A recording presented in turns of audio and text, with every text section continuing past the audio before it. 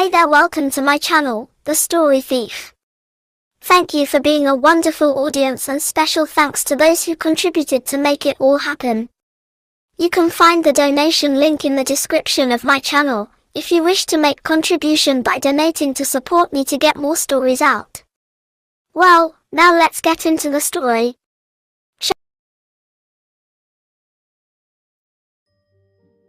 Cameron smiled at his daughter, who was practically hovering over him, her face bright with concern. "I was just working on some new moves," he told her. "You must have been getting anxious. How long was I out for?" 2.5 days, Emily replied. "I was running out of snacks." Cameron glanced at the nearby campsite. True to Emily's word, there was a neat pile of snack wrappers next to her bright pink sleeping bag. Further away, Cameron saw a fire pit that Milton's men had set up as a barbecue. "It doesn't look like you're starving, though," he replied. "I seem to have cultivated up an appetite." "Cameron, it's good to have you back with us," Milton remarked. "Your transformation was a sight to behold." "How's that?" Cameron asked. "When you broke through, several things happened," Milton continued. "First, there was an image of a tree that burst into flames, and then the flames whirled around your body. It was quite a sight. After that settled down, there was a blinding bright light just before the sun and the moon collided with each other. It was like some great demon had thrown them together." "A demon?" Cameron's eyes widened, his mind still a bit fuzzy. He assessed the energy levels in his body, rubbing his chest absently. He visualized his energy center, and it looked different. Not only was it significantly larger than before, but it also now had the mark of a black crescent moon. Oddly, he felt the same as he had after sleeping with Jessica for the first time.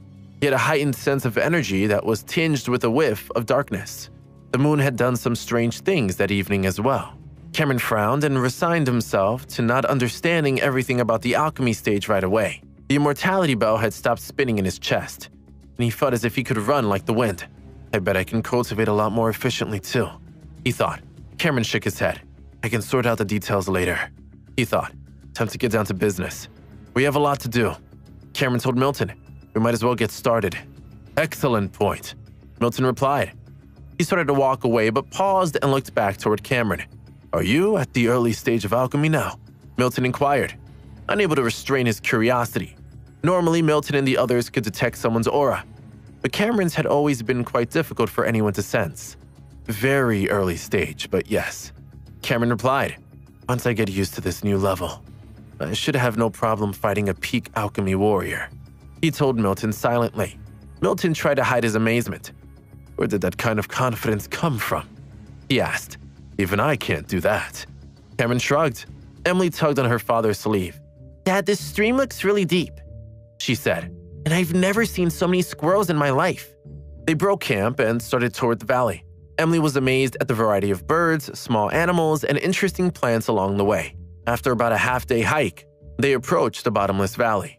A small mountain with two distinct peaks, surrounded by a branch of the Treasure River, loomed over the valley. A strong Nirvana formation encircled the steep sides of the rock formation. The valley was heavily guarded, but Milton had a plan. The group circled around the mountain peaks until Milton stopped them at a nondescript boulder resting against the side of the mountain. "This is the cave we used as an emergency exit from the valley," Milton explained. "There's an underground river shielded by a powerful concealment array. It's virtually impossible to find from the inside unless you know where to look." "Are you sure about that?" Cameron asked, waving his hand toward the cave entrance. After a quick flash of light, a man dressed in a green uniform staggered out of a once disguised cave entrance. Milton's men grabbed him and brought him over. Cameron snatched the man from their grasp. "That's impossible," Milton cried. "No one was supposed to find that cave." The man gave Cameron a scathing look. "It was a pretty basic concealment array," he said. "My kids could have broken it." "He's right," Cameron told Milton, whose shoulders sagged. "Are you part of the Green Flame sect?" Milton asked the trembling man. "How did you find this place?" The man laughed disparagingly. "You'll never find your way in," he sneered. "And even if you did, the valley's doomed. It's going to be destroyed, and we're going to divide the crystals among ourselves. Get used to the idea. You're going to destroy the bottomless valley." Milton's voice cracked as he posed a question. "It's all I have left," he thought. "Give it your best shot, old man," the green-clad warrior retorted. You won't get anything more out of me." Milton's men settled down, having gotten used to Cameron holding onto the man from the cave as if he were an oversized toy. Cameron finally shook the man to get his attention. "I'm thinking about letting you live." Cameron told him, "Swear to me that you're telling the truth, and I might even let you go." "Do as he says," Milton instructed. The man looked around as best he could while still in Cameron's grasp. "Why should I trust any of you? How do I know this isn't some kind of game you're playing?" Cameron had reached his limit. With a disdainful chuckle, he pulled one arm free and waved in the air, summoning the dark green seal, which suppressed the man's soul in dramatic fashion. When the man's soul had been contained, Cameron drew a glimmering needle from his pocket and stretched it in the air until it could be seen from several yards away. "This is the soul needle," Cameron told them. "It will gradually erode the soul of a cultivator like 10,000 arrows piercing you at once. It will absorb your energy slowly and steadily until there's none left. You'll try to recombine the energy. There will never be enough." Cameron waved his hand again, and the needles multiplied until he held a fistful over the body of the man from the cave. One by one, he placed the needles into the man's body. Milton and the others watched with unconcealed horror. The green-clad man broke out into a cold sweat, obviously in pain. After a few moments, he begged Cameron to take the needles out. "I'll tell you anything you want to know," he cried hoarsely. Cameron neutralized the dark green seal and whisked the needles away.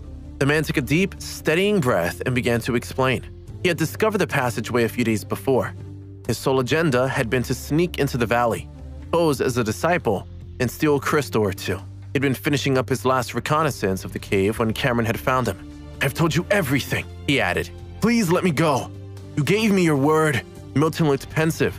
"That was before we heard your story," he responded, not quite trusting that the man's story was quite as simple as it sounded. "It doesn't really matter how you found the cave or your reasons for being there," he remarked. "It's still our only way in or out." With a meaningful sigh, Milton led the way into the cave. Emily's head was spinning over the recent turn of events.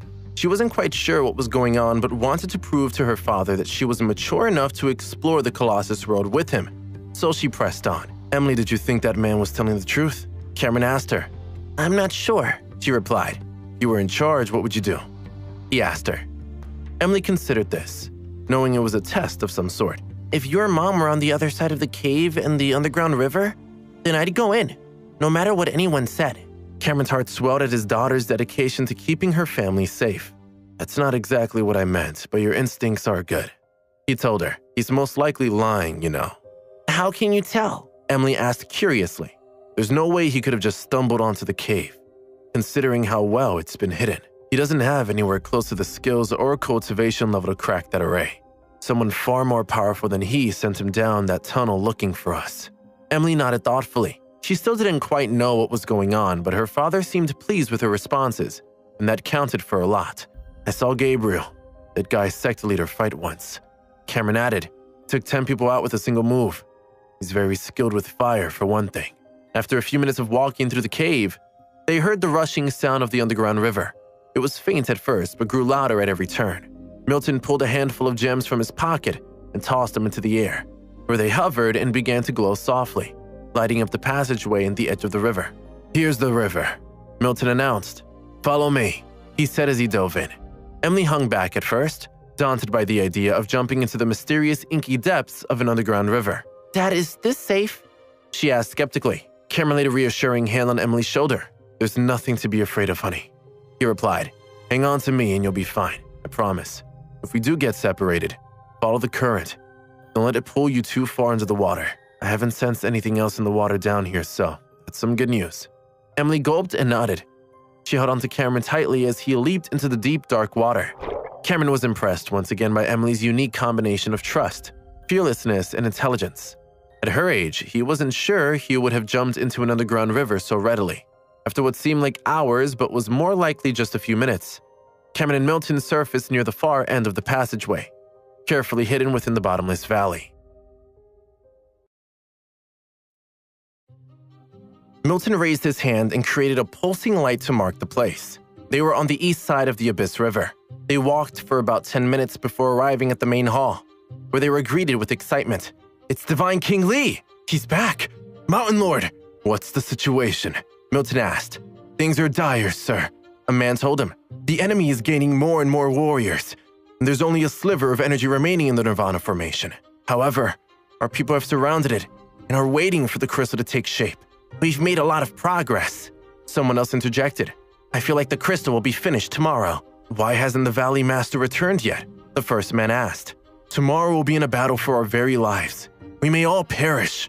Suddenly, a man rushed in the door. You're back! His eyes were alight with excitement. We just received some news. They're preparing to make their move in the early hours of the morning. We still have half a day to prepare. Divine King Li, it's wonderful that you have returned. However, I received another piece of news. Apollo sent Eben with power from Celestial Tree to the lower realms to kill you. Milton frowned. Eben actually went to the lower realms. This is unfortunate. He looked at Cameron.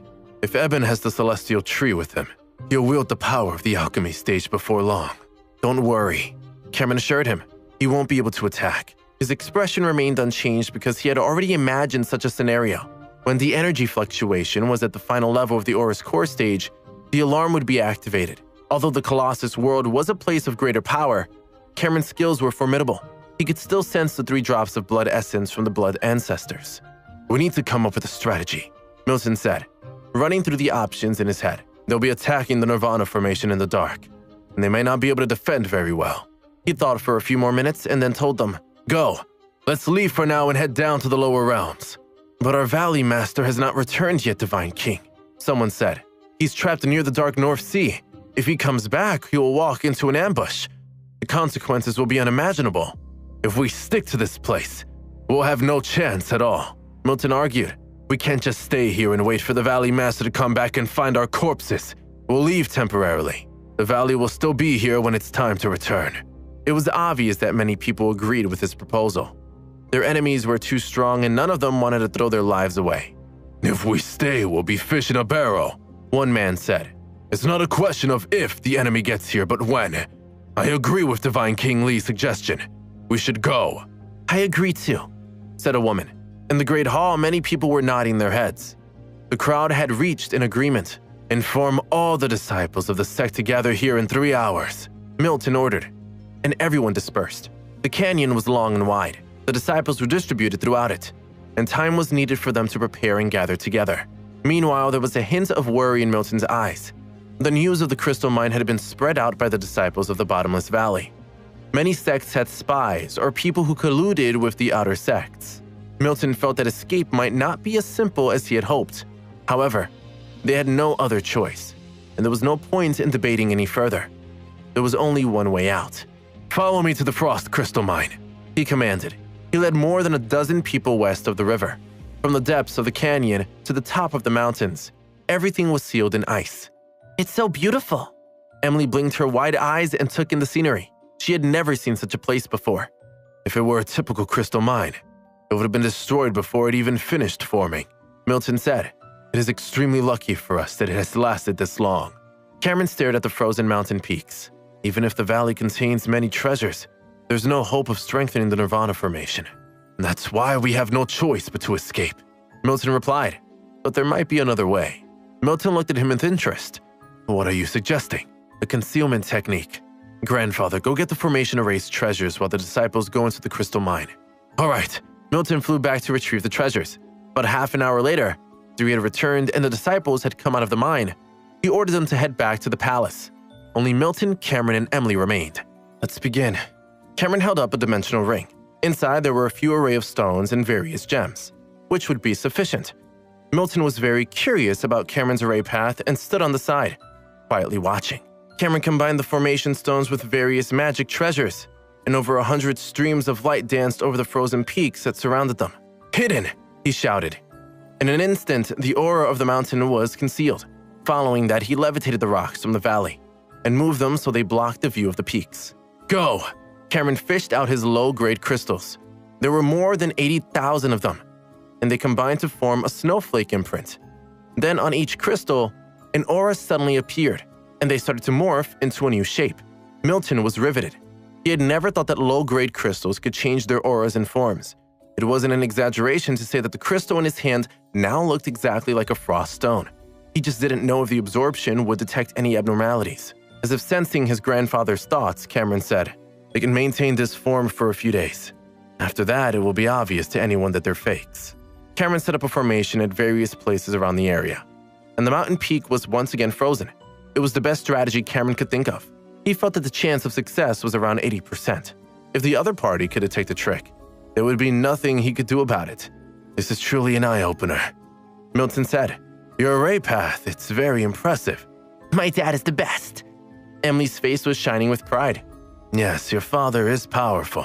Milton smiled. "Let's go. We should head back to the palace and prepare for the mission." When they returned to the palace, nearly all of the disciples, over 1,000 people, were already gathered there. One of the elders approached them. "Divine King Li, you should have discussed this with us first. Going down to the lower realms isn't just a matter of suppressing our strength. It also means that sect disciples can continue to break through. I suggest that we don't go down to the lower realms. We can go to the southern domain or the western region instead." Apparently, a lot of people agreed with him. "Yes," another man was nodding. "We were planning to break out after we obtained some frost stones. Although the ice fortress is very strong, they have a limited reach. What's more," continued a female elder, "Apollo has an issue with you alone, Divine King. Now the entire sect will be dragged into the conflict."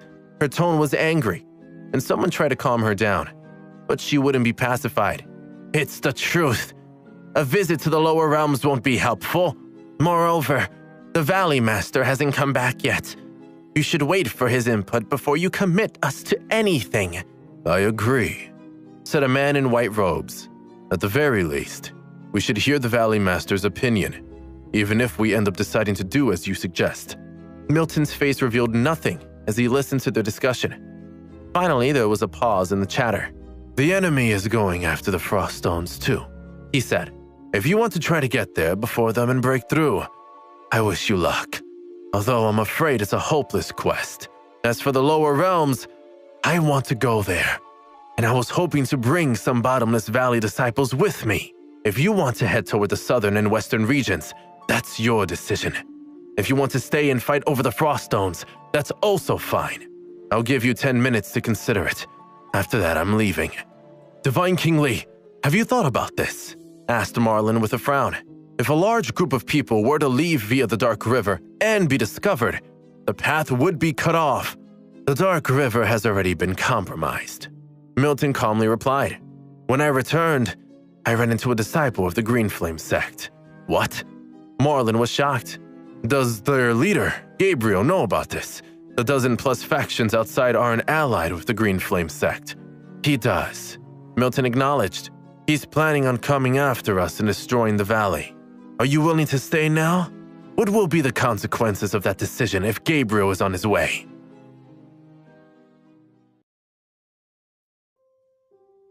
The people looked at each other uneasily. "The Green Flame sect is involved now?" Someone asked with a worried expression. "Who will be able to stop Gabriel? He and his people are extremely powerful," warned another person.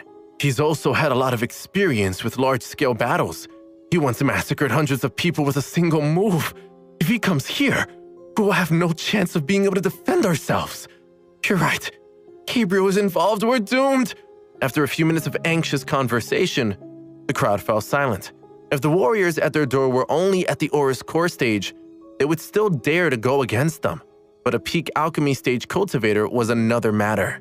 They didn't have the confidence to fight him without the Valley Master. "What should we do?" a man asked. "Perhaps we should go with Divine King Li," a woman responded. "Yes, if we don't leave now, it will be too late. Otherwise, we might obtain the frost stones, but we'll certainly lose our lives." They were all distraught by the news of Gabriel's imminent arrival.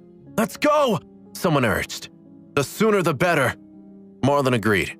"The Green Flame sect knows about our path via the underground river, so the journey will be extremely dangerous.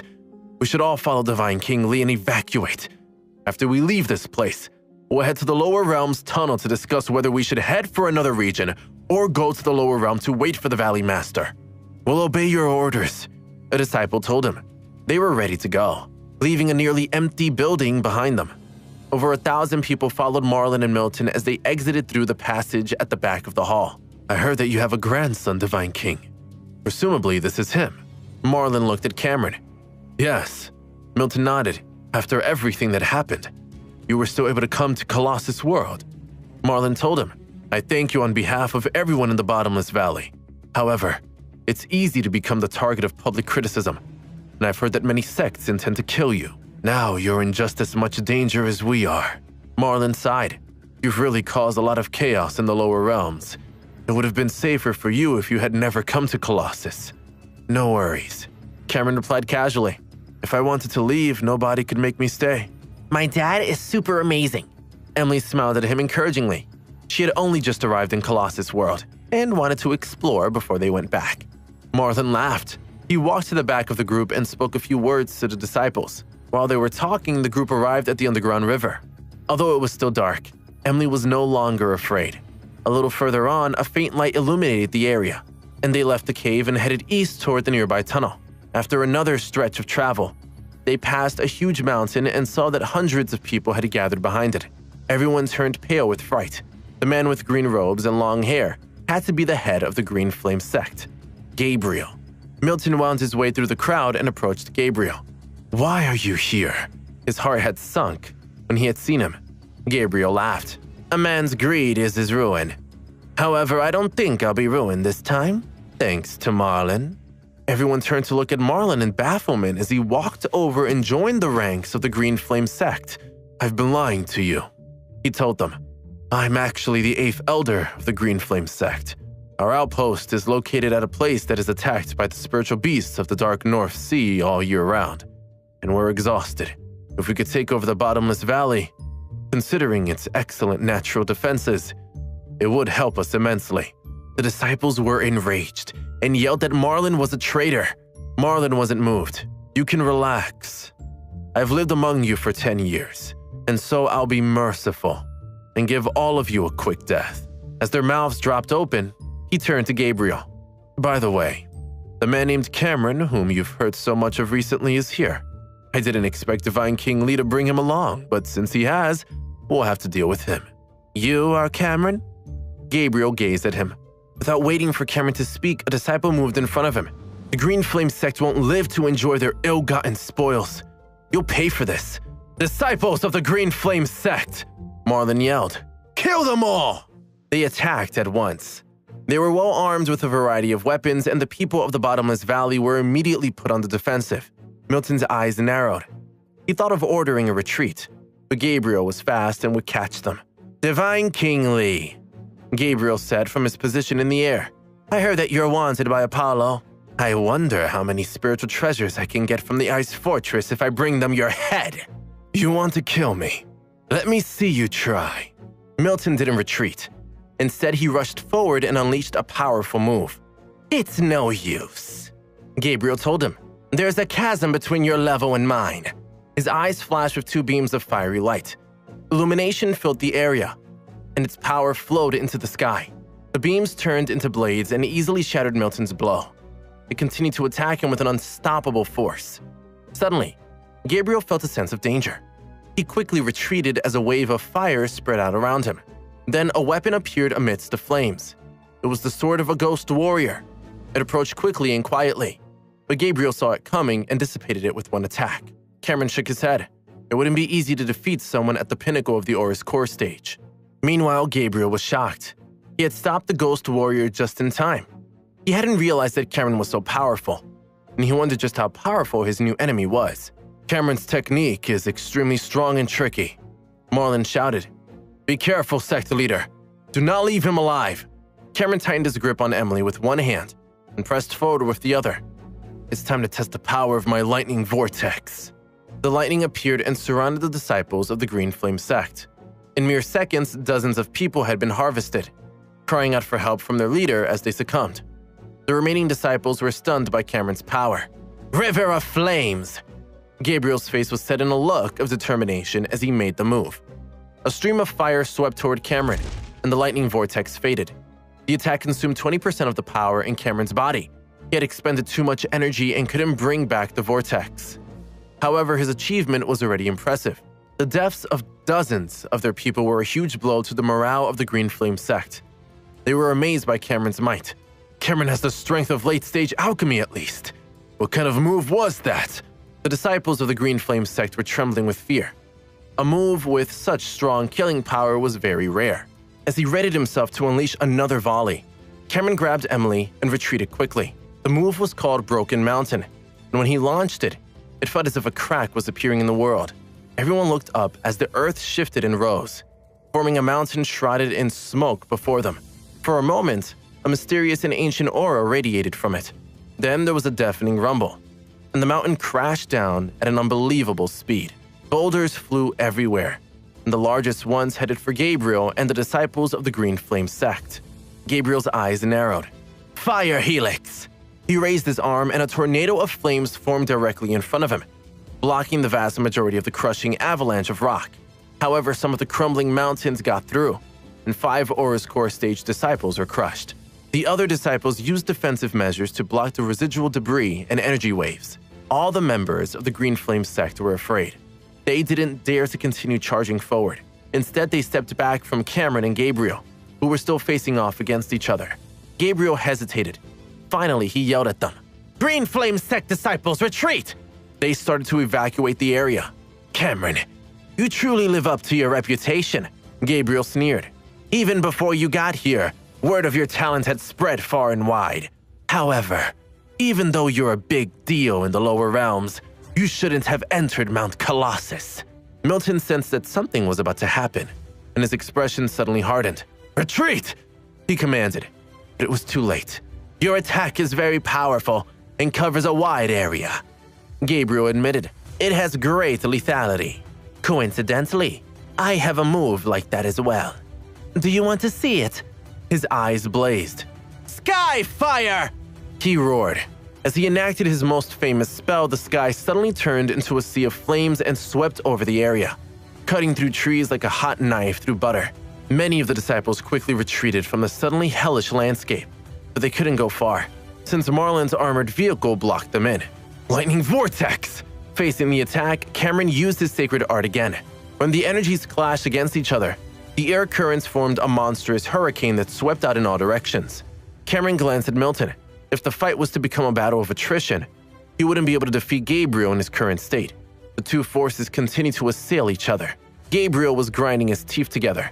He had realized that he actually couldn't block the attack that Cameron had just cast. Instead, he could only maintain a precarious balance.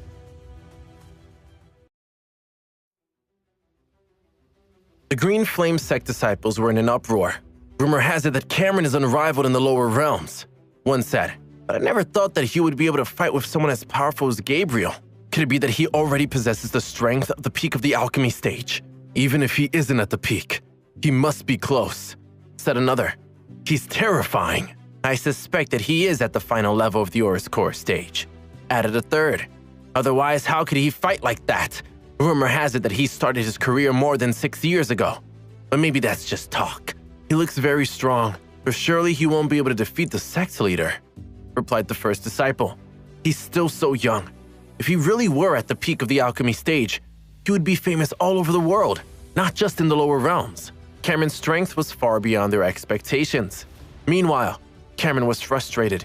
The consumption of spiritual energy in his body was too fast. His stores of it had already dropped to 60%. Emily, who was still at his side, didn't dare say a word. She was afraid that she would disturb Cameron, so she only held onto his hand and moved closer to him. Feeling the perspiration on her skin, Cameron suddenly dispersed his lightning vortex and quickly retreated. Trying to run, Gabriel sneered. I'm afraid it's impossible to get away from me. He turned into a streak of light and chased after them.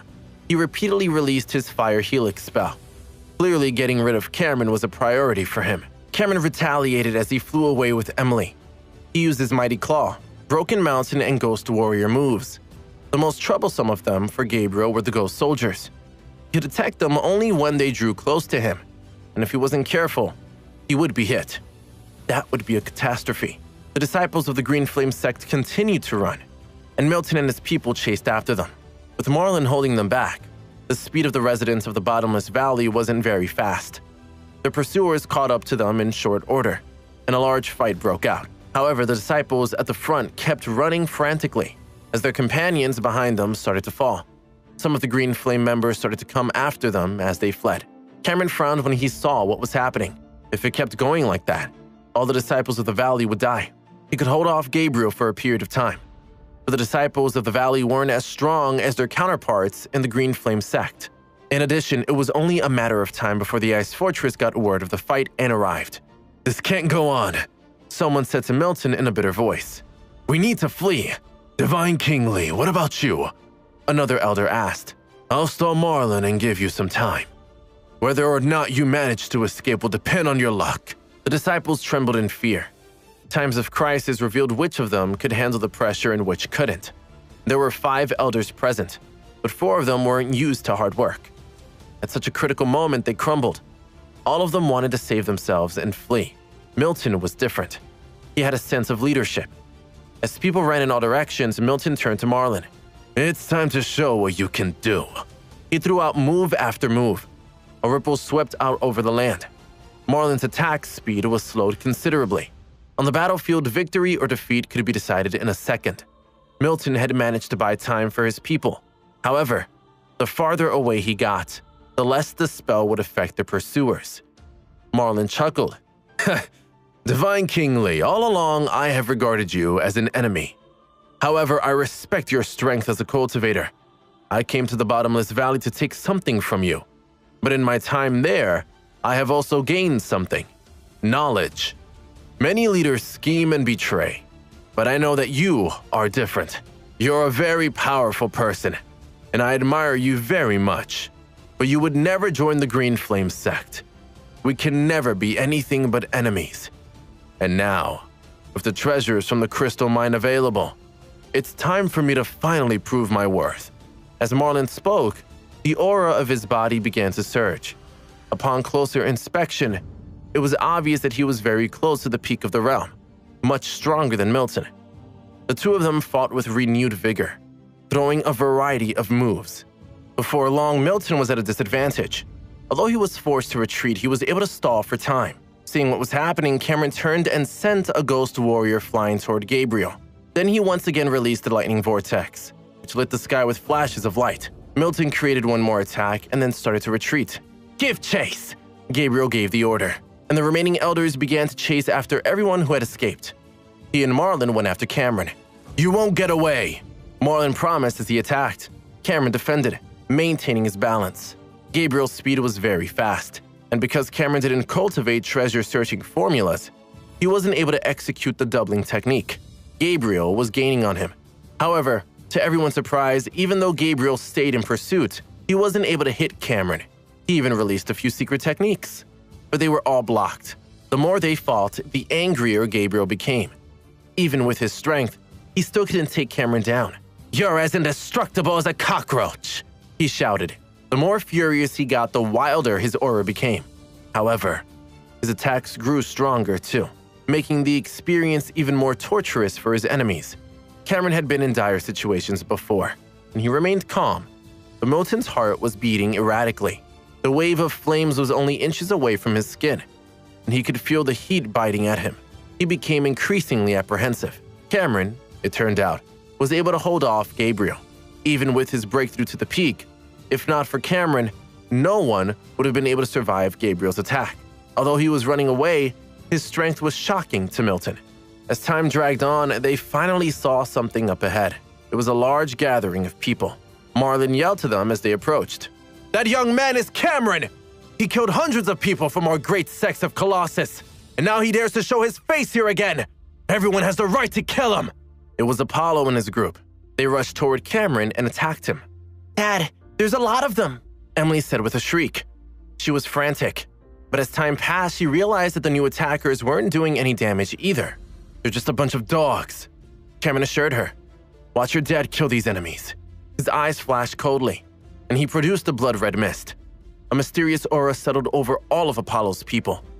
All of a sudden, they felt as if the vital energy and blood in their bodies were being drained. Even the attacks they had already unleashed started to disperse. It was as if their power was being recalled to their energy centers. It was a very uncomfortable feeling. Apollo was in the late alchemy stage, and so he was still able to push through with a lot of difficulty. He hurriedly took out 3 types of defensive spiritual treasure. At that moment, ghost warriors appeared. In moments, more than 20 people had been harvested. Soon after, Cameron dispersed the sacred art, and before any of them could react, he quickly flew past them. Although Cameron could use his divine powers to kill them all, such a small number of people wasn't worth the energy. With such frequent moves, his spirit energy had been reduced even further. Even if he took a pill, it wouldn't be sufficient to bring him back to full strength. Apollo was completely stupefied, and Gabriel's pupils constricted as he sucked in a cold breath of air. He hadn't expected Cameron to still be able to carry on after such an intense fight. He wondered if Cameron was also at the peak of the Aurus core stage. No, impossible, he thought. If he were, he wouldn't have run away so quickly. Apollo let out an angry roar as he chased after his prey. Unfortunately, he wasn't as fast as them, and in a short while, they had created a wide gap between themselves and their pursuers as they dashed for the horizon. Emily relaxed. Dad, why are they so persistent in chasing us? Maybe they're crazy, Cameron replied. They all have rocks for brains. Milton cast a glance behind him and once again threw up a defensive move. He was out of breath. By now, the entire East Side mob knows that Cameron has entered Colossus World. They'll certainly send people to the valley. It's too late for us to get some of the Frost Stones. In fact, we'll be lucky if we keep our land. The chase continued, but the situation was getting worse for Cameron and Milton. A group of warriors arrived and joined Gabriel's forces. Then another and another. Finally, a sixth contingent arrived, including one person who attracted Milton's attention. Eben, why is he here? As a peak alchemy stage cultivator, Eben's reputation was great, and his strength was extraordinary. Didn't he go to the lower realms? Milton asked. Why would he suddenly appear here? Surprised to see me? Eben's voice was tinged with anger. 2 days ago, I went down to New Moon Mountain, but I came home with nothing. To successfully draw power from the Celestial Tree was to reach the cultivation of the Middle Aurus core stage. The tree could be activated 3 times during one day, and then it needed to rest. After expending all kinds of treasures, Eben had finally discovered that his efforts had been futile, and he hadn't moved up at all. People had cursed him for wasting the Celestial Tree, and he had been humiliated. He was furious about his failure, but he was even more shocked. Why is the Nirvana formation so resistant here? He thought.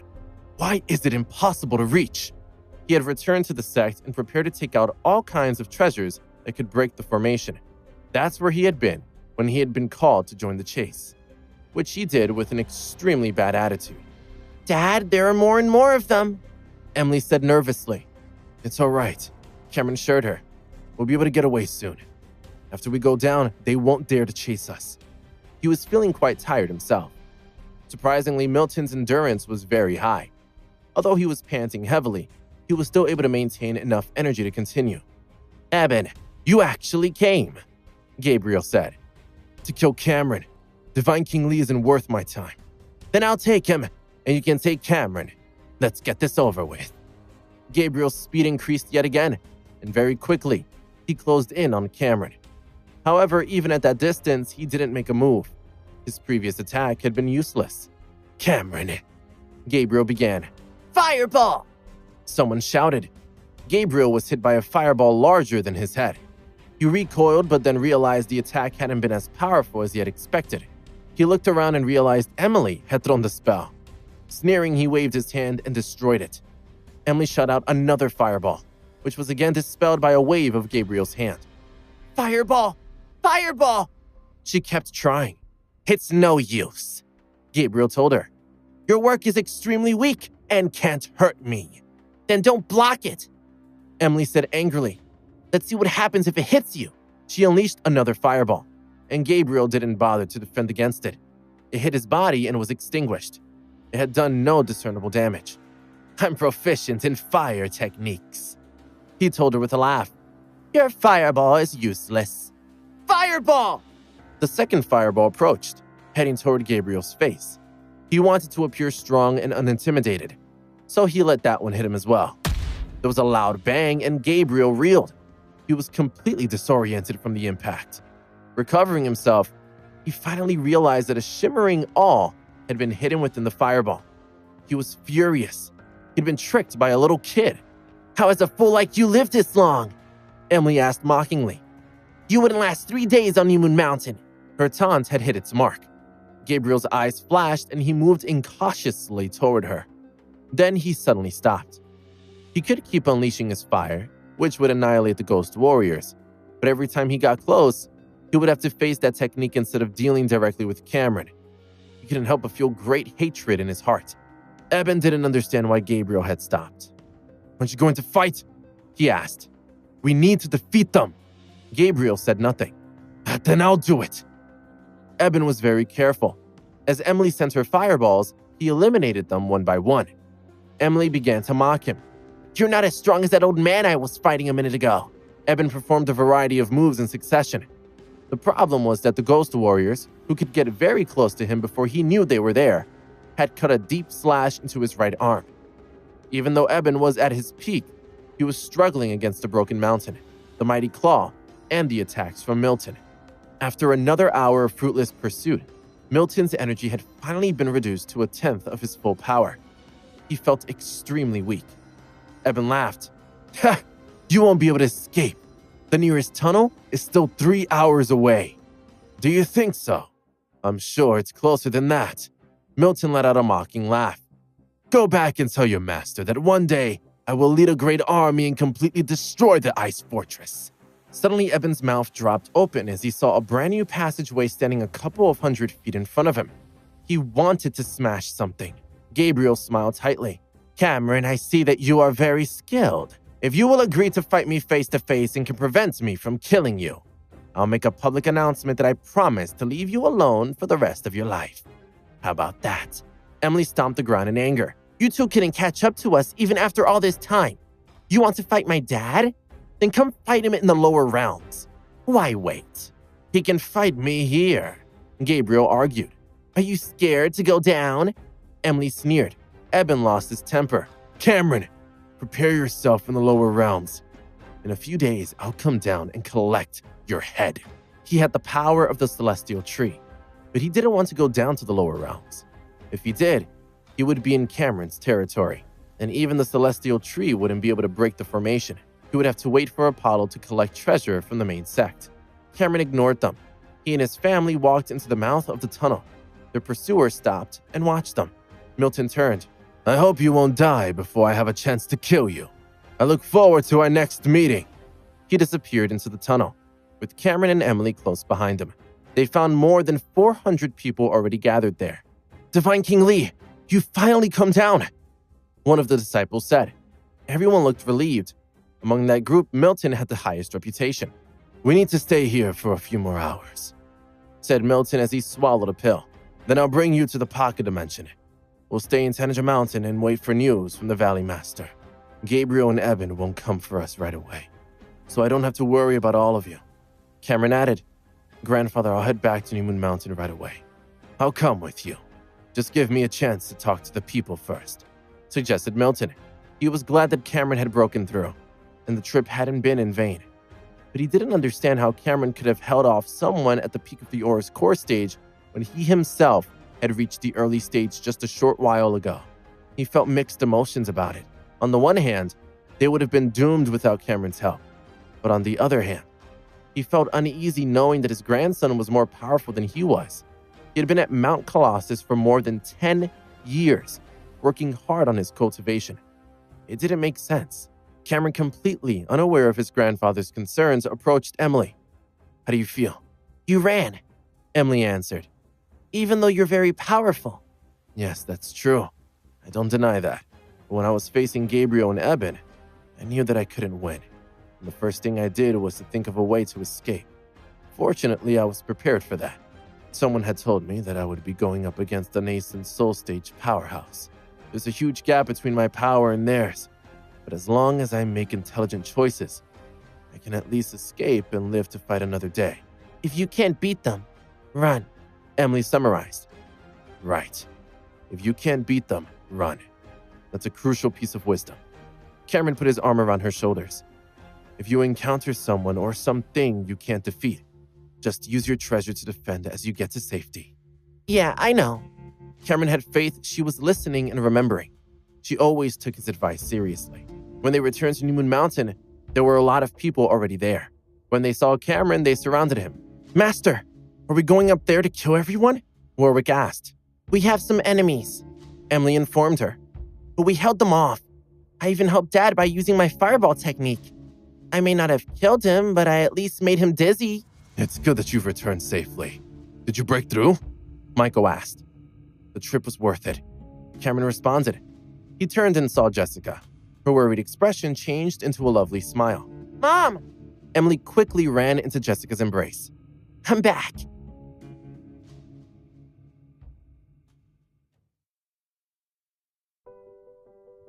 Jessica wrapped Emily in a big hug, but her eyes were following Cameron.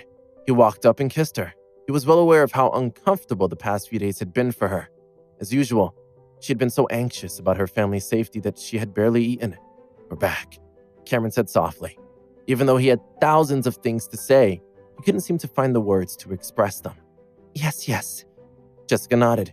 She looked radiant as she held her husband and daughter. Emily, did you have a good time? I hope you didn't cause too much trouble for your dad. How rude, Emily retorted. Actually, I helped. I even helped Dad fight. I smashed a strong opponent with one of my fireballs. Did you do a lot of damage? Jessica stroked her hair. Yes, a ton of damage. Emily exaggerated. Seeing her daughter happy, Jessica felt relieved. All right, you've seen that he's back. You can all disperse now, Michael told the crowd with a laugh. After everyone else had gone, the four of them, along with Julieta, Thomas, and Melissa, entered the castle and sat down together. Where did your grandfather go? Michael asked Cameron. What's going on in the Bottomless Valley? Grandfather is at the Colossus Mountains, along with the disciples of the Bottomless Valley. He arranged for them to come to Tanager Mountain temporarily, and they should arrive before too long. I'm going to set up a few array formations. If they have people who are proficient in array formations, I can teach them some more tricks. The ploy might be discovered, but it will depend on their luck. The formation with the simulated frost stones can only be maintained for 7 days. When Grandfather comes, we'll have to send someone to investigate the situation, and if it's feasible, I think we can make a trip to Colossus World. Michael was startled. He's just going to bring them all through the valley? I thought there were large numbers of warriors there. It's not all calm, Grandpa. Emily sat on the sofa, swinging her long legs. Many people were chasing us, and when they realized that Dad was Cameron, they went mad. We lost them all except 2 experts at the pinnacle of the realm. They kept chasing after us, but they couldn't catch up to us. Michael frowned. Cameron, you killed so many people of Colossus that day. It's no wonder you have a target on your back. It's way too dangerous to go up there. Although the frost stones are precious, we can manage without them. You don't need to take the risk. I'll see how the situation unfolds before I decide. Cameron told him. What's your current strength? Michael asked curiously. My cultivation base is at the early Aurus core stage, and I can suppress people at the late stage. However, I won't be able to defeat those at the peak. Michael almost choked on his coffee. You just broke through from the early stage? You're telling me that you are already equivalent to a late stage. How did you do that? Cameron chuckled. My energy center is at full strength, plus my cultivation technique is more profound. So fighting above my actual cultivation level isn't difficult at all. I'm only at the beginning of the Aurus core stage, but after I cultivate for another year or two, the Colossus world will seem like child's play. I've become a little stronger too, Grandpa. Emily chimed in. My fireballs are already this big. She held out her hands to demonstrate. Jessica smiled, but she felt bitterness in her heart. Cameron and Emily's strength had continually increased, but she herself hadn't improved much. She felt they were leaving her behind. Cameron noticed the look in Jessica's eyes and sighed.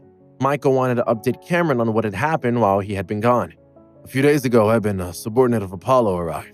He had extremely terrifying strength, and he launched an attack that shook the entire mountain. Fortunately, you had strength in the formation, and he kept attacking for a whole day and night without doing much damage. He was furious when he left. I'm sure he's gone to come up with a new plan, and the next time he arrives, he'll be even stronger. It's all right, Cameron replied. He drained the celestial tree, but he can use it only 2 or 3 times. At most, he'll get to the middle of the Aurus core stage.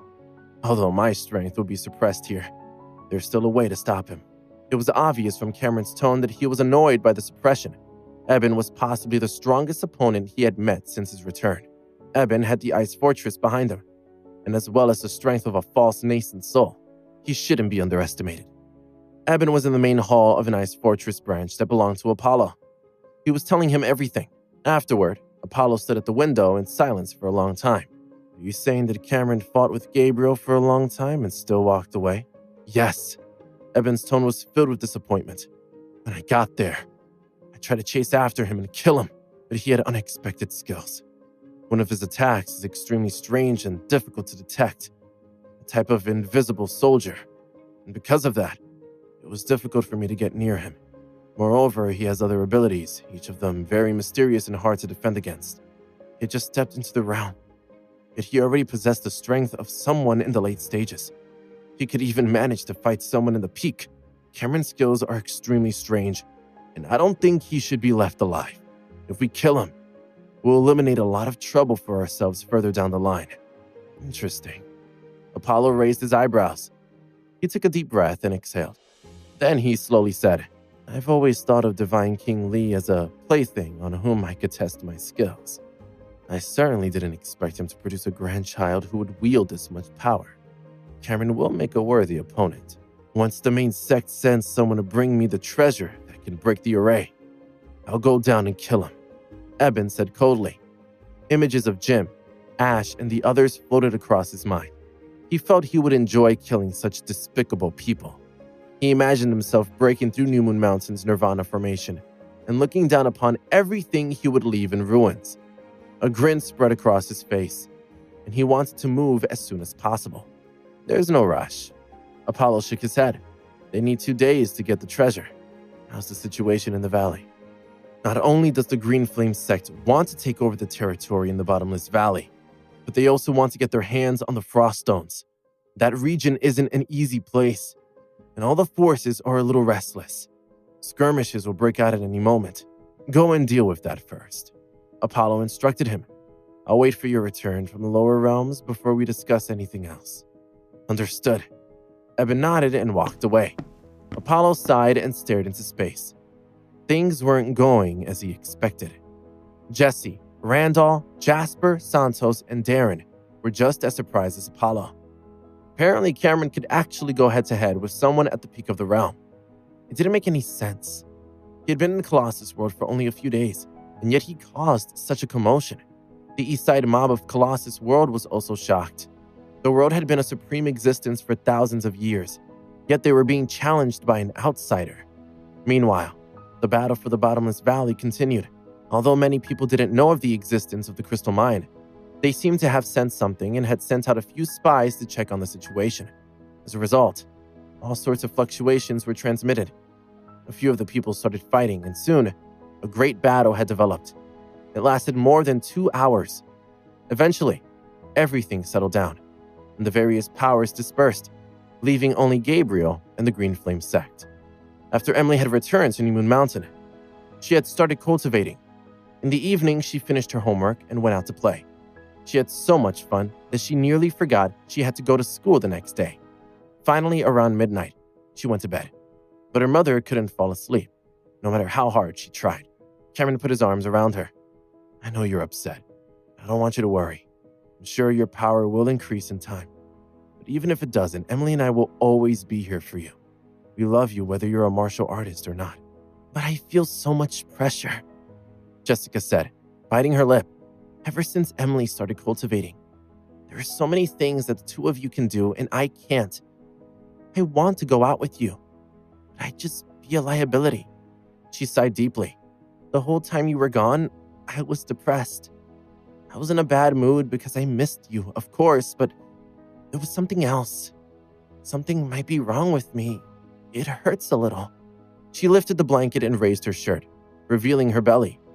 She then touched the position where her energy center lay. What is it? Cameron's eyes narrowed, and he gently pressed his palm down on the spot. There's pain here? He reached out with his spiritual energy, but he couldn't sense anything. Perhaps the problem was related to Jessica's emotions. Will you be annoyed every time I go out with Emily and leave you behind? Cameron suddenly asked. I will. It's not that I'm bored when you're gone, it's just that I'm unhappy and uncomfortable. Then think about that feeling. For example, think about how you'll feel when I bring our daughter to the Divine World. The Dragon Star Domain is far, and we'll be gone for half a year. Imagine how you'll feel then. Jessica pictured it in her head. She would be alone, thinking day and night about her missing husband and daughter. She felt overwhelming loneliness and panic. At that moment, Cameron's hand, which had been laying on Jessica's abdomen, was violently pushed away by an invisible force. He felt a trace of aura. Cameron had tried to check the condition of Jessica's energy center hundreds of times. It had always felt like a bottomless pit, and he had been unable to find anything. But suddenly, it was there, and it felt like a raging wave that continued to churn. He wondered what it meant. That's good. Cameron heaved a sigh of relief. Jessica, you must be very powerful because I can't see through you. Your body and the location of your energy center are affected by your emotions. I remember when you went to Mount Colossus. There was a change in the Great Eagle that might be related to your emotions too. Your energy center is not some external object, but a secret place that belongs to you. What are you talking about? Jessica looked confused. I don't really understand either. I'm just watching from the sidelines. Cameron laughed. By the way, if you're really some kind of chosen one, I don't want to see men coming here in the future and saying that you're a princess who's fated to marry them. If they do, you have to promise you'll run away with me and defy your destiny. Jessica laughed. Don't be ridiculous. If that's the case, then I'll just kill whoever comes. We won't have to run away. I want to stay at our little house. Cameron's pressure originated from the sealed dragon star domain and had always been there. Everything he did was in accordance with the will of a certain great power behind him. The more he learned, the greater the pressure. He sighed. This reminds me of Surya. I miss him. I wonder when I'll be able to see him again. Surya? Jessica was taken aback. Isn't that the sect leader of the Bright Wind? You said that he's very strong and knows a lot of secret information. Right. Next time I see him, no matter what else is going on, I have to make time to ask him for a few things. I want to go for a walk, Jessica said suddenly. Let's go to the beach. Cameron was just as restless as she was, and he knew he couldn't sleep anyway. All right, go get dressed. He sat up and put on his jacket. I'll just wear my pajamas. I don't want to change. She took his hand and they went out and strolled away from the house. Ink, who could sense even the smallest movement, immediately noticed them. When he assured himself that it was only his master and mistress, he lay back down. Minnie had other ideas. She called out and jumped up excitedly, preparing to run toward Jessica. Ink grabbed the skin on the back of Minnie's neck with his teeth and raised Minnie into the air. When he placed it back down, it tried to run away. Ink once again intervened, and Minnie cried out in anger. The penguin changed shape and turned into strands of black light that wound their way toward Jessica's wrist. Ink thought for a moment and then ran to Cameron's side. Why did Minnie go back into my wrist? Jessica said tearfully. Am I going to sleep? This is the third time in just a few days. Perhaps Minnie sensed that you were in a bad mood and came to console you. Cameron said reassuringly, don't worry about this anymore. Next time we'll go together. Whether it's the ruins, a pocket dimension, or somewhere like Colossus. You don't need to feel left out. It's not that I'm mad if you go without me sometimes, explained Jessica. It's just that you're my family, and I'm the only one who can't cultivate. I feel like a failure. While they were talking, they passed through the forest and arrived at the edge of the cliff. Cameron grabbed Jessica around her waist and jumped down, landing on the beach. They watched the waves rise and crash against the shore. The sea during the day is beautiful, blue and cheerful, Jessica said thoughtfully. But the sea during the night is raging, dark and ominous. If my wife wants cheerful scenery, she's going to get it, even if it is night. Cameron smiled and lifted his hand. Rays of energy swept forth, and a radiant light appeared deep in the sea. It rose up, illuminating the area with a delicate glow. It's beautiful, Jessica exclaimed.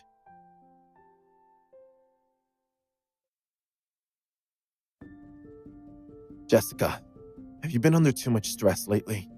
Cameron asked, gently holding onto her shoulders as he spoke. I know that sometimes it can be a little boring for you, but we're a family. We have a wonderful life here by the sea and so much to look forward to. You need to release some of the pressure. Just shout out what's bothering you. Let the universe know what you're thinking. Jessica looked startled. She wasn't the kind of person who would ever raise her voice. Even the many frustrations of raising a child on her own for so many years hadn't changed that. I don't want to, she admitted. I'm embarrassed. What if people hear me? Don't worry about that, Cameron replied. I've activated the defensive formation at New Moon Mountain. None of the people inside will be able to hear you no matter how loud you are. Cameron was determined for Jessica to release the negative emotions that had been building up inside her. He made sure that they were completely isolated from everyone. No one would hear a thing. Jessica nodded. She took a deep breath, cupped her hands around her mouth, and shouted, "I want to have power too!" It felt good, so she did it again. "I want us to be powerful together! I want to be a warrior! I want to be immortal!" She stood by the edge of the sea and shouted repeatedly into the darkness of the night. As she shouted, the mark on her wrist began to emit a faint, ghostly light. Holding up her wrist to show Cameron, the smile that had appeared on her face froze. She didn't know what was happening. An unknown energy spread out as far as Cameron could cover with his spiritual sense. The wind stopped. The waves stopped too. Even the fish swimming in the sea seemed frozen. It was as if time was standing still. Cameron's pupils contracted. It was beyond his imagination. Something was breaking all the rules of the physical world. Suddenly, an incredibly bright light appeared on the distant horizon. Cameron stared at it in confusion. He saw a bright moon slowly rising in the night sky. The entire landscape began to change as if it was desperately trying to match the moon's splendor and elegance. Gentle rays of light scattered down, but the starlight seemed to transform into fireflies as it floated toward Jessica. Jessica's face suddenly lit up, and her skin was covered with a gentle glow. She was changing. Even with his advanced knowledge and understanding, Cameron had no idea what was going on. He quickly reached out his palm and pressed it against Jessica's stomach. Unexpectedly, his searching energy was repelled without advancing an inch. Then, as he frowned, the extraordinary moon slowly faded away. The sound of the waves echoed, and the wind began to whistle through the leaves once more. Everything returned to normal, except for Jessica. Cameron stared at her intently. She staggered forward, and Cameron had to reach out a hand to steady her. "I couldn't breathe for a moment," she said eventually. "Something just happened to me. I think I was hallucinating. I'm all right now." She looked around in confusion. "That was no hallucination," Cameron said seriously. "I saw it too. That was real." "You saw it too?" she asked. "What was it? Did you do something to make it happen?" "It wasn't me," he replied slowly. "It was you." Jessica looked doubtful, but she carefully began to examine herself physically and mentally. "I feel different," she said. "Something has happened to me." Cameron reached out and pressed his hand on Jessica's shoulder. He used his spiritual sense to explore her whole body, faintly detecting something in that mysterious part of the body known as the energy center. "What's happening to me, Cameron?" she asked nervously. Cameron looked at her in disbelief. "It looks like you got what you wished for," he replied. "I can't be certain, but it looks as if you might have progressed all the way to the nascent soul stage in a single bound." Jessica looked at him blankly. "What do you mean?" she asked. "How is that possible? All I did was scream into the night." For a moment, she was flooded with mixed emotions. But soon after, joy and surprise took over. "So we can be together forever? I have the same powers as you?" She threw herself into Cameron's arms and held onto him tightly. Only then did Cameron regain his senses. Seeing Jessica so happy, he smiled and returned her embrace. However, there was a hint of heaviness in his heart. The situation was strange, and Cameron wasn't entirely sure what had happened. He decided to wait and see what would happen next before drawing any firm conclusions, but regardless, he wanted Jessica to enjoy her happiness for a while. There was always the chance he was wrong. He put those thoughts to one side, and the two of them laughed together. "See, I told you. One day, you'll soar into the sky," he exclaimed. "I don't know how it's happened, but if you're a nascent soul, you're even stronger than me." Jessica had never really cared about all the different stages and realms, only having a rough idea of how everything tied together. But now, filled with curiosity, she asked Cameron to explain specific details about the martial world. Meanwhile, in the vast Dragon Star domain, floating on an enormous continent in the starry sky, a blue tempest had been blowing for over 1,000 years. No one could approach it within a 10,000-mile radius. But Surya stood at the front of the storm, seemingly unaffected. "I really didn't want to come to this lousy place," he muttered disdainfully. Suddenly, he sensed something, and his face changed drastically. His eyes were filled with astonishment. "What's going on?" he thought. "It feels like someone has punched a hole through the fabric of the universe." Surya's scalp tingled. After taking some deep breaths, he managed to suppress his emotions. Turning his head, he peered through the void. Earth, he thought. I need to get back as soon as I can. So, I'm a nascent soul? Jessica asked. She was beginning to find the whole thing quite amusing now, and her eyes had brightened considerably. Have I really become even stronger than you? Cameron hesitated. In theory, yes, but I don't know the specifics. He explained. You've definitely acquired some new abilities, but you still need to test your strength. Why don't I teach you a simple technique? You can try it out for yourself. All right, hurry up and teach me, Jessica replied. Despite being well into the night, their enthusiasm only grew. Let's start with a technique called the Dream Cloud, Cameron suggested. But it's just a test. If it works, I'll be able to narrow down the best techniques for you. Okay, I'll give it a try, Jessica said eagerly. Cameron explained the technique and then demonstrated the circulation of spiritual energy in his body. However, he suddenly hesitated. Why are you absorbing my spiritual power? He asked. Use your own energy. I didn't know I was doing that, Jessica insisted. Following Cameron's instructions, she closed her eyes and carefully explored the situation within her own body. She felt like she knew the location of the nascent soul but couldn't use it. It's not working, she complained. Under Cameron's instruction, they tried a dozen different methods, but nothing seemed to work. Jessica looked heartbroken. What's going on? She asked. Am I a fake? How could the nascent soul be of no use at all? Cameron was also puzzled. What should we do? Jessica asked. Let's not rush, Cameron insisted. We'll start from the basics in the Colossus world. Emily and I are going there. We're becoming stronger, so we'll be able to protect you. Hopefully, after a few days, your body will get used to the change and you'll be able to have more control over the nascent soul inside of you. Jessica nodded, but she was clearly disappointed that she wasn't going to reap the benefits of her transformation right away, if at all. But then Cameron had an idea. Maybe we're looking at this in the wrong way, he said. Maybe the traditional techniques are just not going to work for you in the same way. We should try something different before we give up altogether. Tell me what to do, Jessica pleaded. I can feel the nascent soul inside me. I just want to be able to use it. First, you need to calm down, Cameron told her. You're going to try and just use the force of will. Try to communicate directly with the nascent soul. Try to understand it. Perhaps you can reveal some of its mysteries that way. I'll try, Jessica replied. She closed her eyes and tried to calm down. After about a minute, she opened them again and looked at Cameron. I don't feel anything, she said. It's only been a minute. Keep going. Feel the location of the nascent soul and try to control the energy inside it. Time passed slowly, but after another 5 minutes, Jessica suddenly opened her eyes. There was a strange look on her face. I feel it now, she said. I understand. What do you feel? Cameron asked. What do you understand?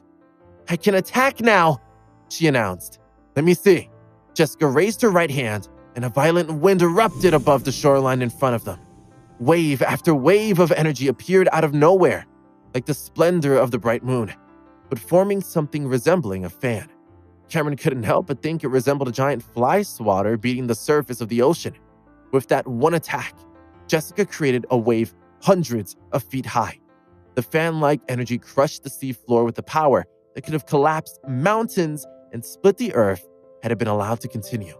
Cameron quickly tried to dissolve the attack, but as he countered the fan, the space around it shattered continuously.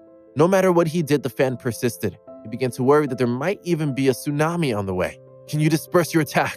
He asked anxiously. He had to use the star map technique, which slowed down the fan's momentum, but its energy was extinguished too quickly. In an instant, 20% of the energy in Cameron's body had been consumed. Stop! Jessica shouted at the fan. It seemed a bit silly, but the force of her will was enough, and the fan slowly dissipated. Cameron exhaled a long breath and said, The energy you release seems to have transcended anything I thought possible in this world. It's terrifying. The attack you just launched should not have been possible here on Earth, but you have achieved it. Am I really that powerful? She asked. Just as she was reveling in her accomplishment, people started to rush down to the beach from the compound on New Moon Mountain. Franco, Keith, Marshall, Michael, Warwick, Patricia, and Mickey were among them, but there were many more besides. What are you two doing here in the middle of the night? Franco inquired. Just now, I felt a monstrous energy and wanted to use my spiritual sense to probe it, but I couldn't. Something was blocking me. My defenses were shattered in just 2 seconds. Whatever you're playing at, you should do it further away from here. Everyone relaxed a bit when they discovered that Cameron and Jessica were the source of the disturbance. Michael coughed awkwardly and said, "Looks like we might be interrupting something private. Maybe we should leave them to it." Seeing everyone's meaningful smiles, a blush crawled onto Jessica's exquisite face. She was suddenly her old, shy self. "We're not doing anything," she said bashfully. "I'm just practicing some of my new skills." "What do you mean by new skills?" Michael asked in surprise. He looked at Cameron suspiciously. "Have you been teaching her martial arts?" "She is certainly learning some new skills," Cameron replied with a grin. "Jessica is going to be very powerful indeed. We're still exploring her unique situation." Most people on New Moon Mountain knew that Jessica had never demonstrated any ability or even any interest in martial arts. For her to suddenly demonstrate such capabilities was bordering on the bizarre. Franco laughed and said, "Well, this is great news. But what exactly happened? Earlier today, Jessica was just an ordinary person. Now, in the middle of the night, in just a few short hours, she's acquired the powers of a martial grandmaster?" "Not a grandmaster," Cameron replied quietly. Seeing Cameron's strange expression, Franco stroked his beard and said with a smile, "Are you trying to tell me that Jessica has advanced to the divine realm in a few hours?" "Not the divine realm either," Cameron said as the corners of his mouth rose into a light smile. "Then what is going on?" Franco asked with mock exasperation. "How high can she possibly have climbed?" Michael and the others smiled. The more relaxed Franco was, the more ridiculous the whole thing became. "I'm happy to let you keep guessing if you'd like," Cameron responded. Franco laughed out loud. Jessica was embarrassed and reached out to pinch Cameron. "All right, stop joking around," she said. "That's right, stop joking around," Franco repeated. "You two have fun. We're going back to bed." He waved his hand dismissively and turned to walk away. But when Jessica spoke again, he turned back and looked at her with amazement. "I seem to be a nascent soul," she revealed. Her voice was low, but everyone in the crowd heard her clearly. "What did you say?" Franco asked. "You're a nascent soul? You must be joking. The nascent souls are ancient figures from the Colossus world. Their powers have never been seen here before." "Jessica, are you joking?" Michael asked. But even as he said it, he began to sense the truth. Warwick stared at Jessica in disbelief. "But that would mean that you're even stronger than Cameron," she said skeptically. Everyone present knew very well what a terrifying character a nascent soul was. They had all heard the stories, but no one had ever actually encountered one before. Even Bartholomew was a far cry from the nascent soul stage. For Jessica to have achieved such heights in a few short hours was insane. But that's what she had said. Franco took a deep breath. "I don't believe this for a second," he announced, puffing out his chest. "You'll have to show me. If you're a nascent soul, go ahead. Attack me. You have my blessing." He took a few steps forward and stood about 30 feet away from Jessica. She looked at Cameron uncertainly. "Can you lower the strength of your attack?" he whispered. "I think so," Jessica replied with a light shrug. "I think I understand how to control the move I did just now. I don't know about anything else." "All right," Cameron said. "Franco, go up to the shore and float in the air. After that, Jessica will direct her attack at you. Just don't go too high." Franco started laughing again. He made his way to the shoreline and hovered above 5 feet off the ground. "I'll humor you," he said. "Although this whole thing is ridiculous, if you had said she was a grandmaster or something, I might have believed you. But a nascent soul, it's impossible. Jessica, relax and attack. I'll be able to withstand it." "You should be careful, Franco," Cameron warned him. He was still not sure whether Jessica would be able to temper her attack, and he wanted his friend to exercise caution. Several defensive formations unfolded around Franco's body. "Who's attacking me?" he asked with a suspicious laugh. "You or her?"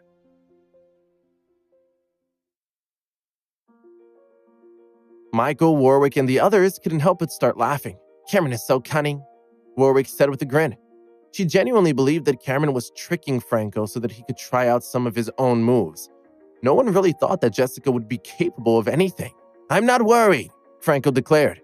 "No matter what Cameron throws at me, I can deal with it. If any attack manages to get through my defenses, it will be my fault." and I'm not going to let my guard drop for a second. All right, Franco, but please be careful, Jessica said. Franco was startled. They were still keeping up the pretense that it would be Jessica who attacked him. The whole thing was starting to seem very strange. I'm going to attack you, Franco, Jessica reminded him again. Although Franco was suspicious, he wasn't afraid and said loudly, If you think you have the ability, you can both come at me. Jessica nodded and raised her right hand. At that moment, Franco felt the space surrounding him seal off. He couldn't even move. He had no idea what was going on. As everyone else watched in confusion, a fan-shaped energy, much smaller than before, coalesced in front of Franco and sent him flying backward into the air. His defense had been utterly useless against the force of Jessica's attack. He flew for miles out to sea before fading from view and eventually dropping into the open ocean. There was no way of knowing how far he had traveled, but he had still been moving at speed when he disappeared out of view. The one clear thing was that Jessica herself had launched the attack. Warwick stared wide-eyed and open-mouthed. It was a shock beyond words. Michael and the rest were all just as dumbstruck. They simply didn't know how to express what they had just seen. Jessica had been a part of New Moon Mountain for so many years, but what they had just witnessed was something they never would have thought possible from her. She was a singer, an actress, a mother, and a wife, but she had never shown any capacity to deliver any kind of attack before, let alone one of such ferocity. If anything, they had often secretly pitied her for her lack of abilities. But now she had casually raised a hand and sent Franco flying out to sea as if he was nothing. There was no trace of him. The seconds passed, but he still showed no signs of returning. Michael began to get worried. Is he going to be okay, Cameron? He asked uncertainly. You don't think she's killed him, do you? Jessica was also shocked. I didn't want to hurt him, she exclaimed urgently, turning to face Cameron. Where is he? Is he going to be all right? I'm sure he'll be fine. Cameron reassured her. He might be injured and he'll definitely be embarrassed, but he's made of strong stuff. You won't have killed him even with an attack like that. Despite his reassurance, he was as worried as everyone else. The fan that Jessica had produced the first time she tried out the attack had been thousands of feet wide. Even the reduced fan that she attacked Franco with had been hundreds of feet wide. Its power was reduced, but it was still an incredibly powerful attack. Silence fell on the shoreline. Other than the rustling of the leaves from the forest behind them and the sound of the waves in front of them, there was no other noise. Everyone looked at Jessica blankly. There was total shock in their eyes, as if they were suspecting that it might not even be the real Jessica. Jessica had never thought that her attack would be strong enough to send Franco flying so far. It certainly wasn't because Franco was weak or lacked defensive abilities. He was famous throughout the martial world for his strength and had helped to defend the Tanager Mountain sect for years. Despite that, he had been completely unable to withstand her attack. Is he playing with us? Jessica asked doubtfully. Did he throw himself backward to mess with us? Michael laughed bitterly. If he had done it on purpose, I don't believe he would have flown back so far, he said. But wait, I see him. He's on his way back now. Jessica, how did you suddenly become so strong? I don't know, Jessica replied sincerely. Everyone looked at Cameron for an explanation. All I can tell you is this, Cameron announced to the waiting crowd. Jessica is very strong, and I think she has been for a long time, but for some reason, her power was sealed. Now it has become available to her. She'll only become stronger from here on out. It was a vague answer, but coming from Cameron, everyone knew that it was the truth. They would just have to wait and see what happens next. Franco landed back on the beach with a dull thud. He looked drained of all his energy and he sounded extremely surprised. Are you for real? He asked. What happened? I didn't even see the attack coming. You almost killed me. I'm so sorry, Franco, Jessica said apologetically. I haven't learned how to control my attacks properly yet. Franco didn't dare believe it. He thought for a couple of seconds and said, Try attacking me again, but this time, try to use less of your attack power. While talking, Franco set up his defenses again, adding even more formations to protect himself. Without Franco realizing it, Cameron added a few of his own for good measure. Jessica attacked again. Another fan appeared out of thin air and slammed down once more. Unlike the attacks that most martial artists were used to, Jessica's attacks emerged silently and struck without warning. The attack broke through his defenses like a hot knife through butter, causing Franco to shout and go flying backward once more. As before, he disappeared out of sight before plummeting into the ocean. Even though it was the second time it had happened, the crowd gasped as they watched Franco vanish. 2 minutes later, he returned looking wet and confused. "I still don't know what's happening," he said, "but there's no denying your power, Jessica." He smiled and relaxed. "It looks like you're going to become the protector of New Moon Mountain," he told her. "I hope you manage to maintain your kind and considerate personality, even with your newfound strength." "Thank you, Franco," Jessica replied. "The only trouble is that I don't know where the power has come from or what I'm capable of." Franco became serious. "Take your time," he advised her. "It's not going to be a one-day affair. Cameron, how strong is she?" Everyone turned to look at Cameron again. "Do you know?" Michael asked as everyone quickly surrounded him. "What is Jessica's true strength? Is she really a nascent soul? That would make her even more powerful than you." "She's a real nascent soul," Cameron confirmed. Everyone started talking at once. As she watched the reaction of the crowd, Jessica smiled, and the light of her eyes brightened. She suddenly felt entirely comfortable. All the negative emotions of depression and boredom from the past few days disappeared. She was happy, but the way people were looking at her was different. There was admiration, surprise, and confusion all mixed in together. After so many years of not having any martial arts abilities, she had surpassed everyone she knew and had reached the nascent soul stage. "How about I let you guys feel it?" Cameron asked, teasing the group. "Not me," Franco replied quickly. "If she attacks me again, I don't think I'll be strong enough to take it. Michael, why don't you try?" Without waiting for Michael to reject the idea, Jessica immediately shook her head. "I'm not going to attack Michael," she exclaimed. "I wouldn't dare." Franco raised an eyebrow. "Why don't you have a go at Keith?" he suggested. "I'm not an idiot," Keith replied with a smirk. "I have no desire to take a flight anywhere today." Franco began to look frustrated. "What about you, Marshall?" "Not me," Marshall replied. "If you want to go on another trip, you can be my guest." "You're a bunch of cowards," Franco muttered, but he decided not to try and convince anyone else. It was clear no one wanted to step up. Instead, he turned back to Jessica and asked, "How much of your power did you use just now?" 80%. Cameron laughed. "I don't think she used even 1% of her full power," he said. "Jessica, throw the same attack on me that you used on Franco. Let's see if I can defend against you." Deciding to test it himself, Cameron rose into the air and set up layers of defenses. Jessica bit her lip, unsure of what to do. After holding back for a minute, she ultimately struck with a fan that was only half as strong as when she hit Franco. Cameron was blown 100 feet into the air. He had seen it happen to Franco on 2 occasions, but was still surprised to feel the power of the attack for himself. The power of the fan had given him the feeling that there was no way to dodge it. The energy of the attack was pure, as if it possessed some unknown attribute. Jessica's casual strike felt like a divine ability, both robust and mysterious.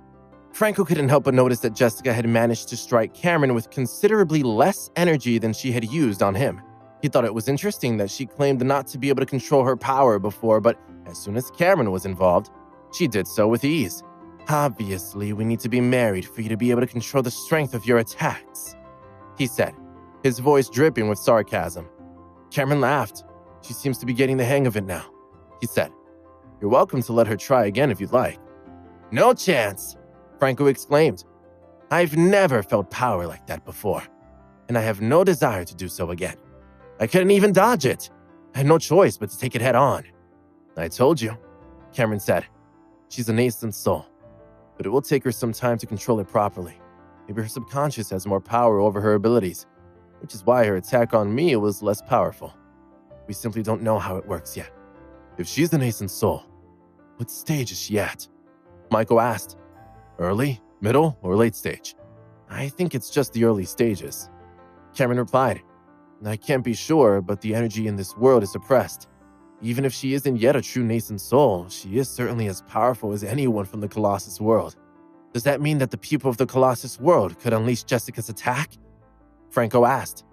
"I'm not sure," Cameron replied. "I suspect that the rules of this world have no limitations for her like they do for them. Let's go to the depths of the ocean to try." Everyone was in high spirits as they flew out to sea. They arrived above a small island where Cameron stopped and said, "Let's get some distance from the land. After Jessica attacks, everyone will be responsible for calming down the aftermath. Whatever you do, stay far away from the island." The group split up, so they were surrounding the island at what they hoped would be a safe distance. "Fight with all your might against that island," Cameron instructed. "I'll try." Jessica took a moment to prepare, and then she raised her right hand slightly. An immense fan condensed in the air. It was a bigger attack formation than any of them had ever seen. Franco's eyes almost popped out of his head in surprise. Michael, Mickey, and the others were in no better condition. It looked like Jessica was truly invincible. The fan seemed to tear silently through space. Before it even made contact, the pressure of the air shattered the island into pieces.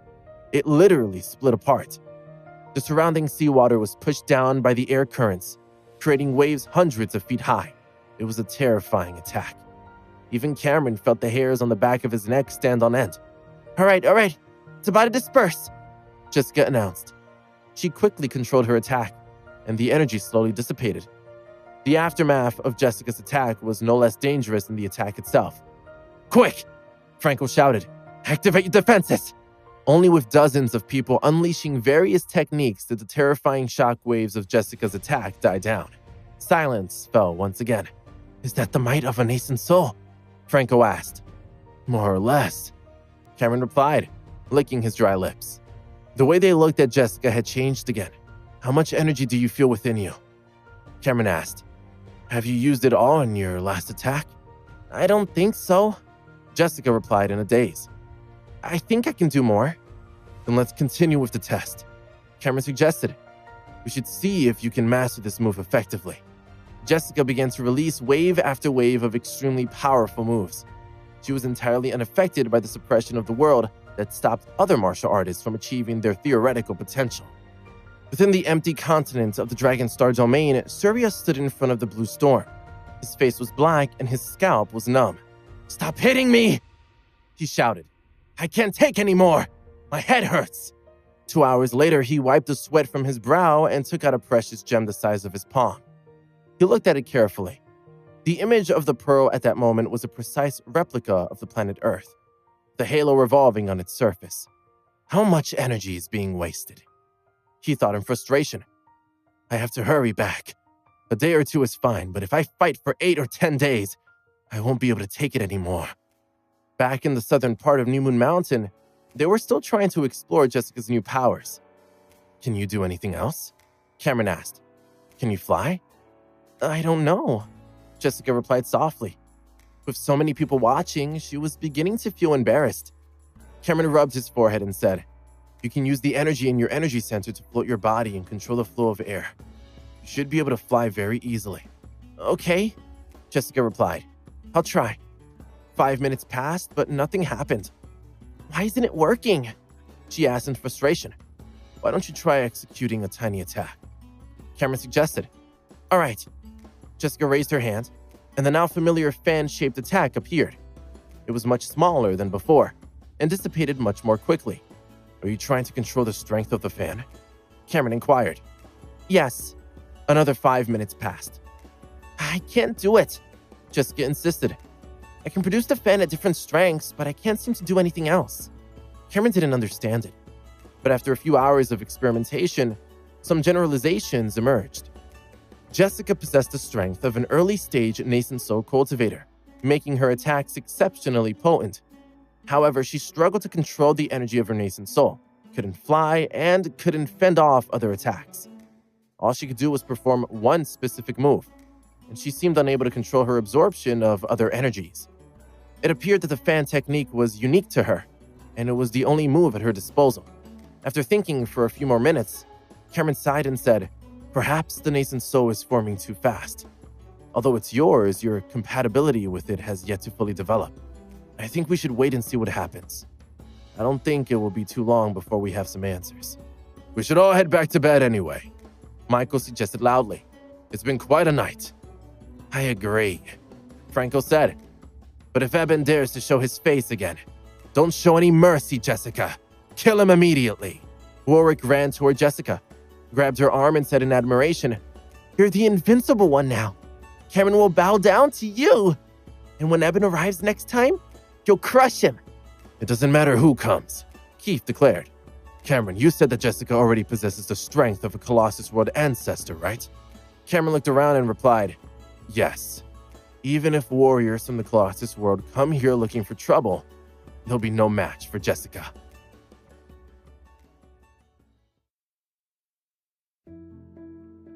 Everyone felt a genuine sense of relief.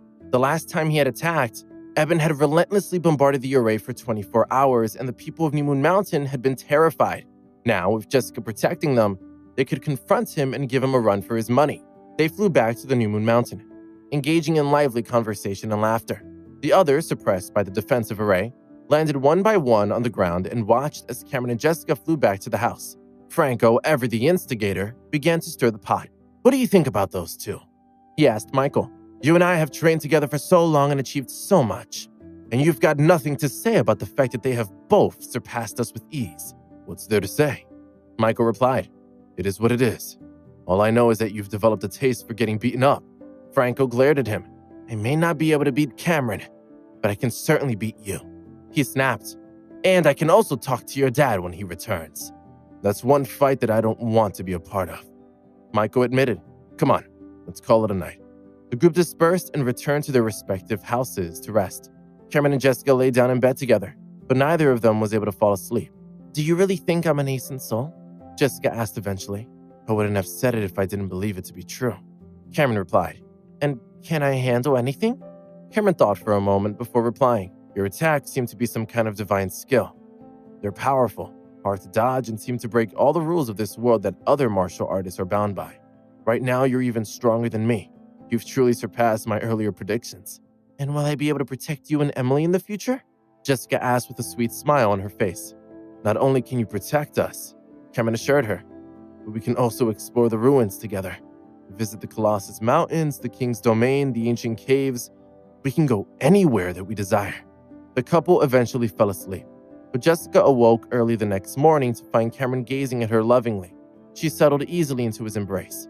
It's still early, he whispered, kissing her lightly on the forehead. You can go back to sleep if you want. We don't need to be up for hours. I don't think I could sleep anymore even if I wanted to, she said. I'm too excited. Let's just lie here together for a while. Then we can go and make breakfast. I can't wait to show Emmy what I can do. Jessica tried to picture the look of amazement on Emily's face when showing her the new abilities she had acquired, and she couldn't help but laugh. Half an hour later, the pair got out of bed to prepare breakfast. When the food was almost ready, Jessica went to Emily's bedroom to wake the little girl up. Emily, in her cute panda pajamas, didn't bother changing. After washing her face and rinsing her mouth, she joined them at the breakfast table. What kind of holiday is it if I'm not allowed to sleep in? Emily grumbled as she wolfed down her food. And why are you guys up so early this morning? Is something happening today that I don't know about? You could say that, Cameron replied. We just have to wait and see. But we're going out today, yes? Emily looked up in surprise. She didn't remember them saying anything about going out. Where are we going? She asked. We've got a couple of things to do first, he explained.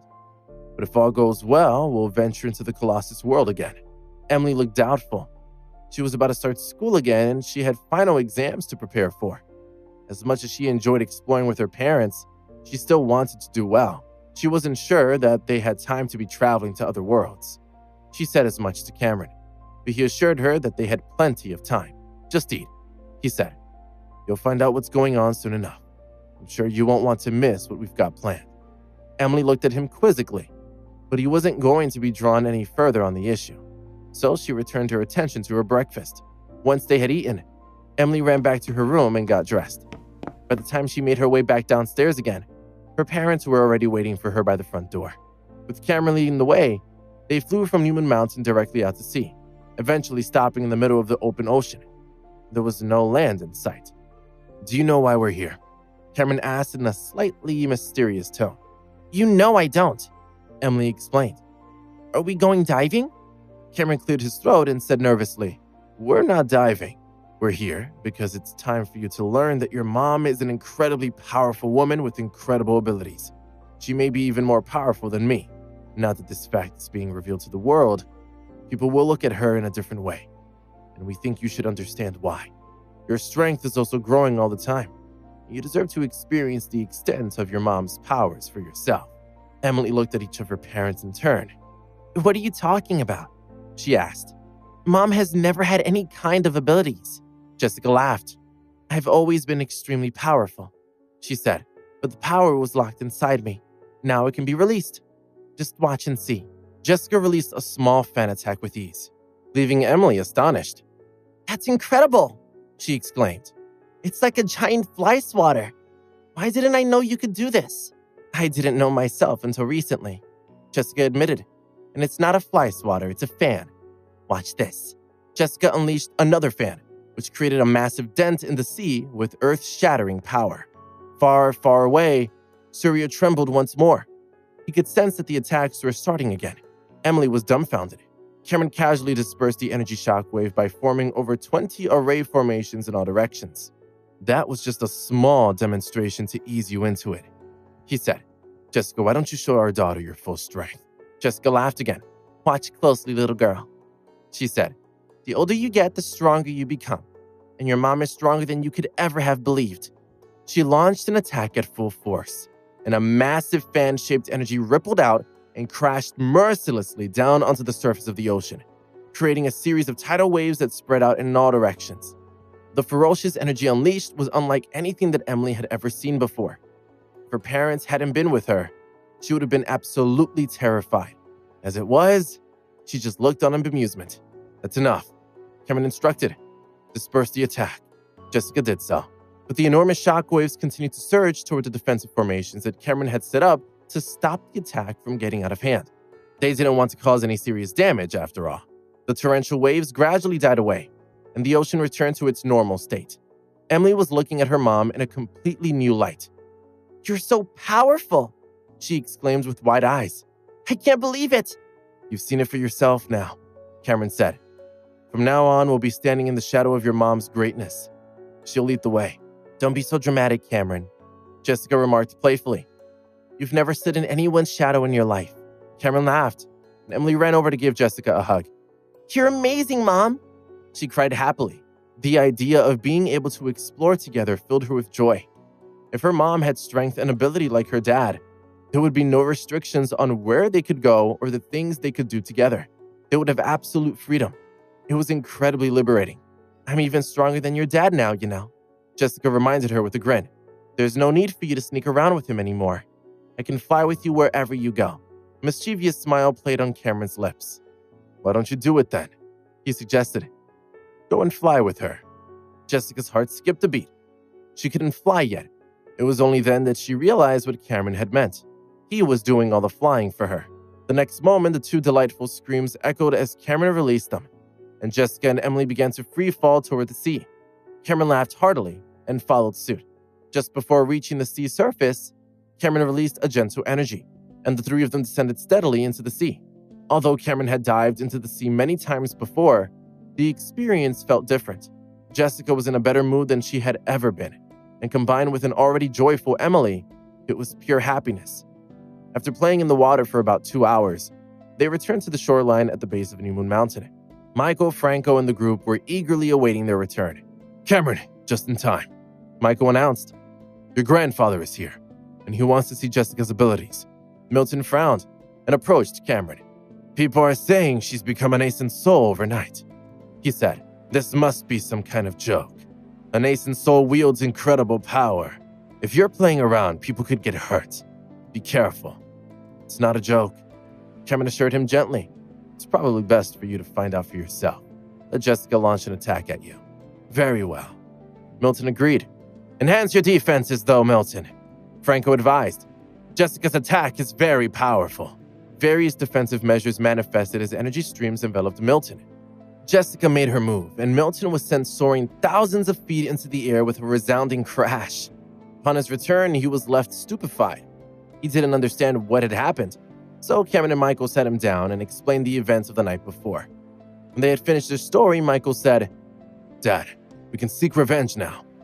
A solemn silence filled the air. Milton's eyes reddened slightly, and he stared down at his feet. He took a deep breath and said, "You can go seek revenge now. I'm just sorry that I was never able to do it myself. Come with us." Cameron suggested solemnly, I promise we'll let you be the one to end Apollo with your own hands. Milton looked up at Cameron eagerly. Thank you, Cameron, he said. I've waited a long time to take my revenge. I'll gladly accept your invitation. He issued some orders, and a group of fighters returned to the Colossus world to gather information about Apollo's whereabouts and the status of his warriors. Tomorrow, we'll enter the Colossus world, he declared. However, there was still the problem of Eben. Last time he was here, Eben used the celestial tree, but he didn't manage to break through the formation. Franco explained. He left eventually, but we believe he went back to the Ice Fortress sect to retrieve some spirit treasures. He may return. Should we deal with Eben first before heading to the Colossus Mountains?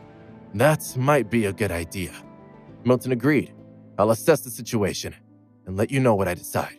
Milton gathered his thoughts and smiled. I never expected that the chance for revenge would come from my grandson's wife. He said, Thank you, Jessica. We're a family. Jessica replied, There's no need to thank me. We help each other out. Yeah, don't be so formal. Emily muttered, In this family, everyone helps everyone else. Jessica turned to look at Emily. You're becoming more and more cheeky, she said. If you want to go to the Colossus world, you'd better start behaving yourself.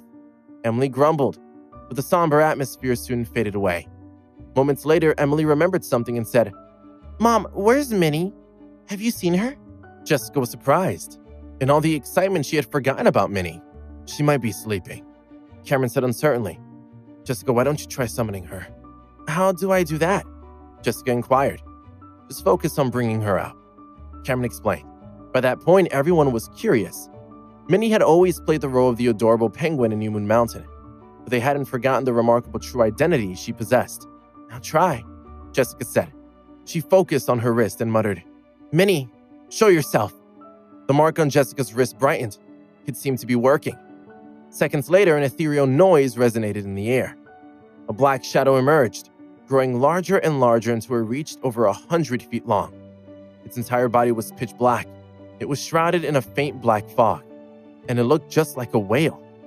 Minnie let out a long cry, facing the sea. Strong gusts of wind materialized, and large chunks of seawater flew toward her mouth. Minnie smacked her lips a few times before stopping. She doesn't look like the old Minnie anymore, Emily exclaimed in astonishment. It looks like Minnie has finally grown up. Minnie cried out again, and her body began to shrink until she reverted to a small penguin. She squeaked excitedly. Emily rushed over and picked up the penguin, patting her encouragingly on the head. Good job, Minnie, she said. I can't believe how big you can grow. Everyone returned to New Moon Mountain to rest and await news. Various passageways to the Colossus world remained open around the world, but everything was eerily quiet.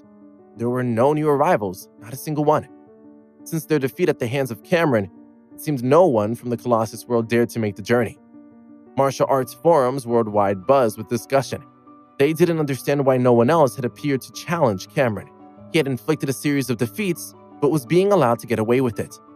Many questioned whether Cameron was right to have acted so harshly. The Eastern region had numerous sects, and those sent down had represented each one. Cameron had killed more than half of them, and not just the one or two that had offended him. Over half of the Eastern region sects now wanted to take their revenge, and the news was that a great power was planning to use a powerful treasure to deal with him once and for all. They questioned Cameron's age and his ability to exercise restraint, yet they were puzzled by the lack of retaliation. Whatever happened next, it seemed likely that there would be quite a spectacle in the Eastern region. Warriors across the world were keeping a close eye on the situation. After all, it was the first time in thousands of years that anyone from the Colossus world had been crushed by a martial artist from the secular world. While speculation continued, the nascent Soul Grandmaster of the Ice Fortress sect was considering his next move.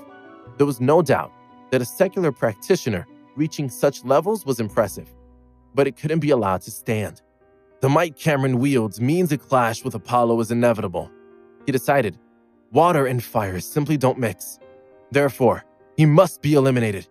Caliban, accompany Eben and ensure this man will not cause us any trouble in the future. Yes, sir. A man dressed in a black robe bowed and left. Caliban. Most people were unaware of his true identity, but Caliban had the potential to break through the nascent soul stage and become the 9th ancestor of the Eastern region within 20 years. Before long, Caliban arrived at Apollo's base and greeted him and Eben. Apollo looked ashamed. "I'm so sorry that you have been drawn into this," he said. "I have tried my hardest. This man has proven to be too much for us to deal with." Caliban's voice was low and hoarse. "It has nothing to do with you," he said. "Even your father didn't expect such a person to appear in the lower realms. I'll go and deal with it. In the future, though, you need to deal with these things before they get out of hand." "I will," Apollo confirmed. "I have heard that the 26 sects have allied together. Do you want to go down with them tomorrow? It might be useful to have some cannon fodder. Cameron Lee can be unpredictable." "There's no need," Caliban replied. "Eben and I'll take care of it." He nodded toward Eben, and the two flew swiftly away. With Caliban in charge, there should be no more surprises, Apollo declared as he watched them go.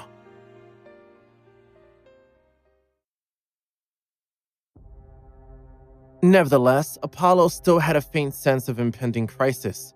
It annoyed him. He had never felt that way before. He was fairly sure that Cameron would be killed at the hands of Caliban, but there was still something unknown about the situation. And even if Cameron was defeated, there was no guarantee that Eben would survive the battle. In the valley, Gabriel lounged on a chair in the palace's main hall, surrounded by over 30 followers. He listened to their reports, deep in thought. Once all the reports were in, he thought for a moment and said, "The Green Flame sect will join this mission. Tomorrow, lead our best warriors to confront the people of New Moon Mountain." An elder nodded, and then scurried out of the hall to begin the preparations. Gabriel addressed the remaining followers. "As of now, we only have gathered a relatively small amount of frost crystals," he announced.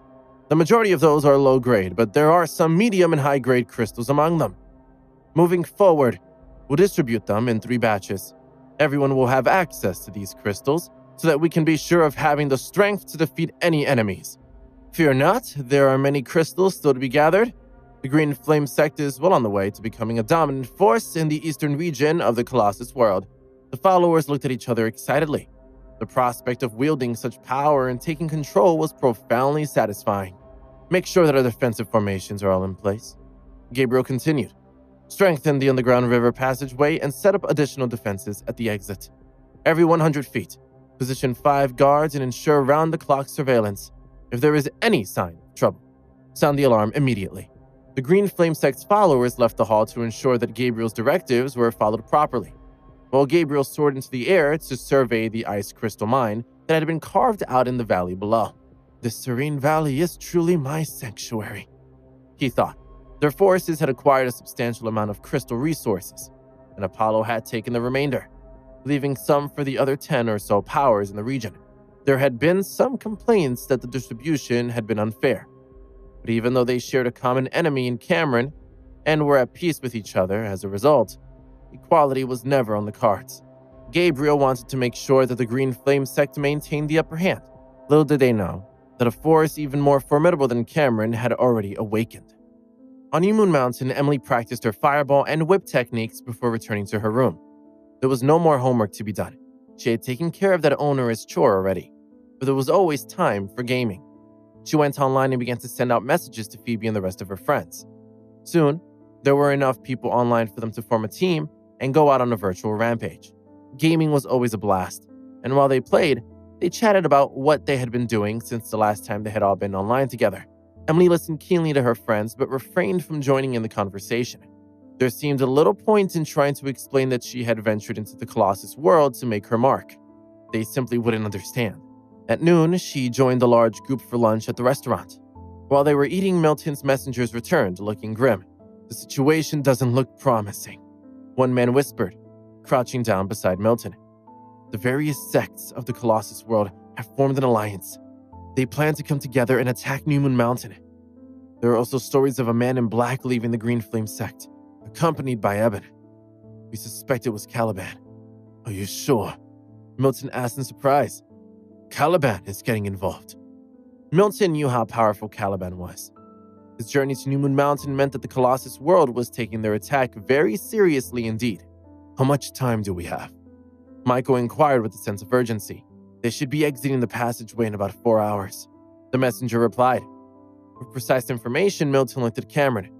Caliban is a top-tier figure in the Colossus world, he explained. Currently, there are 8 nascent Soul Stage Grandmasters in the Eastern region. People often say he'll become the 9th. His power is extremely formidable. If he's coming here, it means that he must have been asked personally to eliminate us. Michael turned to Jessica and asked, "Do you think you can handle a warrior approaching the same strength as you?" Jessica glanced at Cameron. "I don't know," she replied. Ultimately, Cameron shook his head and laughed. "I guess we'll cross that bridge when we come to it," he said. "Let's eat first. Afterward, we'll head to the Colossus Mountains and wait for them to emerge." His attitude was clear for all to see. Cameron wasn't going to back away from a fight. Whether it was him or Jessica, anyone who came looking for trouble should be prepared to die. Emily wolfed down her meal.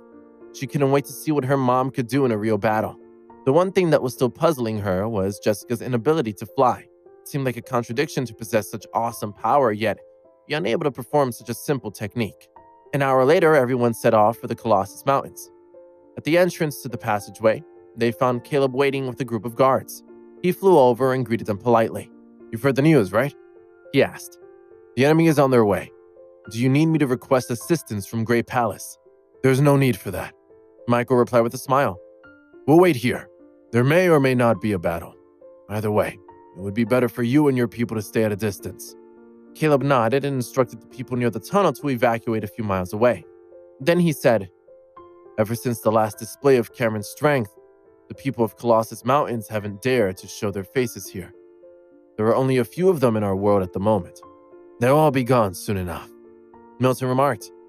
"The passageway is stable for now, but it can only be maintained for about a year at most." "Dad, are we going to wait here?" Emily whispered. "How much longer until they arrive?" "About 2 hours," Cameron replied. "We'll wait." He knew that the approaching enemy would possess incredible power, and he wanted to make sure that Emily was well protected. But at the same time, he knew she would get bored standing around. "Why don't you go and play with Ink?" he suggested. "But stay close and return as soon as you hear me call you." Emily picked up her bag and smiled. "Come on, Ink," she said.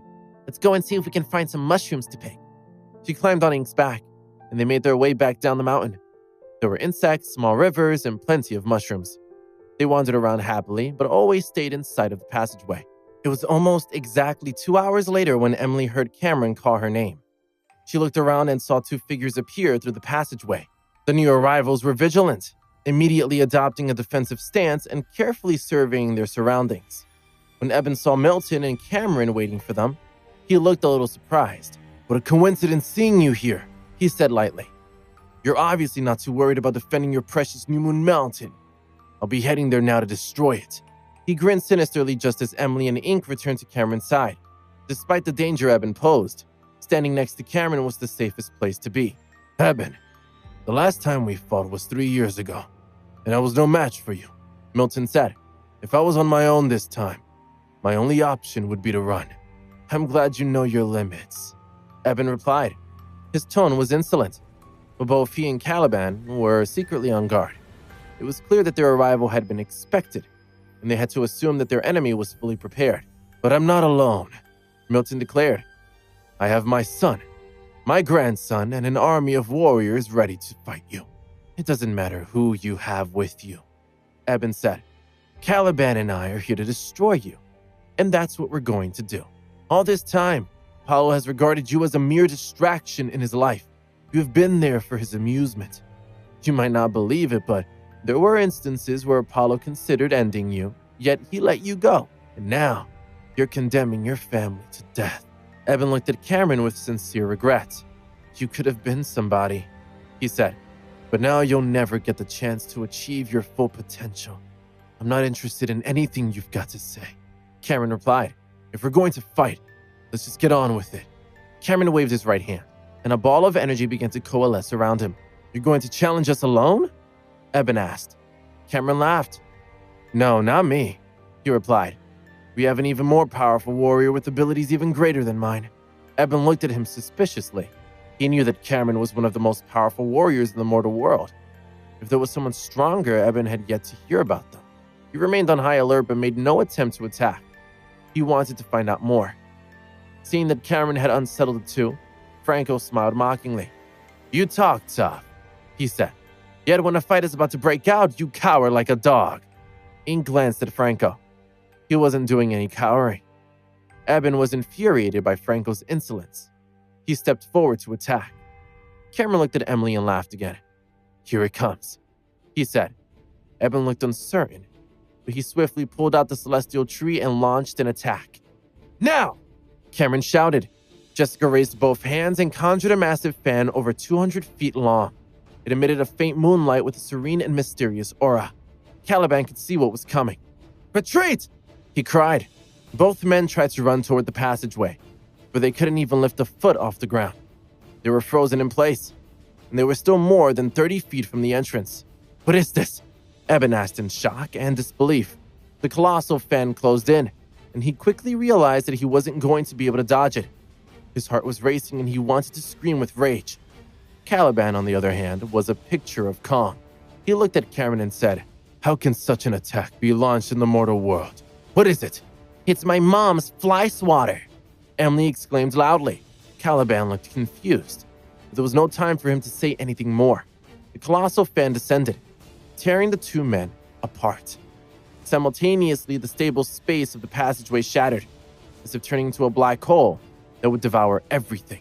But it couldn't absorb the power of Jessica's attack. The passageway was obliterated. The impact hit the colossal mountains like a volcanic eruption, and the earth shook violently. Everyone looked around in terror. It seemed like Jessica was trying to destroy the entire mountain range. Stop! Michael screamed in shock. Jessica dispersed her attack, but the aftermath overturned the mountain ahead, sending flying rocks in all directions. Milton, Michael, and Cameron employed various defensive methods to quell the aftermath. They then stood and stared at the devastation all around them. Even Emily appeared stunned. Am I in trouble? Jessica asked with a grin. Ultimately, it was Franco who revealed in a dry yet incredulous tone, The passageway has been destroyed. Can it even be destroyed? Michael asked, clearly shocked. Milton's face stiffened. It's truly gone, he said. Our route to the Colossus world has disappeared. An eerie silence fell across the area. Caleb, standing behind them, was struggling to process what he had seen. The passageway is gone. But that was Jessica's attack, wasn't it? How can that be possible? What's going on? He gazed at Jessica, utterly dumbfounded.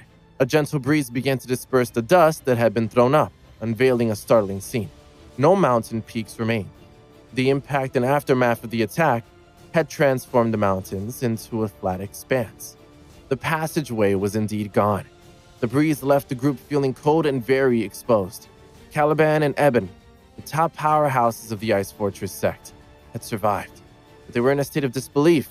Caliban, who rarely made a move personally, hadn't ventured into the mortal world for many years. Now it looked like he would be stuck there. Milton and the others felt numb. Michael swallowed hard and asked softly, Doesn't that mean we can't enter and they can't come out? There's no way to seek revenge? Jessica's mood had changed from one of excited triumph to one of disappointment. I'm sorry, she said to Milton. I didn't know it would turn out like this. Cameron had been as surprised as anyone. Hearing Jessica, he regained his composure and assured her, This has nothing to do with you. No one knew the passageway was so fragile. You mustn't blame yourself, Jessica. Milton agreed. Your strength has taken everyone by surprise. Your victory is still a time to celebrate. You were just taken aback.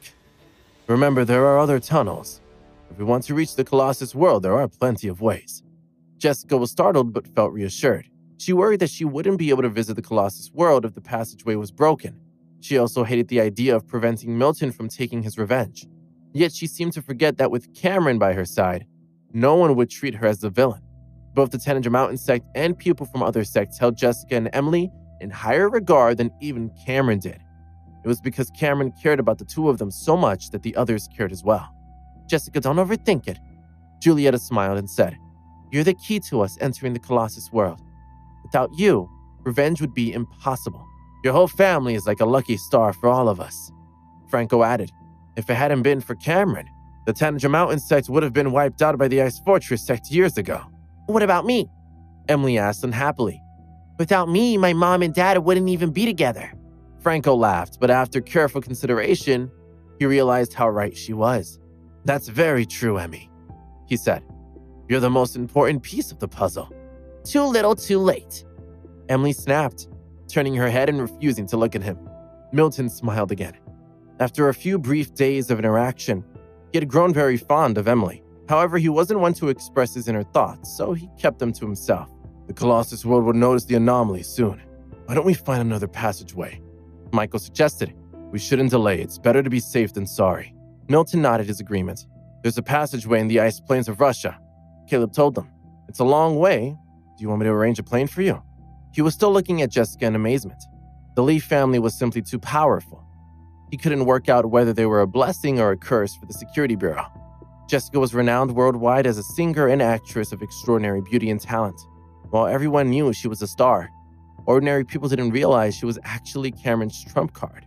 With a mere raise of her palm, even the passageways to the Colossus world had shattered. It was a total assault on Caleb's worldview, and terror and awe lingered in his mind. What he didn't know was that Jessica only knew that one technique. She couldn't fly or use her spirit energy. She could only wield the attack praised by Emily as a fly swatter. It was a strange situation.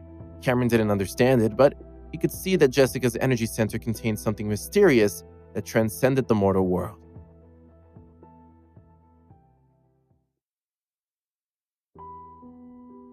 Cameron was still wondering what the source of Jessica's newfound abilities might be. Either way, he resolved to train her vigorously, moving forward and defend her until she was in a position to do so herself. Despite her raw power putting her above him in many ways, Cameron had knowledge and ability that she simply didn't possess, and he was confident that his own development was about to pick up pace. Over the previous 5 years, Cameron had dedicated himself to constant self-development. He had worked on his control of lightning, his use of spirit energy, and his understanding of the star map, and he had absorbed various spirit treasures to increase his capabilities. Any attacker would have to use extremely valuable spirit treasures to stand any chance of breaching his formidable physical defenses. Caleb arranged a flight to Russia for Cameron and his group so that they could access one of the other passageways to the Colossus world, and then he bid them farewell.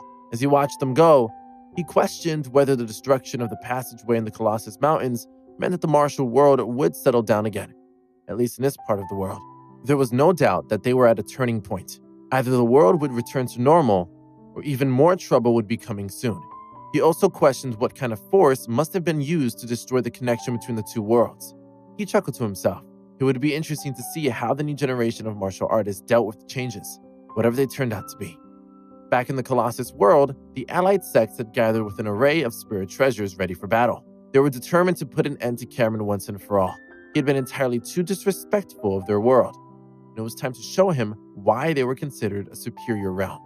With so many of them united, they were confident of their ability to win against the mortal world. Their previous failures had been put down to a lack of adequate preparation, but they were not going to make the same mistake again. They were armed to the teeth and ready to fight. There were more than 1,000 warriors in total, and when gathered together, they looked terrifying. A few sects had yet to arrive. They decided to wait until the following day to make the journey through the passageway. As they settled down to wait, 12 warriors arrived, looking confused and anxious. "Something's happened," one of them exclaimed. "Some of the passageways have disappeared." There was widespread shock. "Have they disappeared? Or have they become unpassable?" someone asked. "They have completely disappeared. The Colossus world has only limited connections to the other realms. The sect leaders are gathering now to discuss it." At dusk, a soft light bathed the land. Above the valley, Gabriel calmly observed the new sect entrance. "This really is an excellent location for our sect," he declared. "The valley is in a fantastic position." He sighed contentedly and turned to a follower beside him. "What's the status of our defensive formation?" he asked. "Everything is set up," the man replied. "Even if we were attacked by Nason's sole grandmasters, we can hold on for up to 2 hours." "Excellent," Gabriel said. "I heard that some of the passages to the lower realms of the Colossus world have disappeared. Is there any news?" he asked out of curiosity, but he didn't seem bothered by the development. "I heard the passageway to the southern domain is still intact," the follower explained. "The passageway to the eastern region has gone. Do you think it's something to do with the Colossus Mountains in the lower realm? Could it be Cameron's doing?" Gabriel burst into laughter. "Cameron? You think too highly of him. He might have some power, but the passageways can be damaged by even the most powerful martial artists. The disappearance is inconsequential for now. We don't need to concern ourselves with the lower realms. There's another matter," the man said after some hesitation. "I've been informed that the frost crystals aren't as effective as we thought they were going to be." They appear to have an energy signature very similar to that of ordinary crystals. I thought we had investigated all the frost crystals already. Gabriel replied. He nonchalantly took out a high-grade frost crystal and examined it closely. Snowflakes inside were orderly, and there was undoubtedly a powerful energy within. He crushed it in the palm of his hand, and waves of pure energy flooded the space around him. His expression changed. That shouldn't be, he said. He took out another high-grade crystal and crushed it. The energy fell short of what he had expected. It was an energy crystal, but it lacked the force of a frost crystal. Could it be that our crystals were swapped? He asked. Eben and the others were the first to discover the crystal mine. He frowned and flew over to the side of the crystal mine. Everything looked normal at first glance, but his spiritual sense told him that something wasn't quite right. Further exploration told him why. A hidden formation had been set up over the entire area. Far from being annoyed, Gabriel was impressed. They have been truly cunning, he declared. They managed to hide it from everyone. They obviously planned to return in a few days to extract the contents for themselves. But now the entire thing belongs to me. Several followers rushed over to offer their congratulations. Congratulations, sect leader, an elder exclaimed. The Green Flame sect is on the way up for sure. The bottomless valley is ours to use as we please. If we control the crystal mine, our strength will increase several times over, and it's all thanks to you. Gabriel's heart swelled with pride. Let's extract as many crystals as we can, he shouted. He waved a hand and was just about to commence the mining operation when the entire world shook. Everyone looked around. Gabriel hadn't even started the extraction process, but the ground was shaking beneath their feet. As they were trying to work out what was happening, a follower appeared on the horizon. He was shouting at the top of his lungs. Milton has brought people to attack us! They're outside the main hall! Gabriel looked furious. The audacity! He cried. How dare they attack the Green Flame sect? I'm going to kill him. He's not getting his hands on our crystal mine. They hurried over to the main hall, but as they approached, Gabriel saw something that made him pause. Milton's wasn't the only face that he recognized. Cameron! He shouted. What gives you the right to enter the Colossus world? The followers of the Green Flame sect fixed their eyes on Cameron. Many who had never seen him before were shocked. Arriving in the Colossus world uninvited was as good as signing your own death warrant. Milton had no interest in what they thought about Cameron's presence. I'm here to reclaim the valley, he announced. Gabriel's face darkened, and he said sinisterly, Everyone knows that the bottomless valley is mine now, and you, Milton, are far from being a cause for concern. If you want to reclaim the valley, you first have to break through our defensive formation. If you manage to do that, we can talk. And here's a piece of good news. The passageways to the eastern region and the secular world have disappeared. Escape is all but impossible. Milton didn't react in any way, leaving Gabriel feeling deflated. He'd been sure that the news would provoke him into action. To make things worse, Michael openly mocked him. Let me share some good news too, he said. We're the ones who destroyed the passageway. What did you say? Gabriel asked. You're lying. That's impossible. Whether we're lying or not, you can see for yourself that the passageway is gone.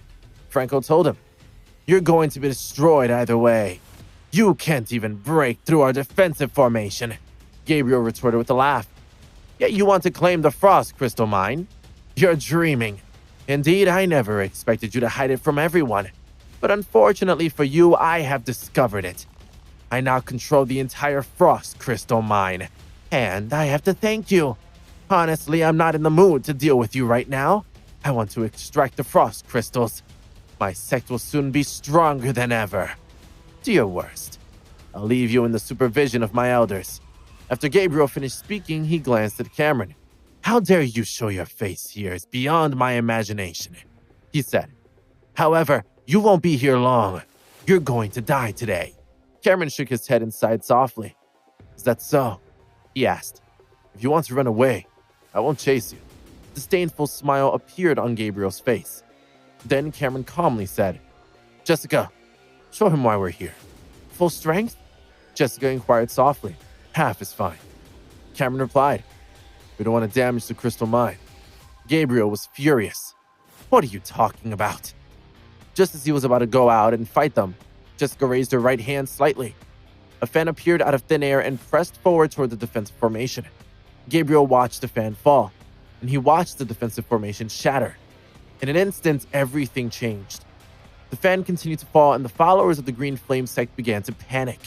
They tried to scatter, but quickly found that Jessica's attack had locked them in place. Gabriel went numb.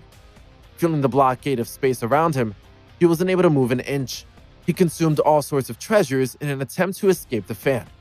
It took him great effort to move just a few feet, but the huge attack hovering hundreds of feet above his head was still bearing down. He realized that there was no way that he would be able to escape it. Gabriel turned around and roared bitterly. "Who the hell is she?" It was bad enough having to deal with someone as powerful as Cameron, but now it appeared that his wife was even stronger. The universe suddenly seemed desperately unfair. The hundreds of Green Flame sect followers were all crushed under the impact of the energy. Even though the fan didn't touch them directly, the pressure it created was enough to eliminate them and enough to cause the entire valley to tremble. In one move, Jessica had wiped out more than half of the Green Flame sect. The blood had drained from her face while watching the attack unfold. It was the first time that she had acted so decisively against so many people. But at the same time, she felt like it was the right thing to do. She wondered if it was Cameron's influence. "It's enough, Jessica," Cameron said. He released various formations to counteract the shockwaves, and the valley gradually fell into silence once again. The Green Flame sect followers who had been fortunate enough to be out of the fan's range couldn't believe what they were seeing. The sect leader was dead. The elders were dead. Things were bad. The survivors turned and fled. With Jessica's attack over, Milton ignored most of those trying to escape. Instead, he rushed toward the treasury and dealt with the few remaining followers who had been foolish enough to try and defend the sect against insurmountable odds. The Green Flame sect had perished. "Cameron, gather the spoils of war," Milton said. "We'll rest for a while, and then we'll go and find Apollo." They had expected to reap the rewards of the crystal mine. The unexpected harvest was the treasury, which had initially been empty but was now filled with many spirit treasures, as well as an enormous store of medicinal herbs. However, the quantity and quality of the treasures couldn't compare to the resources in the ancient caves. On the other side of the Colossus world, Apollo was feeling uneasy. He didn't know what had happened to the passageway, and he had no idea what had happened to Caliban and Eben. "Nando!" he called to the assistant outside his door. "Has there been any news?" Nando walked into the room and said, "No news on Eben and Caliban. No news on the disappearance of the passageways. We have no leads." In the center of the ring-shaped continent, in the deep northern sea of the Colossus world's eastern region, 4 people were battling against Cornelius. The waves were surging as if they were enraged. Cornelius had fought 4 against 1 for 10 whole days. His adversaries had no choice but to look at him in a new light. "You can fight as much as you like," one of the 4 shouted, "but your valley has most likely been destroyed. What will be, will be." Cornelius replied, "I have a job to do here." The 4 of them looked at each other and finally concluded that defeating Cornelius was too difficult. They couldn't kill him, and he showed no signs of retreating. So the best thing they could do was abandon the fight. After exchanging a few more attacks, the 4 quickly left the battlefield. Cornelius let out a long sigh, and he anxiously flew to the valley to find out what had transpired. He knew it was a real possibility that his sect had been defeated. Although they were a growing force, they had never been in a sect battle before. If other sects conspired against them, they wouldn't stand a chance. 3,000 miles north of him, East Sea Peak stood at the boundary of the eastern region and the dark north coast. It was 30,000 feet tall, and at the peak of the mountain stood 8 people. "Quasim," a man in white said, "I heard that your Ice Fortress sect has been busy recently. The grandson of Apollo's enemy is causing you trouble. He's called Cameron, right? Your sect has a mighty reputation, and maintaining strength in the lower realms isn't easy. But now that the eastern region passageway has disappeared, it doesn't matter anymore. The important thing is whether all the Colossus world's passageways are going to close down. Is it only us from the eastern region that are affected, or will it continue to spread to other areas? If they're all sealed, maybe the rules of the world will change," said another man. "Maybe our strength will increase even further." "Maybe," Quasim said slowly. "We obtained a lot of information from the ancient ruins. Although we have barely scratched the surface, we can be sure that our world isn't the only one of its kind. In the vast universe, there are still other immortal divine worlds. We just haven't found them yet." "Something about the existence of the passageways," the man in white said. "And they existed for an eternity. Yet they vanished in an instant. Perhaps some greater power sensed our painstaking efforts and finally wanted us to take a step further." "Don't get ahead of yourself," Quasim cautioned. The passageways may appear again tomorrow. We don't have a clear idea of what is happening. There may be a greater power and control, but for now, everything is still unknown.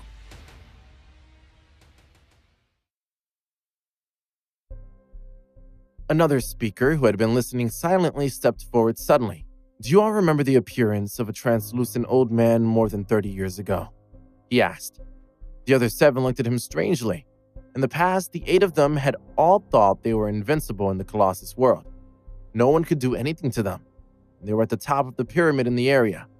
As a result, they had been arrogant and looked down upon everyone. But later, they had been taught a lesson not to underestimate that kind of heavenly old man. In the past, the 8 of them had gathered together, planning to attack a getaway and obtain a new supreme treasure. But just as they had been about to launch their attack, they had encountered an old man. To their surprise, he had walked past them without even glancing at them. That had angered them, and they decided to teach the old man a lesson. But all 8 of them were badly beaten up, and their clothes were torn, meaning they had to run a long distance, battered and half naked. That was when they came to the realization that the world was still very mysterious. Although that old man never appeared again, none of them ever forgot about him or the lesson he taught them. Thus, they all felt uneasy whenever the matter was mentioned. As the 8 nascent soul grandmasters of the region, they had fought each other times before, and as a result, they all knew each other well. The disputes between the sects were nothing to them. They gathered together and chatted about some matters, as if they were having a reunion with their old school friends. A few hours later, Emily stretched out her hands and called out, "Let's go!" Aside from a few disciples that Milton ordered to stay behind, the rest of the group headed toward Apollo's location. "Apollo," Milton muttered to himself, "I'm coming for you."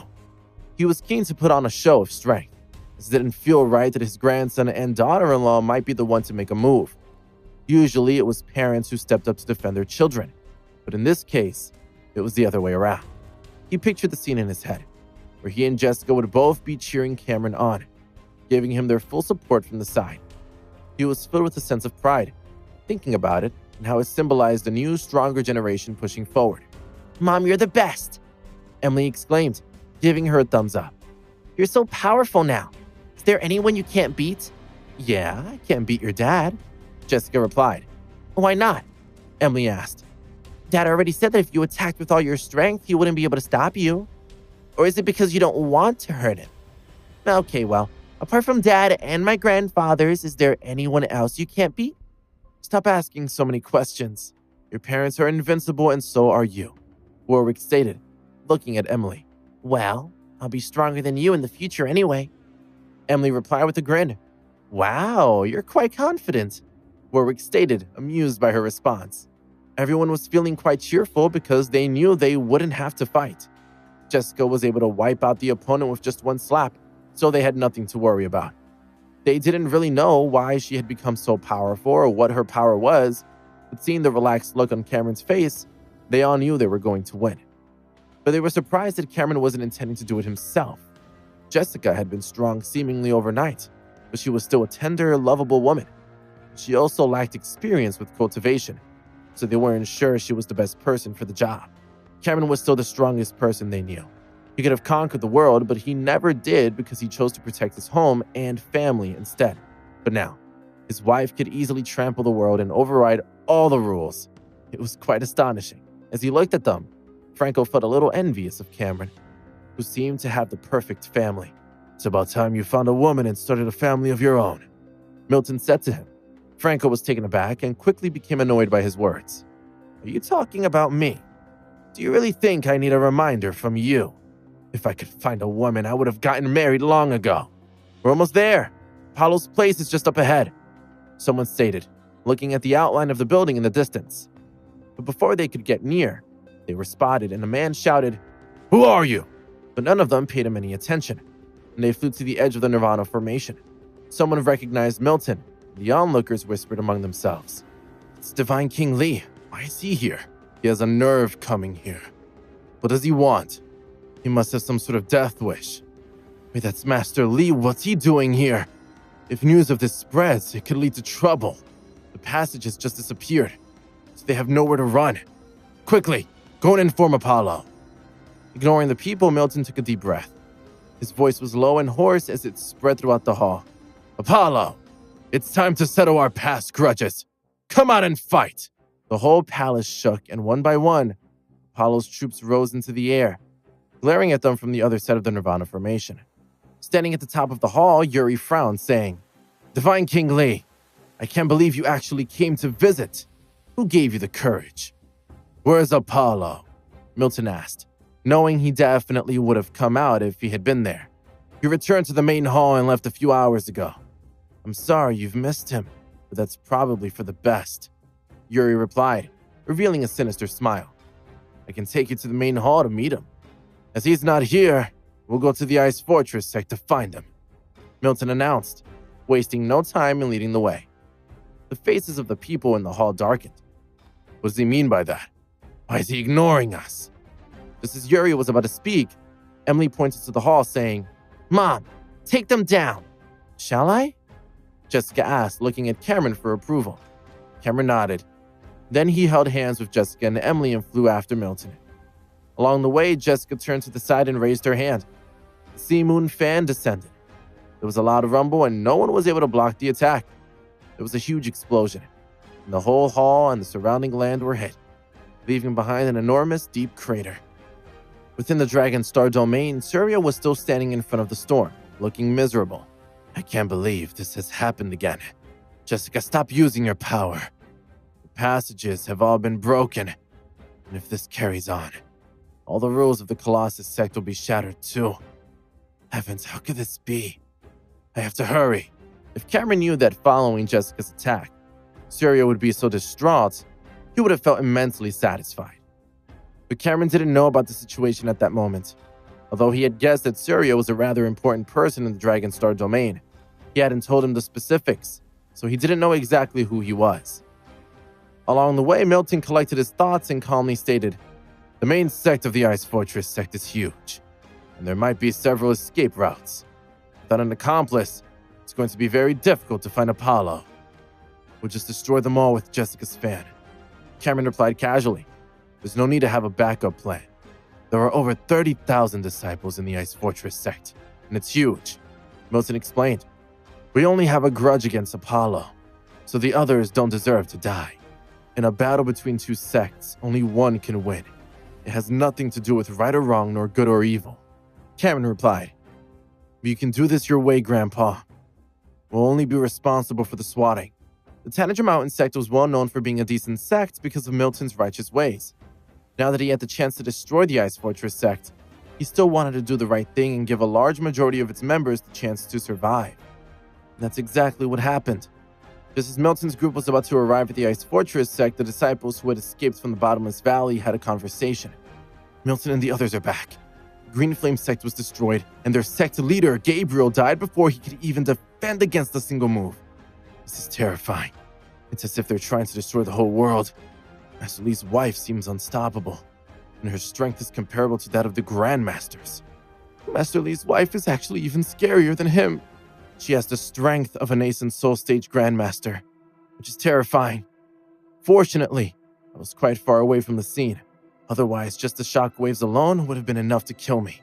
If I hadn't dashed into the forest with my friend, I'm afraid we both would be dead by now. The Green Flame sect has been annihilated. I can't believe it." As the news spread, everyone struggled to make sense of what they heard. Having all known who Gabriel was, he was the head of the Green Flame sect and an expert at the peak of the Aura's core stage, and yet, he had been killed in a single move. It was difficult to believe, and some thought the rumors had been exaggerated. At first, they simply didn't believe it. So many of them headed over to the valley to find out the truth. They soon saw the huge crater and the broken Nirvana formation. There were only a few disciples of the Bottomless Valley inside, but they didn't say anything, letting the others see the destruction for themselves. When they looked at the deep crater, they weren't too concerned.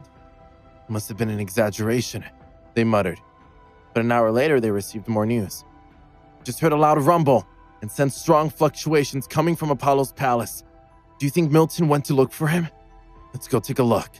They soon arrived at the palace and were dumbfounded by what they saw. Where have the mountains gone? And where's Apollo's grand palace? Everything's gone. All that's left is this deep crater. Is this some sort of joke? Maybe it got hit by a meteorite. An attack from an Ace and Soul Stage Grandmaster couldn't cause this much destruction. The news that Apollo's Grand Palace had been flattened quickly spread. Thinking about what the disciples of the Green Flame sect had told them before, many of those who heard the news were appalled. Could Milton really have done this? As soon as he came to the Colossus world, he destroyed the valley with ease, and then Apollo's palace was flattened. It had to be Milton. How did he do it? Maybe what the pupil from the Green Flame sect told us is true. And this could all be because of Master Li's wife. The news rippled out, soon attracting everyone's attention. Meanwhile, Milton and the others had already reached their destination. Is this the Ice Fortress sect? What a sight! Emily exclaimed, looking up in awe at the magnificent buildings. There were all sorts of large halls stretching as far as the eye could see. The main hall in the center was the size of a mountain and was majestic and grand. This place is huge, 10 times bigger than the Tanager Mountain sect. Our enemies are really strong, Franco declared, quite shocked as he looked around. The treasury and medicinal fields here must be quite big too. Ink responded with a bark, as if to say, yes, I can smell it. Although this sect is as spectacular as a blossoming flower, it will still wither, Milton stated calmly before taking a deep breath to gather the spiritual energy in his throat. With a voice like thunder, he shouted, Apollo from the Ice Fortress sect, come out and meet me. The sound was like a wave sweeping out and echoing all around. Apollo, who was sitting in the main hall, looked surprised. Is that Divine King Li? He asked, leaping into the air and flying toward the direction of the sound. The extremely advanced Nirvana formation of the Ice Fortress sect rose and unfolded, and numerous disciples flew into the air. The elders and protectors were even faster, most of them being at the peak of the aura's core stage. In a flash, 7 elders had arrived in front of Milton and the others, and they stood there, glaring at them. Randall, who was in the middle of cultivating, stood up and frowned, saying, Who's that person here? Why do I get a bad feeling about them? With lightning speed, he rushed over. At that moment, he was able to move even faster than ink. When Randall saw Cameron, he stopped in his tracks and took a deep breath. No way! He actually came here. He must have a death wish. I know I owe him my life, so if I have to step in to save him, I will. But he shouldn't have brought his wife and daughter. We have no cultivation here. I hope he doesn't do anything stupid. When Randall opened his eyes, he had a determined expression. He might not have been the world's most dazzling star, but he always kept his promises. At that moment, many thoughts flashed through his mind. He looked over, stopping quite far away from them and not saying anything. Apollo finally arrived. Is he Apollo? Warwick asked. He's nothing special. He looks like a pretty boy. She spoke quite loudly, loud enough for the people from the Ice Fortress sect to hear her clearly. Do you think that Apollo, who has such a fierce reputation, is just a pretty boy? I think he looks pretty good, Emily added. Hearing Warwick's words, Apollo frowned, but hearing what Emily had said, a smile almost appeared on his face. Just not as handsome as my dad. Emily continued. If your father wasn't so handsome, I wouldn't have married him. Jessica teased, glancing at Cameron. I should be getting embarrassed with all the compliments, Cameron replied, chuckling to himself before turning serious. That's enough joking around. Grandfather is going to handle this matter now. No one else said a word, not even Franco, who had plenty he wanted to say. Divine King Li, we meet again, Apollo said, flying closer to him. I never thought that you would be able to come to the main sect to find me. Knowing you must have some kind of big trump card, but I can't think of anything that could threaten the Ice Fortress sect. And you must be Cameron, right? I've heard a lot about you. You are indeed young and powerful.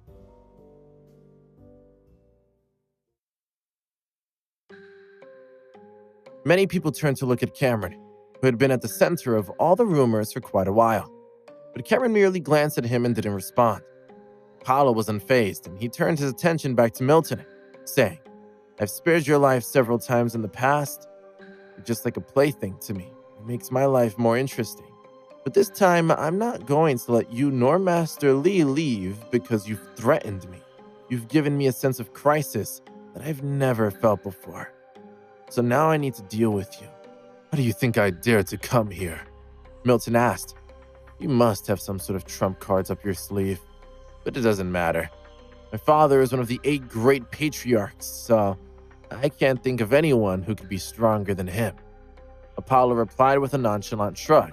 Many of the Ice Fortress sect disciples smirked as they discussed the situation. Divine King Li, you don't even have the qualifications to carry Apollo's shoes.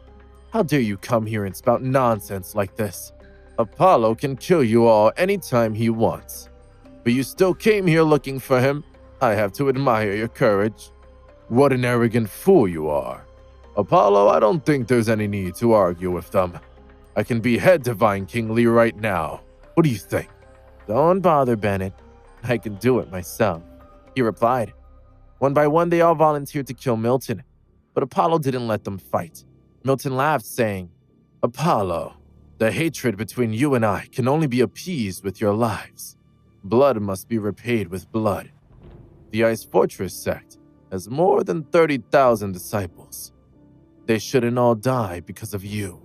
I'm asking you now, are you willing to sacrifice yourself to save the lives of your disciples? What did you say? Apollo replied, feeling a little unnerved, having never expected Milton to have the guts to say such a thing. You're about to die.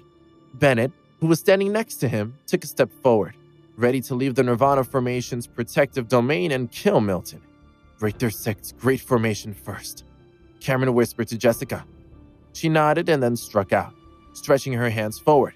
In the blink of an eye, the enormous Sea Moon fan formed, towering over them all. There was a loud cracking sound, and the space around the fan began to shatter and reassemble, terrifying those who were looking on. One of the Ice Fortress sect disciples, Bennett, stopped instantly and quickly retreated. He looked at the scene in front of him in shock and was very frightened. Like a monstrous wave, the fan came crashing down, ripping through the Nirvana Formation as if it were a piece of paper. It was instantly torn apart. The treasures within the many formations' apertures in the Ice Fortress sect exploded one after another, sounds of the blast echoing through the air. Hurry up, Bennett urged. But then the huge fan gradually dissipated. Strong gusts of wind blew past, proving the fan had existed just moments before. The whole place fell silent. Now let me ask you one last time, Milton repeated, opening his eyes and staring straight at Apollo. Are you willing to sacrifice yourself to protect the 30,000 disciples of the Ice Fortress sect? I'll give you 3 seconds to think it over. 3. Apollo's heart skipped a beat, and his face turned pale. His previous elegance had completely disappeared, and he was really panicking. The thousands of disciples that were gathered around couldn't believe what was happening, wondering if Apollo was about to die. Milton's voice became colder as he continued his countdown. 2. Apollo knew him well, and he knew that if he didn't make a choice, the whole of the Ice Fortress sect would die with him. At that moment, Apollo was in a state of panic, and his mind was racing as he started to feel regretful for all the things he had done in the past. Father, can you hurry back? No, but I'm going to die. I'm the leader of the Ice Fortress sect. If I die, it'll be okay for the thousands of disciples to die too, won't it? But can I really do that? Should I do? How can I possibly choose? He was feeling very flustered. In the lower realms, he had looked down on others, treating everything in life as if it were a plaything. The last time he had been in an A-class relic, he had met Milton and his wife, who were about to kill an ancient griffin. Apollo wanted to see the griffin break through, so he threw it a bunch of 6th-rank herbs. It broke through instantly, and its power was greatly enhanced. Milton was tired from his previous fight and attempted to escape with his wife, but Apollo blocked their way, knowing they were much weaker than him. As the leader of the Ice Fortress sect, he felt he could do whatever he wanted. Later on, Milton's wife died in his arms, and the hatred and bloodlust for Apollo still lingered within him. He finally had an enemy. Apollo found it quite entertaining, so he spared Milton's life. At that time, there was still a disparity between the strength of the Ice Fortress sect and the Tanager Mountain sect, and Apollo found the idea of developing his own sect's power and influence very interesting. Step by step, they grew stronger and eventually overtook the Tanager Mountain sect to become one of the strongest sects in the land. Milton was a very good sparring partner and an entertaining plaything to Apollo, but he never expected him to break through to the Aura's core stage and become so strong. Apollo hadn't been able to kill him, so he had circulated his heaven-defying treasure to enter the Colossus world. He was at the final level of the Aura's core stage and was close to the peak of his strength, so he teased Milton about sparing his life. To him, it had been great fun, and it seemed a shame to have to kill him. He had watched Milton grow step by step, but he had never seen him as a threat. But then one day, Milton also reached the peak of the Aura's core stage, and Apollo realized how strong he was. They had fought twice, and Milton had managed to escape both times, which was quite impressive. But Apollo still didn't see him as a threat. knowing he was nowhere near powerful enough. Even if he cultivated for a few decades, it would still be impossible. It was all because Apollo's father was a grandmaster. Apart from the 7 other grandmasters, no one could touch him. The whole time, the battle had been like a game between Milton and Apollo, one that he was sure Milton was never going to win. But things had just changed. Looks like I'm actually going to lose to a toy of mine, Apollo muttered, exploding with rage. Listening to Milton's countdown, it was very clear that the time of his death was coming. Bennett and the other 5 elders looked at each other and then took out their weapons, charging forward and shouting, "You're about to die!" Without waiting for Cameron to speak, Jessica threw out an enormous sea moon fan. With a loud whistling sound, it whipped past them, taking the lives of 6 peak alchemy stage cultivators with it. Silence descended again. "1!" Milton shouted, the sound of his murderous intent filling the sky. The tens of thousands of Ice Fortress sect disciples trembled in fear, as if they had just been condemned to death. Milton was about to say something else when Apollo lowered his head and muttered with a bitter voice, "Divine King Lee, you've won." With a loud bang, he transformed into a mist of blood, which dispersed in the wind. Apollo was dead. The Ice Fortress sect disciples fell into a state of confusion. Some who had been quite nonchalant about the matter regained their senses, knowing the situation wasn't looking good. They quickly retreated, hoping to escape. Randall was the fastest, and he ran at lightning speed. He was feeling shocked and confused about the situation. The Ice Fortress sect has also met its downfall, hasn't it? He muttered. In the past, when he had been a member of the Ice Fortress sect, he felt high and mighty. That had all changed when he had met Cameron. Coming to the Ice Fortress sect, his reputation had become well known. The hatred between Milton and Apollo over the past century had led to Master Lee's wife intervening. At that moment, things weren't looking good for Randall, and he was terrified, but he didn't have much to say about Apollo's death, feeling that he had gotten what he deserved. The disciples ran very fast and soon reached the periphery, but their numbers had reduced significantly. "The entire Ice Fortress sect is about to be destroyed. I'll give you 10 seconds. If you escape, run. But if you can't, then you'll die," Milton shouted from the distance. Many of the disciples were terrified, and they ran away as fast as they could. The scene of tens of thousands of people fleeing was shocking, but those disciples closest to Milton were even more afraid, knowing they had less time to escape before he struck. It soon became clear that only the people in the outer regions would be able to escape, and those who had been standing near Apollo didn't have a chance. Milton's way of doing things was quite chivalrous. He had given many people time to escape by using a countdown. Then, he had given them a second chance after Apollo died, giving Randall and the others more time to escape. But his final countdown of 10 seconds was their last chance. Many of Apollo's closest subordinates were still shaken by his death, and they fled the slowest. But many innocent people followed Milton's wishes and escaped. If they couldn't run fast enough and got killed, it would be their own fate. Many cries of shock and fear filled the air around the Ice Fortress sect. Franco looked at Cameron and coughed. Seeing Cameron nodding, he flew to the side, setting up a few treasure troves, medicinal fields, and cultivation resources to form a defensive array formation. "Your 10 seconds are up," Milton announced, slowly opening his eyes. "Attack with a single hit. Launch it horizontally and hit for 7 seconds," Cameron reminded Jessica, holding her hand. Jessica waved her hand and attacked. Sea Moon Fan appeared once again. It swept from left to right, and within 7 seconds, the thousands of people who had been leaning near Apollo were dead. Then the huge fan slowly dissipated. However, the remaining energy started to spread in all directions.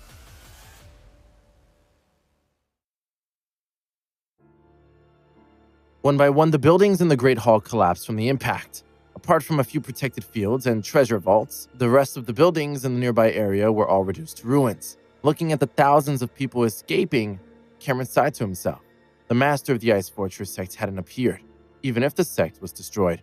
As long as he was present and gathered the disciples, the Ice Fortress sect would still exist, although on a much smaller scale. In the divine world, there was no distinction between good and bad sects. The goal was always to destroy the other side and leave no survivors, because there would always be people who would remain loyal to their sect. They would think of all sorts of ways to seek revenge, and any survivors could lead to disaster in the future. However, the current battle is a way of settling the grudge between Milton and Apollo. In this world, Jessica could ignore all the rules of the world. The cultivation of Cameron's aura's core was only the beginning, and after a period of time, he would be able to fight with those false nascent soul stage grandmasters. Let's attack 3 more times, Cameron instructed, commanding Jessica to move forward, sweeping through various places, and killing the few greedy disciples. Jessica only had a very basic understanding of the effect of her attack. For example, raising both hands and circulating them at full strength produced a stronger fan with more energy than she would get with one hand.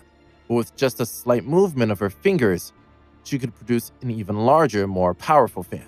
She felt like the Aura's core stage cultivators would be easy to deal with. Am I really a cultivator of the nascent soul stage now? She wondered, smiling happily to herself. Seeing her expression, Cameron was also pleased. At first, Jessica hadn't been interested in cultivation. But after Emily had started cultivating and Cameron had taken her to the ruins and other places, she had started to worry. After waiting anxiously for a few days, she had started to cultivate herself and eventually broke through to the nascent soul stage. Her cultivation had been very simple. Even for someone as heaven-defying as Cameron, it would take a very long time of cultivation to reach such a high stage. Whereas for Jessica, it had taken just a few days. You're so amazing. Even I'm feeling a bit pressured, Cameron whispered in her ear. She was delighted, and after realizing what he meant, she replied, whoever comes at me will get hit. She didn't care where her ability had come from or what her real identity was. All that mattered to her was that she was Cameron's wife and Emily's mother. All right, collect your spoils of war, Cameron instructed the others. Franco moved very fast. In the blink of an eye, he disappeared into the treasury and began to pocket everything he saw. Warwick, Mickey, Emily, and Ink all went to retrieve their treasures. Some people put more thought into it than others. For example, Patricia followed Emily and Ink, thinking that he would be able to sniff out the best treasures. Dad, you finally avenged your great grudge, Michael stated, standing beside Milton. Yes, I've had my revenge, he replied. Milton seemed to have aged a few years in just one day. He wasn't feeling joyful at all.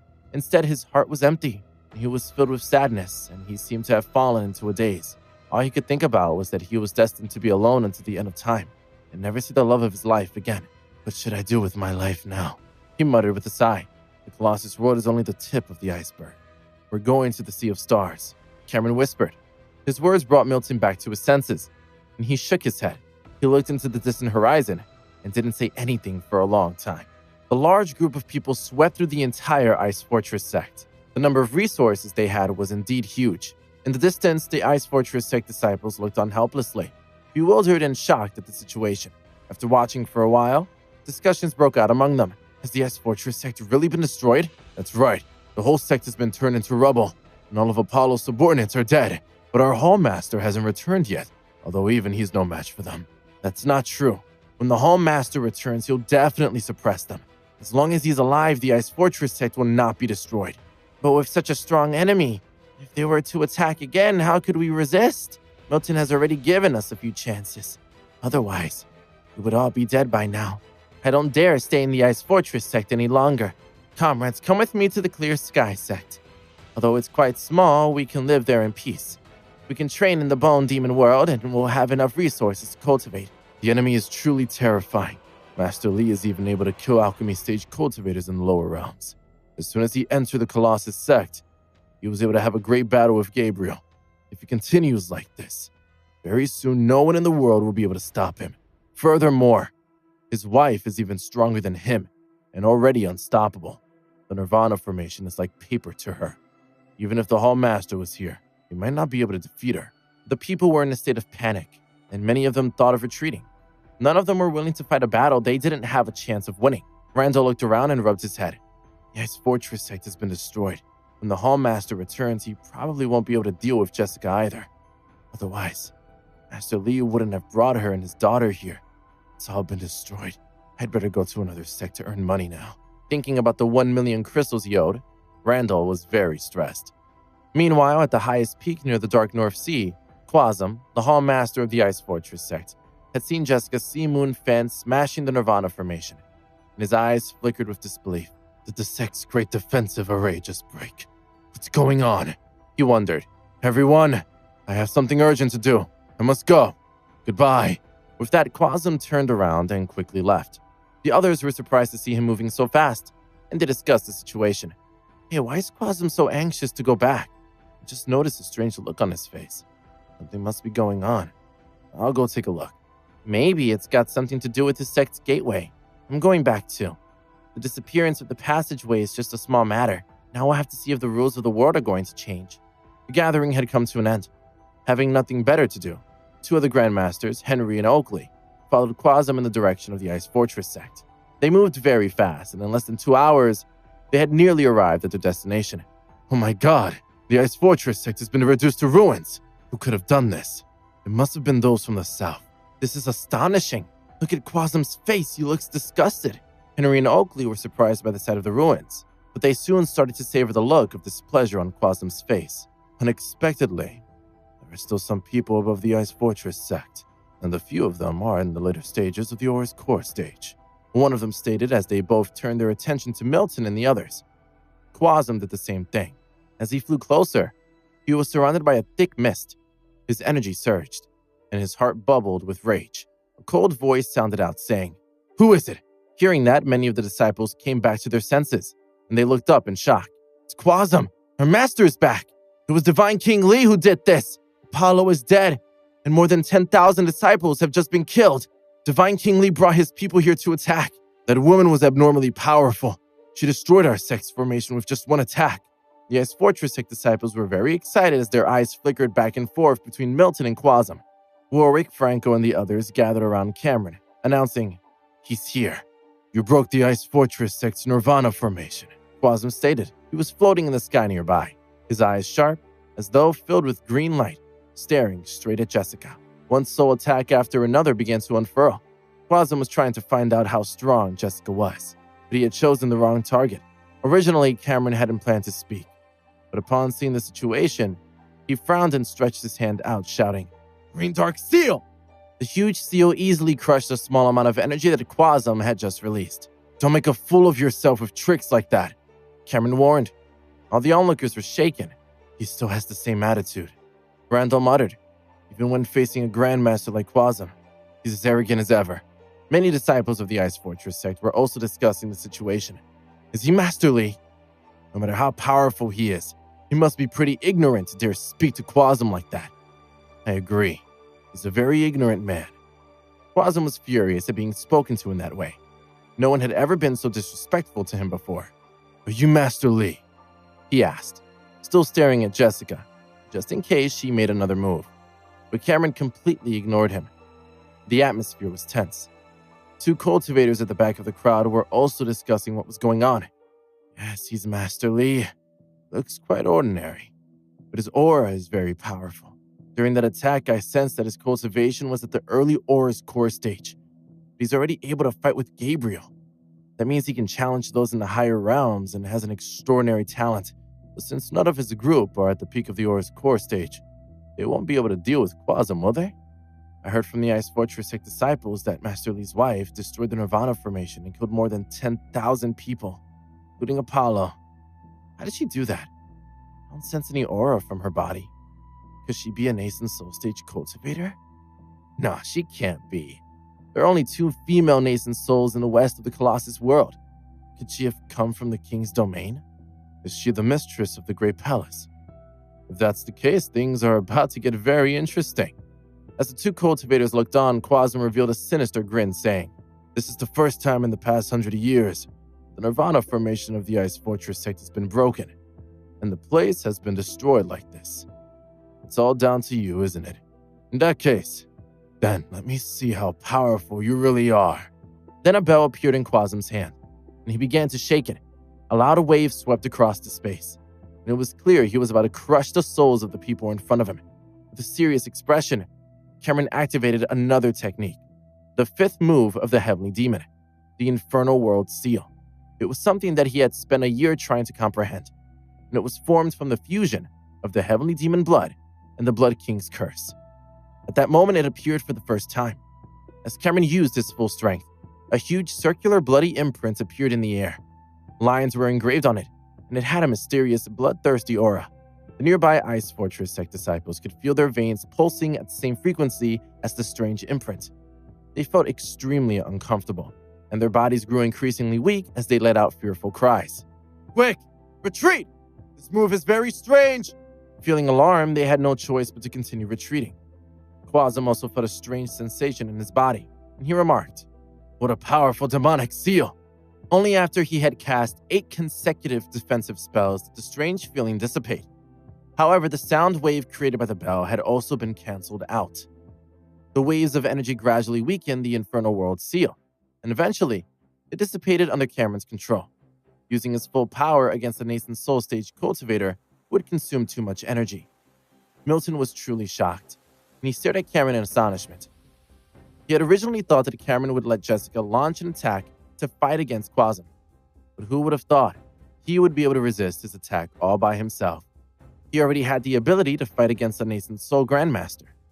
Michael was also astonished, and he didn't know what to say. The strength of his own son was incomparable to anything else. Franco stared at him in awe, muttering, "Cameron is still so awesome, even in the Colossus world. My master is invincible!" Warwick shouted, her body trembling with excitement. Mickey and the others looked at Cameron with admiration. In the Divine World, just like in the Colossus world, there were many people who weren't particularly loyal to their sect. The security team Cameron had set up was very unusual in that regard. Human Mountain had already become their home, and they had all settled down there with their families, something they were very grateful to Cameron for. But as if they were his own family, the security team knew about Cameron's abilities and that if he were to face Quasm, he would have no choice but to flee. He didn't know whether Jessica would be immune to such a strong soul attack, and he definitely wasn't going to risk her life to find out. When he saw Cameron dissolve his attack, Quasm was amazed, and then declared, "You've just done something I've never seen before. This is the first time in the history of the Colossus world that someone at the early Aura's core stage has ever been able to withstand an attack from me." When they heard his words, the onlookers fell into silence, which was soon followed by a series of shocked exclamations. "What? Master Li is only at the early Aura's core stage? No, that's impossible. How could an early Aura's core stage cultivator contend against Gabriel? And how could he block Quasm's attack? Even Randall was stunned. I can't believe he's only in the early phase of the Aura's core stage. I'm almost at the late stage of my training, but I feel more pressured when facing him than when facing Quasm. This is unbelievable. Even if I was at the early Aura's core stage, no one in the Colossus world would be able to do anything to me." Cameron stated calmly. There was no pride or arrogance in his tone, only indifference, as if he was stating a fact. "You're the most monstrous talent I've ever seen," Quasm declared. "In time, when you reach the intermediate or advanced stage, you'll be able to fight anyone, won't you? And I don't dare to imagine what will happen when you reach the peak. When you reach my level one day, you'll be like a king of the Colossus world, wielding great authority over life and death."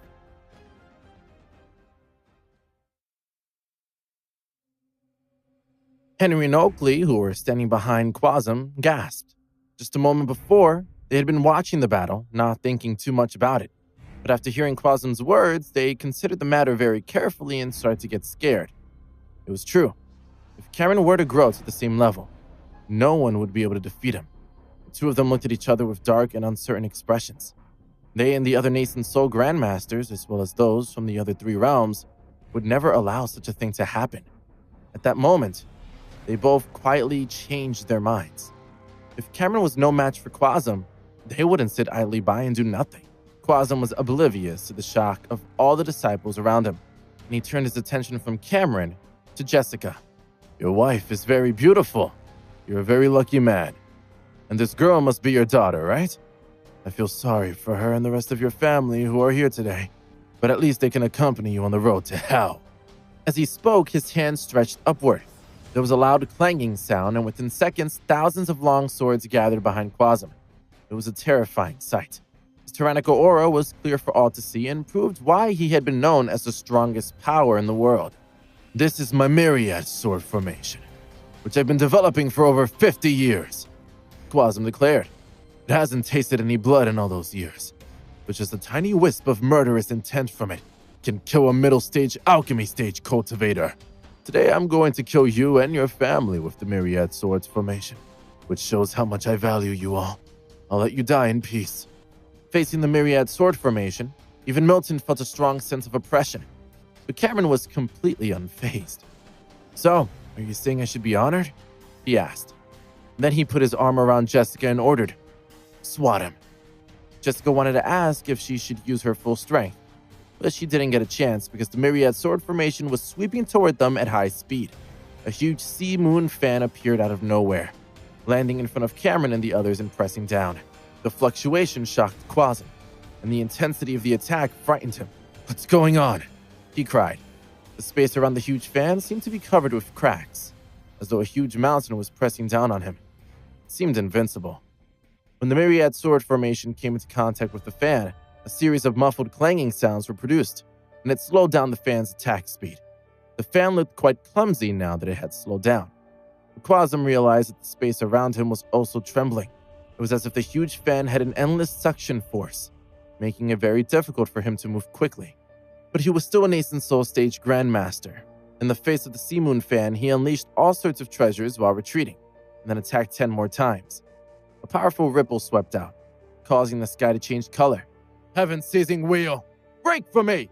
Quasm roared, no longer able to maintain his calm tone. As he shouted, a circle appeared in his hand, which he threw with all his might. The Sea Moon fan finally showed some signs of damage. Its color had faded, and it was much smaller, but it was still very powerful. Quasm took out several 6th-ranked treasures in succession and consumed the energy in his body to use a number of secret arts. Eventually, the color of the Sea Moon fan became even paler until only its vague outline could be seen. The energy from the first attack had been mostly cancelled out, but the impact on his defense was still unstoppable. Quasm looked on in horror, having thought he had destroyed the attack. His body was sent flying through the air. He managed to stop himself, but blood dripped from his mouth as he looked at Jessica in a completely different way, realizing that she was the real culprit behind the group of people.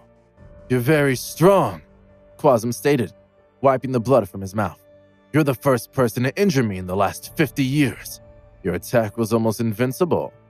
I had to use 18 moves and 5 6th-ranked treasures to defend against it. You're very powerful. But that makes me want to kill you even more. I cannot let you live now. How many times can you launch that kind of attack without being injured? I'm guessing only once or twice." When the surrounding disciples saw that Quasm had been injured, they were very worried. However, after hearing his words, they were confident that he was going to win. But Randall, who was floating in the air at the back of the crowd, looked quite skeptical. If she could only use that strike once or twice, I don't think Master Li would have risked bringing her here. This place isn't safe. I need to get further away from here, he muttered, retreating once again. Those who noticed him did the same thing, as if he knew what was about to happen. "Soul-suppressing bell!" Quasm shouted, ringing the bell again. "Keep swatting him," Cameron ordered, as calm as ever. Jessica nodded and once again raised her hands. The huge Sea Moon fan was formed and swept through the air. Quasm defended again, managing to withstand the attack. But his injuries were more serious, and he had to take a pill to recover. With an evil grin, he shouted, "That's not enough! Do it again! I want to see how many attacks you can launch." Jessica launched 10 consecutive attacks of the Sea Moon fan. Quasm was dumbfounded, and his injuries were getting worse with every attack. Everyone watching the scene was completely flabbergasted. Quasm spat out a mouthful of blood, his heart filled with anger as he roared, "Continue!" Jessica launched another 10 attacks of the Sea Moon fan. Quasm couldn't believe it. He spat out more blood and shook his head, feeling very dizzy. "Have I lost?" he mumbled. "No, I don't think I've even attacked. It seems my attack hasn't hit my opponent at all. What exactly were those things she threw at me?" Quasm suddenly laughed wildly, as if he had gone insane, saying, "You can't kill me! Do it again! Don't stop!" He seemed to have changed his tactics within a few short minutes. Moments before, he had told Cameron that he and the others could die in peace. But that had changed, and now he was telling them he was invincible. Henry and Oakley were a little worried. When did such a powerful cultivator appear? Henry muttered, "Jessica is invincible!" Warwick shouted, bubbling with excitement. Jessica had struck multiple times without hesitation. She had the power of a queen. Warwick couldn't help but cheer her on. Jessica's expression changed when she heard her words, and she felt spurred on by them. As a result, her hand movements sped up, and she launched one attack after another, as if she was never going to run out of energy. "Wow, Mom's so strong!" Emily exclaimed, staring at her with admiration. Before they had got there, Cameron had told her numerous times that even the nascent Soul Stage Grandmaster would be no match for Jessica. And from what she had just seen, they were even weaker than he had imagined. Quasm pulled back, knowing that if the battle continued, he would die sooner or later. Anger filled his heart as he turned to Henry and Oakley and shouted, "How long are you two going to just stand there and watch?"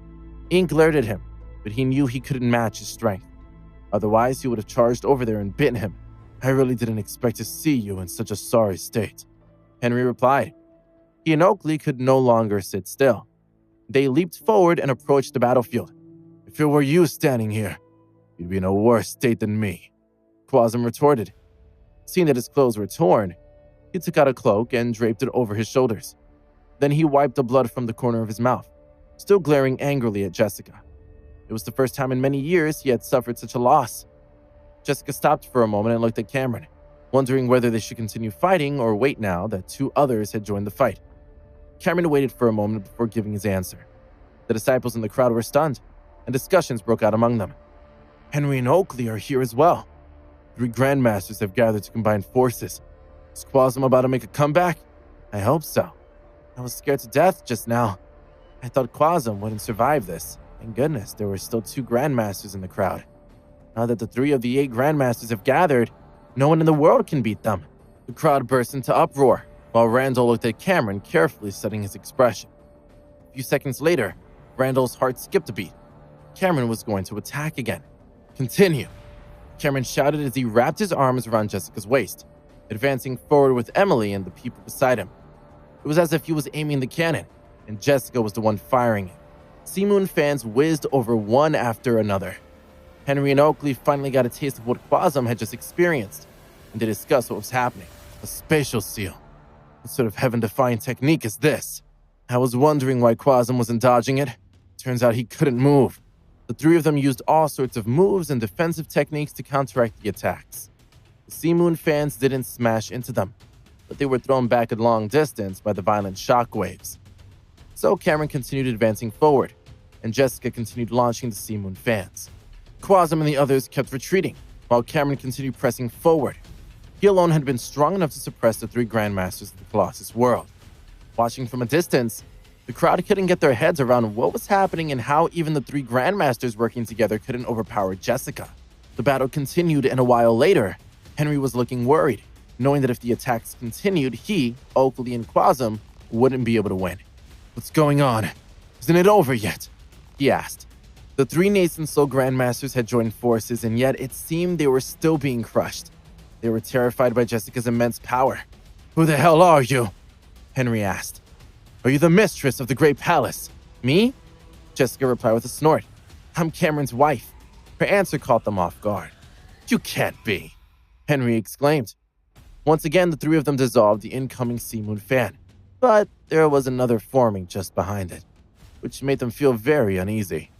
"Even the Great Palace's mistress wouldn't be able to suppress the 3 of us by herself," Quasm stated. "We're nascent soul stage cultivators, and we represent the highest level of combat power in this world. What makes you think you can defeat us?" If anyone else had asked such a question, the thousands of Ice Fortress disciples would have cursed them for being stupid. But as the words had come from a Grandmaster, everyone felt it was a fair question. Grandmasters are at the nascent soul stage, the most powerful existence in the world. So how can she possibly be stronger than him? Cameron laughed in the face of their question, saying, "All of you are just false nascent souls, stuck at the critical point of the true nascent soul stage. Maybe you can become true nascent souls in seconds in the divine world, but here, you cannot escape the laws of the land." "The divine world? Who exactly are you?" Quasm asked, staring at him in disbelief. Could it be that he knows about the real divine world? But that's a top secret matter.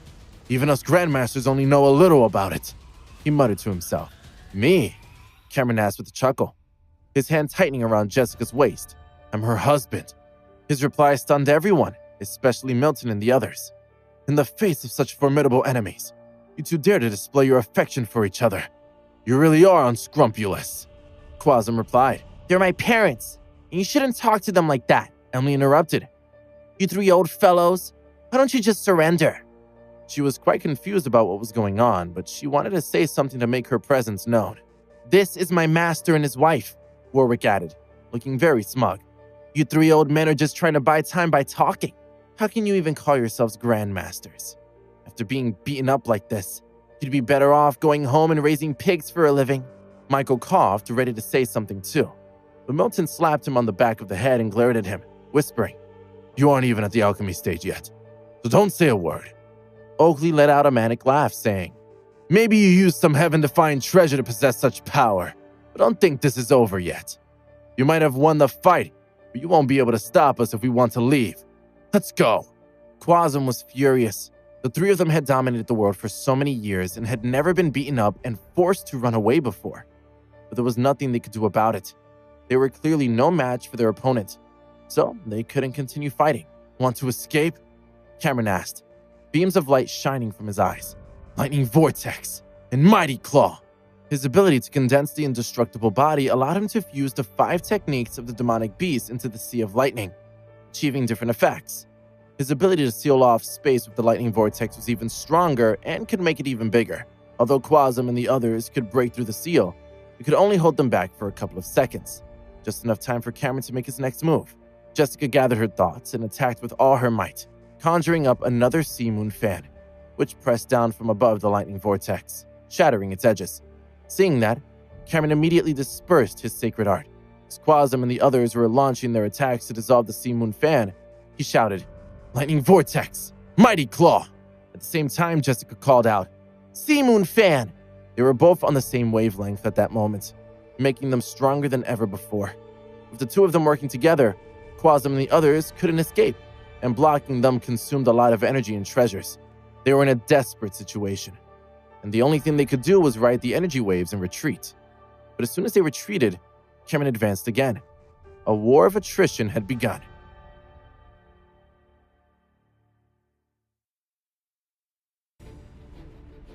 There were many people watching the battle, and others who lived nearby had also turned up to watch the show. Some disciples of the Ice Fortress sect spread the news, and very quickly the entire region knew about it and was horrified. Milton has returned, and he brought Master Li back to the Placid Valley. Gabriel and most of his disciples have perished, and the Green Flame sect has been destroyed. Apollo's palace has been reduced to dust. Hundreds of his disciples have been annihilated, and the original mountain range has been reduced to a giant crater. What kind of attack could cause such damage? This is really bad. We've just received news that the Ice Fortress sect is in trouble. The entire sect is in chaos and over 10,000 disciples have been killed. Milton and the others are fighting a fierce battle with Quasm, and powerful ripples have spread across a vast distance. It's truly terrifying. The news shocked everyone and they all discussed it. What? Milton can fight against Quasm? What's going on? The Ice Fortress sect has been destroyed. How is that possible? We need to go and take a look. The fight might not be over yet. One after another, the sect disciples rushed toward the direction of the Ice Fortress sect. Jesse, who was in the middle of cultivating, suddenly stood up and asked, Is Master Li there too? He's fighting with Quasm. Are you crazy? No, I have to go and take a look as well. If he dies, I'll have no way to pay him back. After hearing the news, Jasper asked, Is there a fight over there? Without saying another word, he rushed over to see what was going on. Darren took a deep breath and quickly flew in that direction as well, mumbling to himself. Right now, I've just entered the late Aura's core stage. I wonder what realm you're at, Master Li. Alas, what does it matter now? You were able to fight Gabriel as soon as you entered the Colossus world. I'm now in the late stage, but I don't have the ability to do that. Is your strength not subject to the limits of the different realms at all? Many of the talented warriors, who had had a great reputation in the common martial world a few years before and made it to the top of the divine ranking, rushed over to the Ice Fortress sect as soon as they heard the news. Many of them thought Master Li is already powerful enough to overturn the Colossus world. What's going on? In truth, some people, such as Darren, had initially thought that Master Li's starting point was much lower than theirs because he chose not to enter the Colossus world at the same time as them. But they had soon been proved wrong when he had reappeared and shown his true might. He had killed hundreds of people in the Colossus Mountains and entered the Colossus world with ease, leaving the whole place in turmoil. All kinds of riots had broken out as over 30 sects joined forces to try to deal with him. It was something that had never happened before, and it seemed inconceivable. On the way to the Ice Fortress sect, Jesse met Darren and asked, Are you going too? Yes, I am, he replied. If the news of this battle is true, then it's going to shock the world. I have to go and see it for myself. It's pointless for you to go and watch. You'll only be an onlooker, Jesse stated. Darren thought about his words for a moment, wondering why he was being so polite to him when he was usually so rude. Then why are you going? He asked. Jesse looked at him with a serious expression. Of course I have to go. This battle concerns me. I have to be there. What does it have to do with you? You're only at the middle of the Aura's core stage right now, so you'll probably get hurt by one of the energy waves, Darren stated. Jesse roared with laughter. Me? At the middle stage? Are you joking? Darren was taken aback, wondering if he had broken through.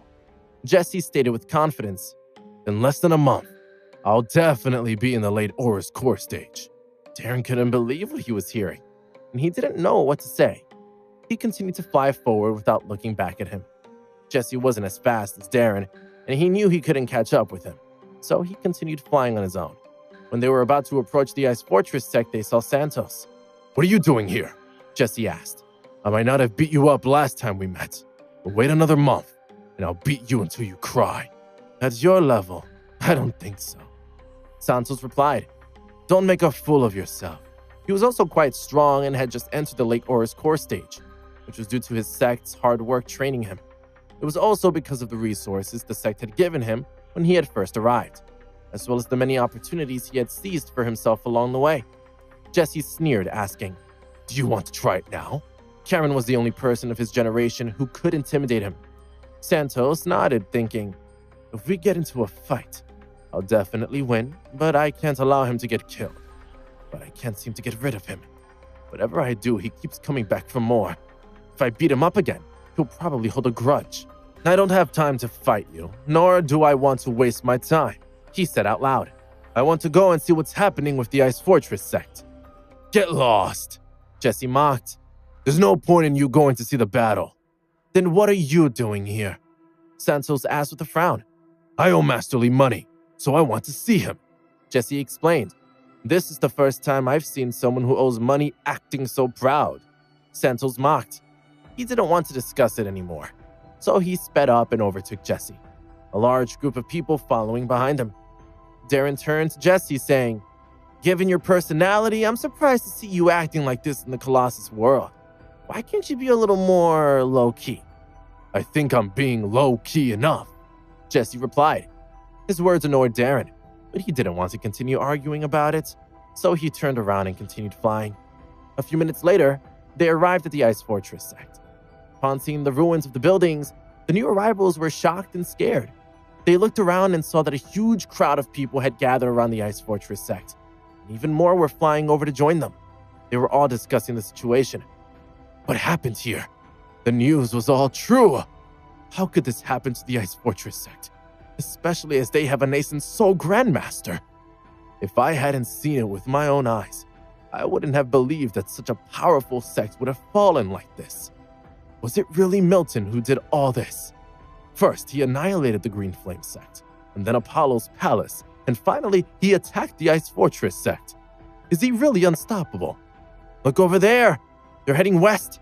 Maybe we can still make it in time to see the fight. Everyone started heading west, wanting to see the battle with their own eyes. At that moment, Cornelius was also at the back of the crowd. Looking at the scene before him, he had mixed emotions. I had originally thought that the Bottomless Valley was doomed, but it seems it has remained safe. Instead, the Green Flame sect has been destroyed. He muttered, Milton, what exactly did you do? Master Li is your offspring. Is he really going to overturn the heavens in the Colossus world? With that, he flew toward the west. If he was quick enough, he might make it in time to see the end of the battle. The waves of the battle grew increasingly intense. After the initial shock, the onlookers started to become angry before they accepted what was happening. Everyone, including Randall, subconsciously followed the fighters as the battle advanced. No one spoke. They just watched the scene in front of them in silence. Is it still not over? Quasm asked, filled with anger but badly injured. Even though he had taken a high-quality pill, the energy in his body was still rapidly diminishing, so the pill wasn't having much effect. A large amount of Oakley's hair had been burned, and his breathing was chaotic as he cried, Just how many attacks can she use? Why are her strikes endless? What kind of woman is she? The three nascent Soul Grandmasters had been badly beaten, completely unable to retaliate. At that moment, all they could think about was how they were going to die if the battle continued in that way for much longer. They knew it was true. They didn't dare admit it. Cameron was also surprised as he felt Jessica's energy center. His hand had been on her waist the whole time, ready to put a stop to it if he felt anything strange. But even after fighting for such a long time, nothing had happened. It made him feel that Jessica was like a child holding a gun with unlimited bullets that could keep shooting forever. "We can't continue like this anymore," Henry declared through gritted teeth. "We shouldn't have interfered in Quasim's affairs." "Well, you can leave now if you want," Quasim replied. He knew well that the reason the two of them had attacked wasn't because of their friendship with him, but because they didn't want Master Li to become the king of the Colossus world. They had always been at the top of the pyramid. That's where they wanted to stay. Initially, they had thought they would be able to suppress Cameron by joining forces. But to their dismay, he hadn't given them a chance to fight back or even escape. Facing the aftermath of another attack, Henry was thrown back again, his breathing becoming more and more erratic. "Master Li!" he cried. "Stop fighting! We can talk!" "It's too late for that," Cameron calmly replied. Henry and Oakley couldn't help but think if they hadn't jumped in to join the battle, Cameron wouldn't have even noticed them, and they would be safe. That was no longer the case. The Sea Moon fan appeared once again. Henry couldn't bear it any longer and shouted, "Please stop this now! If you let me leave, I'll give you a valuable treasure. We hold no grudges between each other. So this is a matter between you and the Ice Fortress sect." Warwick let out a wicked laugh. "If you could beat us, you wouldn't be asking to talk about it. Stop dreaming and just wait for your death. Master Li, please spare us," Oakley added. "If you let us both go, we'll be eternally grateful and we'll even help you kill Quasim. We can also help your sect become the top one in the Colossus world. Both the Bottomless Valley and Milton can benefit from this too. The Ice Fortress sect is in a good location. What do you think?" Quasim was enraged when he heard his words. There was nothing he could do. After all, he would have done the same thing if he were in his position. The Ice Fortress sect disciples were astounded. Are Henry and Oakley afraid of being beaten up? They whispered among themselves. Are they about to turn against Quasim? This is unbelievable. But Milton didn't say a word, leaving Cameron to make the decision. He was the central figure of the group, and even Henry and Oakley knew that he was the one in charge. But could Cameron's heart be shaken by their words? What's the point of being a top sect? Cameron replied, No matter how powerful your sect is, if it meets an unstoppable force, it will still perish. A sect is just a gathering place for different groups. In this life, I have no intention of fighting to become king, and I'm not pursuing the ethereal pinnacle of power. I just want to protect my family. Anyone who threatens them has to be destroyed. As for you, you're no threat to us. You're very annoying, just like flies. As it happens, my wife is very good at swatting flies. Listening to him, Jessica was moved at first and thought his words were quite sweet. But she wasn't quite so impressed when she heard the part about her being good at swatting flies. As she thought about it, she stopped attacking for a second. The three Grandmasters took advantage and used the opportunity to try to escape. Their eyes shone brightly, and they unleashed their divine abilities as they attempted to flee. But within seconds, Cameron was ready again, shouting, Lightning Vortex! Mighty Claw! Sea Moon Fan! Jessica called out. The three Grandmasters once again fell into the center of the vortex. Cameron is both romantic and powerful. He's a perfect man, Warwick muttered, looking at him in awe. She had never thought a man could be so charming. She didn't have feelings for Cameron, and she could never allow that with Jessica around. But she still yearned to be loved in that way. In her mind, she inadvertently recalled a few of the scenes she had seen in Cameron's memories. There were mountains of dead bodies lying on the ground, and he was a true demon king. It turned out that he had such a state of mind because he had experienced many things before. Even Milton was startled by Cameron's words, but he felt very gratified by his decision. He had spent a lot of time with his own grandson in the past, and he felt that although he was very mischievous and somewhat arrogant, deep down he was a very good person. He had done a good job of being truly devoted to his family, and after hearing his words, Milton felt he was inspired. He wondered what the future held for him and what he should do next. As well as taking care of his family, he would have the chance to explore the unknown mysteries of the universe. Cameron's words seemed to proclaim the death penalty for the three nascent Soul Grandmasters, and their faces were filled with despair. The surrounding Ice Fortress sect disciples were filled with anguish, wondering how such a thing could happen to their mighty leaders. Another series of Sea Moon fans were formed, and the attacks continued unabated.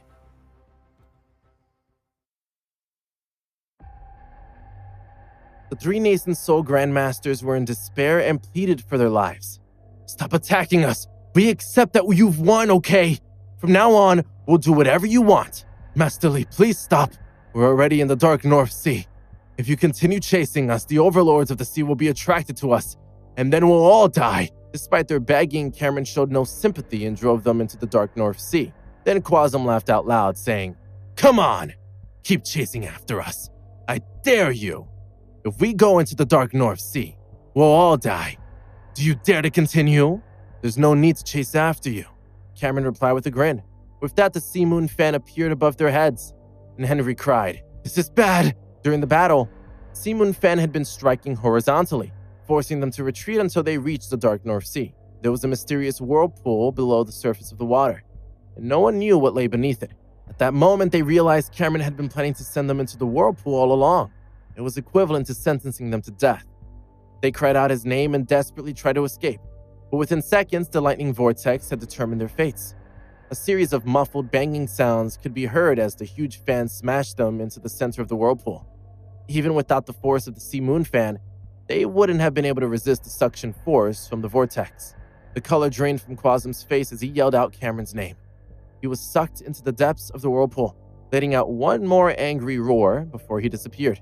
"If one day I return, I'll definitely," Henry shouted before his voice also came to an abrupt halt. Resigned to his fate, Oakley didn't say anything as he was sucked in. Michael looked at the gigantic whirlpool beneath his feet. His voice trembled as he asked, "What exactly is down there? Is it hell? Something like that?" Cameron replied with a sigh. "I'm sure it's a terrifying place. Let's sit back now." "Master," Warwick called out, sounding a little nervous. "I remember that we didn't advance very far out to sea. So why are we now so far from the shore?" Turning around to take a look, Cameron realized there was a hazy mist in front of him, making the place look very mystical. On the distant seashore, many people were flying in the air, but considering the distance they had just traveled, they shouldn't be so far away. That's why the Dark North Sea is a forbidden place. It's easy for people to lose themselves in it. Cameron stated, "This kind of illusion is quite advanced. Logically speaking, it shouldn't have appeared here. It seems I've underestimated the Dark North Sea." Seeing his stern expression, Franco and the others were worried. "Are we lost here?" they asked. "Not really," he replied. "But our perception, vision, and spiritual sense are all quite illusionary. Look at the shore over there. We're standing with our backs facing it." Cameron turned around and pointed toward the depths of the ocean. "Really? Are you sure it's there?" Franco asked. Cameron had drawn a startling conclusion, but they all trusted him, so they followed him toward the depths of the ocean. They kept moving from side to side, and as they walked, the fog in front of them gradually dissipated. What came into view was the real coast of the Dark North Sea, which was just up ahead of them. "The Dark North Sea truly lives up to its reputation," Michael declared, sounding surprised. "We were only a short distance from the coast, and we've already encountered such a strange situation. If we had gone deeper into the sea, we would really have been lost. How terrifying. The illusions in the Dark North Sea aren't the most frightening thing," Milton explained. "Most terrifying of all are the ferocious overlords of the sea, many of whom are at the peak alchemy stage. Some even have the strength of nascent soul grandmasters. The environment of the Endless Sea is even more terrifying. Anyone who enters it will get lost forever. In the past, even a few nascent soul grandmasters went to explore it and never returned. How could someone who has reached the level of a nascent soul grandmaster still be in danger?" Franco asked, feeling puzzled. "Even nascent soul grandmasters are mortals," Milton explained. "Those in the Aura's core stage have a lifespan of more than 500 years, while those in the nascent soul stage can live for over 1,000 years. Of the grandmasters I've heard about, one of them lived for more than 1,500 years. Maybe he felt that his life was coming to an end, which is why he went to explore the unknown mysteries of the Endless Sea. Maybe he found a way to extend his life there," Cameron suggested. He knew there must be something in the Endless Sea, and that it probably held a secret like the Dark North Sea, which might help lift the seal on the Dragon Star domain. The only one who knew more information about it was Surya, but Cameron had no idea when he would see him again. He actually missed him a little. What he didn't know was that at that moment, Surya was standing in front of the storm of the floating continent of the distant Dragon Star domain, shouting abuse. "What the hell is going on? Who's provoked her again? How many strikes has she made now? Those guys must be blind. Even that bunch of idiots can't resist her strength. Why didn't they just roll over and die?" This is so infuriating. Damn, those old bastards of the Colossus world. I'll kill them all when I get back. Master Li, you're in trouble too. Why did you take her to the Colossus world when you knew her power had been awakened? I'll deal with you when I get back. This is torture to me. Why did this all happen while I was away? I can't bear it. Surya was filled with anger as he continued cursing at the huge storm in front of him, but no one knew about his anger at that moment. Meanwhile, Milton and the others were in a good mood. They had had their revenge, so things were looking good for their future. As they returned, discussions broke out among the waiting crowd. They're back! Henry Quasem and Oakley are all dead! The 3 Grandmasters were suppressed by Master Li's wife, and they fell into the whirlpool of the Dark North Sea, leaving them with no chance of survival. We're no match for her at all, and it seems like she's invincible. How many years has it been? This is the first time in thousands of years that a nascent soul Grandmaster has been killed. The Ice Fortress sect is dead. They're absolutely terrifying. From now on, the entire Colossus world will have to bow before them, and we can't afford to offend them in any way. The discussions intensified, and although some of their words sounded exaggerated, they were indisputable facts. When they reached the shore, Cameron glanced at Randall in the distance, saying, "This cultivation isn't bad." Seeing that Cameron was staring at him, Randall smiled bitterly, and then flew over to greet them. "Greetings, Mr. and Mrs. Li. These are the crystals that I've earned over the past few years. There are 230,000 in total. Today I give you these, plus 5 gems worth 50,000, which means that I still owe you 1 million. Don't worry, I'll find a way to pay off the rest of my debt." Cameron nodded and took the dimensional ring, smiling at Randall as he advised, "Work hard on your cultivation." Randall agreed and quickly retreated, not daring to hang around. Knowing he still owed 1 million, he thought, "Once I break through again, it'll become 2 million. When I reach the nascent soul stage, it'll be easy to get my hands on millions of low-grade crystals." The scene just happened to be witnessed by Darren, Santos, and the others who had rushed over, and they discussed it. "Is it over already? Was Randall returning the money just now?" Jesse hid behind Darren, not daring to reveal himself, but Warwick spotted him. "Jesse, long time no see. Why aren't you coming to greet my master?" Unable to hide, Jesse reluctantly stepped forward with a sullen face and stared at Warwick, saying, "You're everywhere." Then he put a smile on and turned to Cameron. "Master Li, long time no see. I heard that you came to the Colossus world, so I've come to pay my debts. I owe you a total of 640,000 stones. I only have 140,000 for now. Here you go." Without getting too close to Cameron, Jesse threw a spatial bracelet over to him, which had the crystals inside. "I still owe you 500,000. I'll pay you back next time," Jesse stated before stepping aside. That rendered the onlooking Ice Fortress sect disciples speechless. Randall, Jesse, Darren, Jasper, and Santos were all famous cultivators, all at the late Horus core stage or very close to it. So it was a great surprise that Jesse and Randall owed Cameron so many crystals. Although 1 million crystals weren't a huge amount to some, it was a lot for disciples like them. "Is this it?" Jesse asked, moving closer to one of the Ice Fortress disciples and staring at him with a condescending look. "What happened here just now? Henry, Quasem, and Oakley were all suppressed by Master Li's wife and were sucked into the whirlpool of the Dark North Sea," he explained.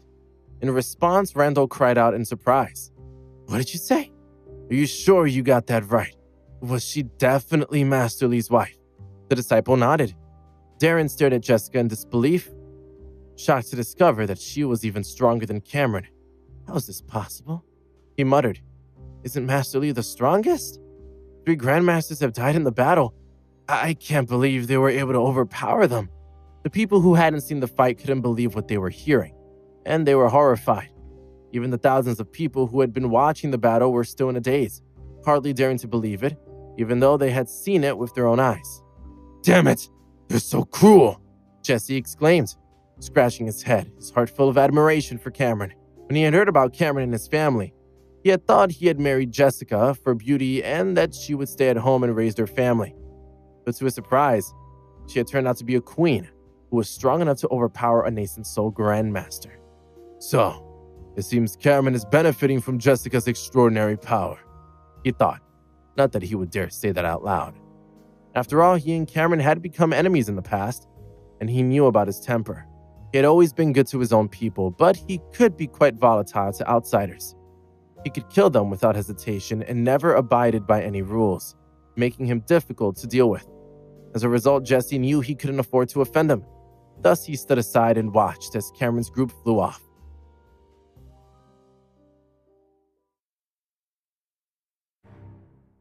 Many of the Ice Fortress sect disciples left, looking dejected, while the others followed Cameron from afar. Randall, Jesse, Darren, and the others also followed the group, keen to see what Cameron and the others would do next.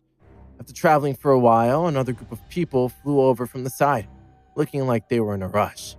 Among them was Jasper, who had finally caught up with them.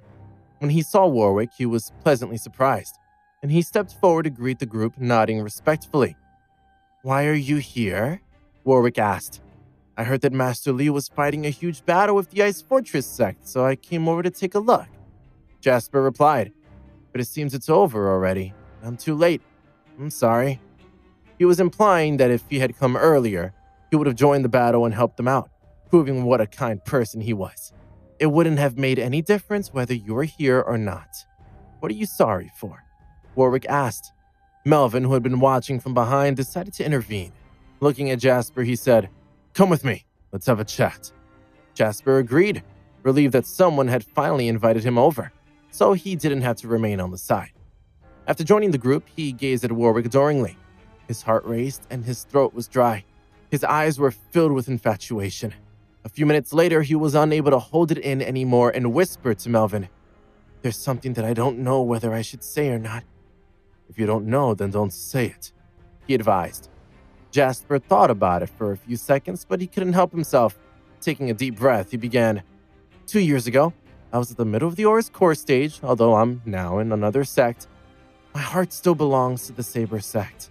Since Divine King Lee and the others are here, I want to propose to Warwick.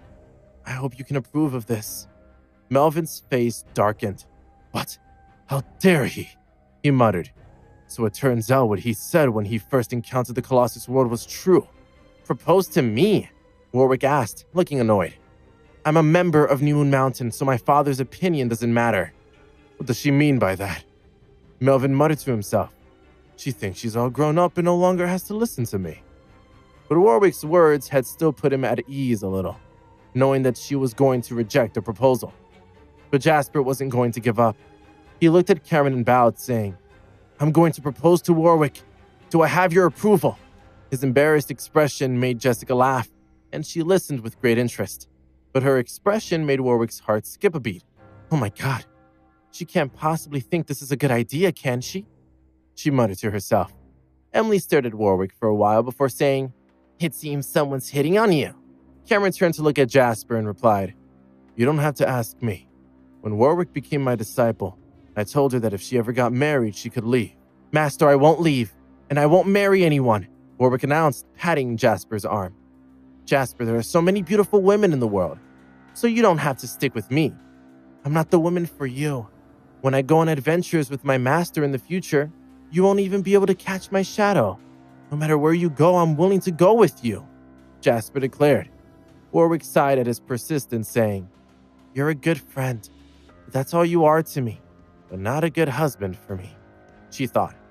It was a rejection. After a moment of silence, Jasper replied, "I understand." Warwick thought he really understood what she meant. But then he added, "Once I reach the nascent soul stage, I'll be able to take you on adventures with me." Warwick was blunt with her reply. "I'm still young, so I'm not interested in a romantic relationship for the time being." But Jasper still didn't get the hint. "I can wait for you," he replied. "Don't do that. I'm just not interested in you, and there's nothing you can do about it," Warwick stated. Looking at Jasper's hurt expression made her feel bad, but she had to do what was right in her heart. So she added, "We're not right for each other." Jasper felt dejected, and he didn't know whether to leave or follow the group. Melvin saw the situation and sighed, saying to him, "You should go back and cultivate properly. We'll return to the secular world in the next day or two. If there's a chance in the future, you can come back to the sect and visit us." Jasper nodded in agreement, gazed at Warwick, and then left. Warwick rubbed her head, soon putting the thought out of her mind. But Melvin was feeling troubled as he thought about the situation. Could it be that my daughter likes her master? No, that can't be. He's a married man. She wouldn't do anything to compromise that. When Milton returned to the site of the Ice Fortress sect, he saw a figure floating above the ruins of the palace. Cornelius, he said, you're finally back. I was trapped, he explained. It was fortunate that you were here. Otherwise, the entire Bottomless Valley would have been destroyed. I was surprised to find out what happened to the Green Flame sect. While speaking, Cornelius slowly turned around and looked at Milton and the others. Then he turned his attention to Cameron and Jessica and stared at them curiously. Quasum, Henry, and Oakley have been sucked into the whirlpool of the Dark North Sea. Milton explained. What did you say? Cornelius asked in shock. Well, what should we do with the Ice Fortress sect? Milton asked, looking at Cameron. Cameron shook his head, as if he was telling him he could do whatever he wanted. Milton turned back to Cornelius, saying, my grandson's wife didn't control her strength well and broke a big piece of the Bottomless Valley. Although we can rebuild the sect, I think the location of the Ice Fortress sect is better. So to repay you, I'll hand it over to you. Don't mention it. We're all friends here, so I'm happy to help you out. Cornelius replied. Bottomless Valley isn't a big place. I don't have the intention of running a big sect. The place I have is large enough. As for the position of the Ice Fortress sect, don't you have the Tanager Mountain sect? The strength of your grandson's wife. You can let her set up a sect branch here. No one would dare object. Milton smiled at him. You don't have to be so polite. The pocket dimension is good enough for the Tanager Mountain sect. If our members want to come here, they can just visit the Bottomless Valley as guests, right? All right then, Cornelius agreed. It seems like you're determined to go to the lower realms, and that makes sense. At some point in time, the passages to the other 3 realms will all be closed. But Milton, although you're the Tanager Mountain sect's leader, you're still an elder of Bottomless Valley. That's good, Milton replied, looking pleased. I've sent someone to inform the disciples of the valley in the lower realms. They should be back later this evening. There are already people cleaning up the mess in the valley. Why don't we have a feast tonight to celebrate? Cornelius suggested. Milton nodded. We plan to return home tomorrow because my great-granddaughter will be starting a new school term soon. Okay, then this will be a farewell banquet for you, Cornelius announced. Only a few disciples from the valley were left behind, and they were walking through the ruined halls in search of any lost treasures. They knew there were definitely treasures there, but Cameron had taken a large portion of them. Except for Franco, all the others had handed the treasures they had found to Cameron, knowing that when it came to sharing them, he was never stingy. After flying for a few hours, they finally arrived at the Bottomless Valley at dusk.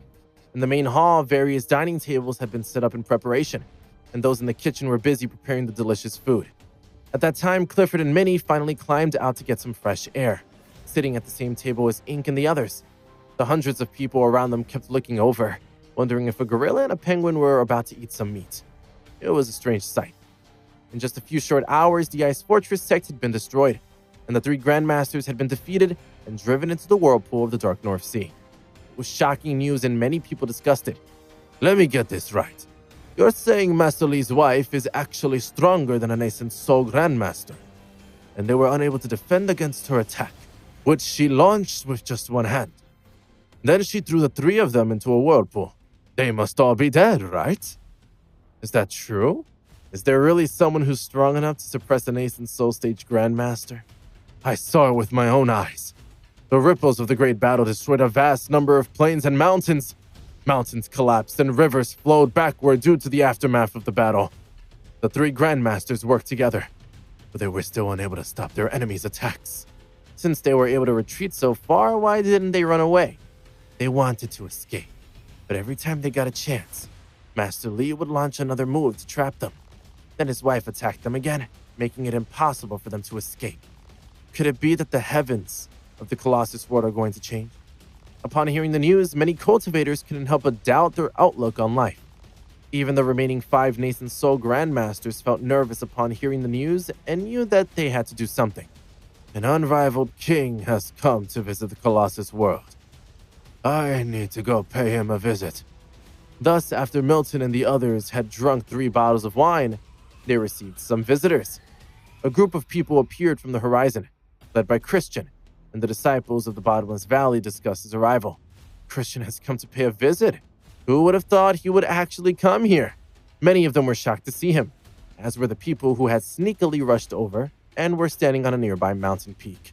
The head of the Porter family has personally come to pay a visit. Incredible, what a great man. The situation was perfectly reasonable, but it was also a bit unexpected because Christian had arrived so soon. When they saw Christian, they thought of many things. In the beginning, Henry and Oakley didn't want Cameron to join the sect because he had amazing potential to become enormously powerful and could threaten them. But now that he had achieved great power and even the Nathan Soul Grandmaster was no match for him, they had to accept reality. But they thought that if they got on with Cameron, it might be beneficial for them. They might not become close friends, but being acquaintances would be good enough. Christian, I didn't know you were coming to visit. You're very welcome here, Cornelius said, standing up and greeting him respectfully. Milton also greeted him. Christian nodded at them, his eyes darting all around before eventually focusing on Cameron and Jessica. I presume this handsome man is Master Lee, right? He asked. I've never met you before, but I've heard of your great name many times. I've been wanting to meet you for a long time. What you did today has really shocked me. You and your wife are supremely powerful, and no one here can compete with you. I came here to meet you and give you this gift. With that, he handed over a dimensional ring. Cameron smiled. It was a fair and honorable gift for him. The items inside the ring were worth a lot of money. There were many gems and some top-grade crystals, which were worth around 10 million low-grade crystals in total, so it was a very generous welcoming gift. Randall and Jesse were still worried about how they were going to pay back the several million crystal stones they owed, while Christian had just walked in and offered 10 million as a simple gift. It proved that strength meant wealth. Thank you, I'll take it. Cameron replied with a nod. Jessica didn't get involved, leaving Cameron to make the decision and humbly accept the gift. Christian smiled, thinking, since you've accepted my gift, why haven't you invited me to take a seat? Not knowing whether he should stand or sit, Christian began to look quite awkward.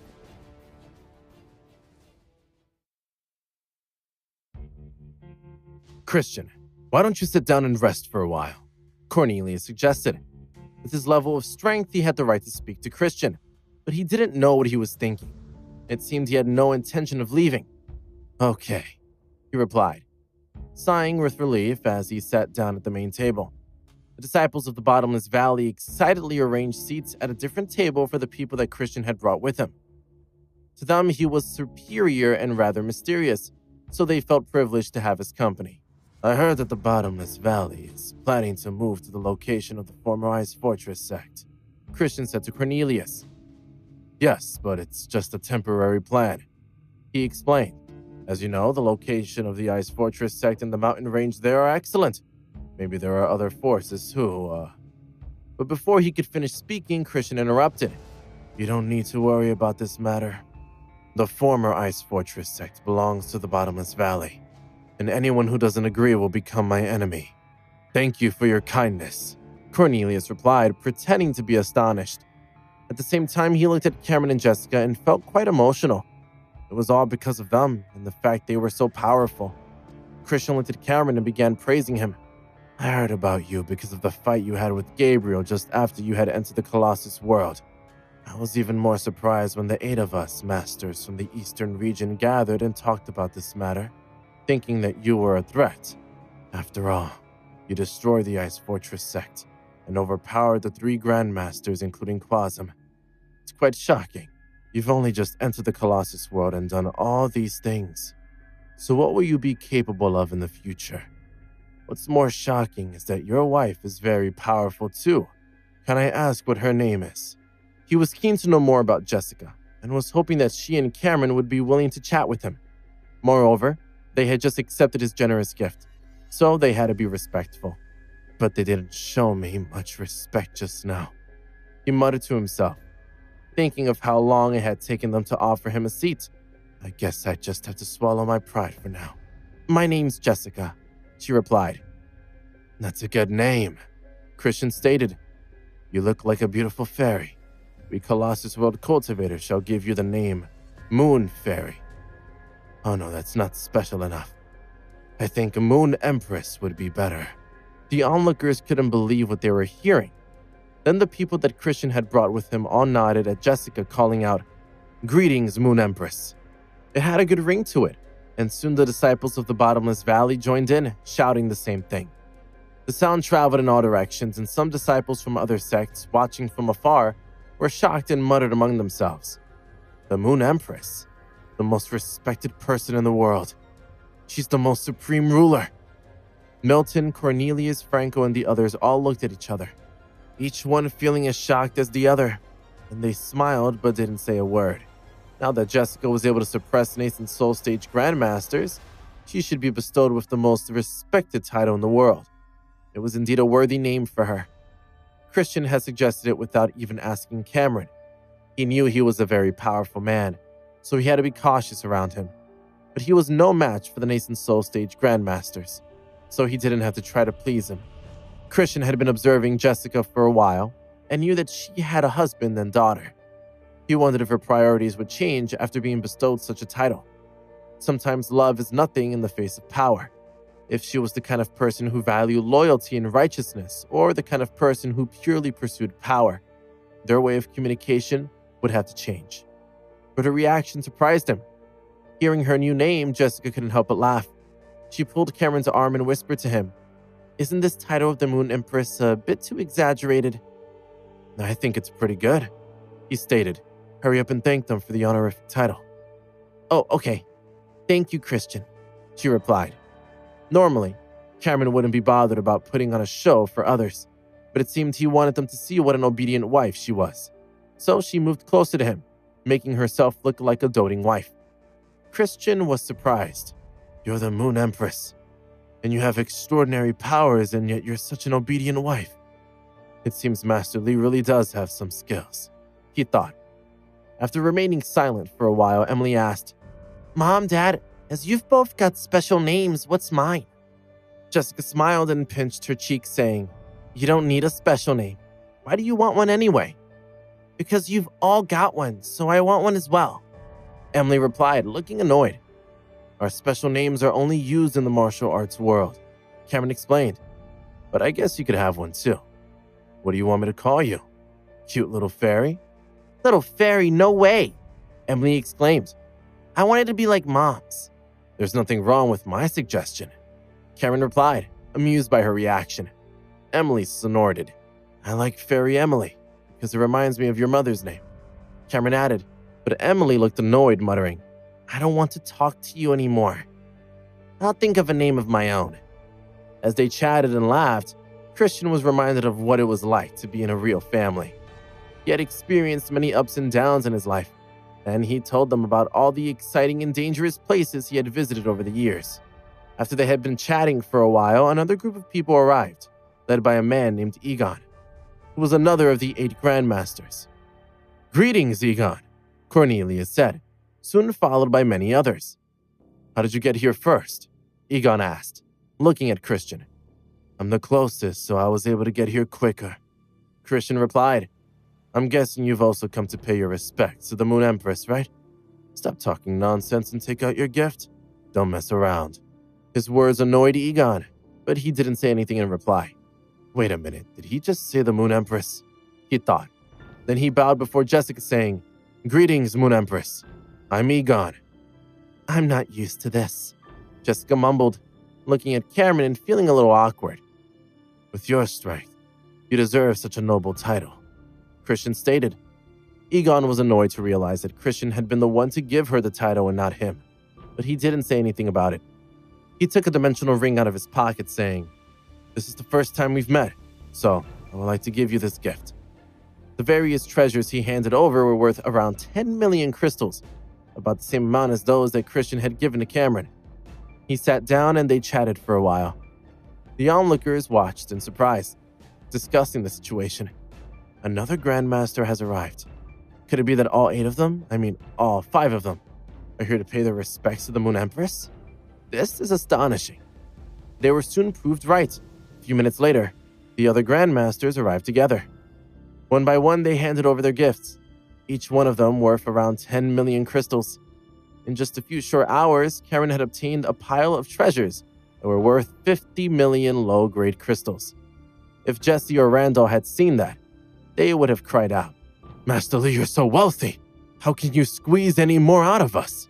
To them, even obtaining 1 million crystals was quite difficult, so the Grandmasters had been very generous. Although Cameron didn't lack top-grade crystals, there weren't many of them in the Colossus world or the King's domain. They talked until late in the evening. Emily was tired and feeling sleepy, but the disciples and Grandmasters didn't notice and continued chatting happily. So Cameron stood up decisively, saying, "My daughter is tired. We should all get some rest now." "I agree. It's time to go to bed," Jessica added. Cornelius and the Grandmasters all stood up to bid their farewells, and then Cameron, Jessica, and Emily went to the guest room. "Mom, Dad, I don't want to sleep alone. It's a bit scary here," Emily muttered, holding their hands. Jessica looked at Cameron before replying, "Then we'll all sleep in the same room. It's big enough for the three of us." "Great," Emily exclaimed. "I'll let you sleep with us for the night," Cameron added, pointing in the direction of the corridor of the main hall. "You guys get ready for bed. I'm just going for a walk around here." Jessica nodded, and then returned to the room with Emily to arrange the room. Cameron walked around and took out a pile of medium-grade crystals, setting up an array to block anyone else's spiritual sense. It didn't matter when they were outside. The resting places, such as the big house on New Moon Mountain, had to be able to block the spiritual sense, so their privacy wasn't invaded. After his walk, Cameron returned to the guest room, where Jessica and Emily had been busy turning it into a pink princess's room. "Time to go to sleep," Emily stated, feeling safe as she lay on a bed across from her parents, soon drifting off. After Cameron and his family had left, the people outside also took their leave. Christian and the other 4 Grandmasters had all achieved their goals. After chatting with each other, they discovered that Cameron and Jessica didn't have much interest in the Colossus world and would be leaving the next day. They had been surprised to see that Jessica, who was powerful enough to crush Nathan's Soul Grandmasters, was so obedient in front of her husband. Milton and the others also had something on their minds. Having Jessica as a wife meant Cameron had the whole world. They couldn't figure out why Jessica was so strong, as she had never mentioned anything about awakening her powers to any of them. She seemed to have turned from a normal person to someone extraordinary in just a few hours. It was hard to believe. Later that night, the news of the 5 Grandmasters visiting the valley spread, as did the news that Christian had named Jessica the Moon Empress. Moon Empress? Does that mean she's the most powerful person in the Colossus world?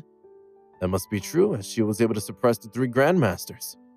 From today onward, the Moon Empress becomes the most unique existence in the Colossus world. The legend of the immortality of the nascent Soul Grandmaster has become a thing of the past. The news continued to spread, soon reaching many other areas. But Cameron and Jessica didn't pay attention to it. Early the next morning, Milton's group arrived at the border under the escort of some people from the Bottomless Valley. "Milton, we'll meet again if fate allows. Master Li, Moon Empress, you're also welcome to visit us anytime," Cornelius stated, waving them off. Just as Milton and the others were about to enter the tunnel, Emily muttered, "Didn't anyone notice me? Why didn't they say goodbye to me?" Cornelius heard her and said, "Princess, you're welcome to come back whenever you want." "Okay, I'll come back when I can," she replied. With that, she, Cameron, and Jessica jumped into the passage. The view ahead of them changed, and they appeared to be in a dense forest, surrounded by many warriors. The warriors at the border were cautious when they saw someone coming out of the passage. A few of them approached Franco and exchanged a few words with him before sending him off. By that time, the sun had already risen, illuminating the land and making the forest seem very peaceful. In contrast, when they returned to San Diego and felt the aura of the bustling city, Jessica and Emily found it a little strange at first. "Whew, we're back," Emily exclaimed after their 2-day trip, which had felt much longer to her. "I'm going to play games with my friends for the afternoon." She ran toward the house. Jessica called out after her, "Have you finished your homework? You've had an extra week off, so your teacher gave you more work than usual." Emily stopped in her tracks, not moving for a second. Eventually, she replied, "Mom, why do you have to say such a horrible thing on such a happy day? My good mood is ruined now." "Oh, really?" Jessica asked, walking over to her. "If I remember rightly, before we left, you said that even if you went out to play, you would still get first place when you returned. How can you do that if you don't even do your homework?" "I don't like you anymore," Emily declared before running back to the house to do her homework. She worked fast, but it still took her the whole afternoon because she had a lot more homework now that she was a little older. Once she had finished, she went to eat dinner and play for a while. By the time she turned on her computer, it was already 9 o'clock. She played for a few hours and then went to bed, happy to be safe and comfortable in her own home again. It didn't take her long to drift off. The rest of the holidays flew by, and it was soon time to return to school. "Off to school again," Emily muttered, looking out of the window. "It's time to start my boring studies again." "What's boring about school?" Jessica snapped. "Look, I told you not to cultivate at such a young age. Now you're distracted and can't focus on your studies. That won't do. I think it's time to lock you up and stop you from going to visit those relics." "What are you talking about?" Emily replied, acting dumb. "What I meant was that my school life is the best." "Do you think I didn't hear you?" Jessica asked. "My ears are very sharp, you know." Emily shook her head. "That's not what I meant. If I don't like studying, how can I get first place? Dad, don't you agree?" "Yes, I do," he replied. Emily smiled. "I love learning. Besides, cultivation is all about studying another cultivator's knowledge. It's all the same, and it's all learning." "Okay, you're right. Your results are good after all," Cameron stated. "After this term's final exam, the same old rule will apply. If you do very well, you'll get a reward. But it'll be different from the previous ones. We'll take you to play, and this time the three of us can all go to the relic." Jessica was very interested when she heard that, and her eyes lit up. "Then I must get first place," Emily declared as she opened the car door. "I'm going to school now." She skipped into the school without wearing a hat as a disguise, attracting the attention of many other students. When they saw her, discussions broke out among them. "Isn't that Emily from Class 8? The song she sang at the festival has become really popular online." "Yes, it is her. She's so lovely. It has to be her." "Don't stare at her for too long. She's the president of the Cloud Shadow Club and she's amazing. The club is for girls only and there's a lot of them. If you mess with her, you'll definitely get beaten up after school." It seemed that the Cloud Shadow Club was quite famous among the students, and Jessica heard their discussions. "What's the Cloud Shadow Club?" she asked. "It's that study club I told you about before," Cameron replied. "Have you forgotten?" "Is that the one you were talking about?" Jessica asked. Cameron smiled awkwardly, rolling his eyes. He didn't like lying to her, but he had no choice. "Moon Empress, we should hurry back to the house. I'm your humble servant and I haven't served you for several days now," he teased. Jessica laughed and rolled her eyes at him, playing hard to get. With that, Cameron stepped on the throttle and quickly drove back to New Moon Mountain. As they arrived at the gate, they saw Warwick standing in the middle of the road, waving at them to stop. "What's wrong?" Cameron asked, stopping the car. Warwick looked worried as she replied, "An old man has just arrived."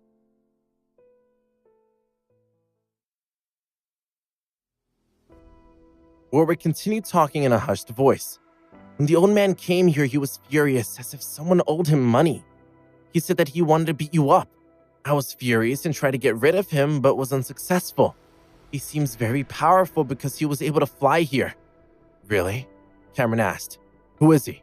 In fact, he already had an answer in his mind because his spirit sense couldn't penetrate the pavilion under the heavenly tree. There was only one person capable of blocking it in that way. "Surya," Warwick replied. "He's finally here," Cameron declared before driving to the side of the house. After getting out of the car, he grabbed Jessica's hand and walked her to the pavilion under the heavenly tree. As expected, it was Surya. Just a moment before, he had been chatting calmly with Michael and Milton, but when he saw Cameron, he became very angry. "Master Lee!" he shouted, glaring at him. "I've only been gone a few days, but you've caused so much trouble. I really should give you a good beating and teach you a lesson. What did I do to provoke you?" Cameron asked, startled by his reaction. After finding out about Surya's background, he had gone to find him in the Bright Wind sect. When the Spirit Treasure Pavilion had been opened, he had proved that he was actually a very kind man. Cameron had always been respectful to those who respected him. As he was his friend, he didn't take much notice of his threats and didn't care that he was angry. He didn't care, but Jessica did. "Old man, you dare hit my husband? Don't think that I won't slap you," she shouted. Shocked by her outburst, Michael sprayed a mouthful of tea all over Surya's face. He wanted to wipe it off, but he didn't dare move his hand. Everyone was shocked, feeling like the words were more like something Emily would say, not Jessica. But to their surprise, Surya's reaction was a little cowardly. Looking uncertain, he whispered, "I won't do that. But you can't keep swatting people. If this carries on, something serious will happen." Jessica was taken aback and thought Surya was quite strange. Then Surya looked at Cameron and ordered, "Come over here and sit down. Why are you talking to my husband like that?" Jessica asked, looking quite unimpressed. This is what it must feel like to be protected, Cameron thought, smiling to himself. Surya was angry, but he held it in, saying, "Please, take a seat." He and Cameron sat down, and Surya began to talk. "I admit that I'm the guardian of this planet." "What?" Michael exclaimed. Milton was bewildered, and Jessica was startled, not really understanding what he meant. But Cameron wasn't surprised. "I figured it out," he replied. "You figured it out? How?" Surya asked.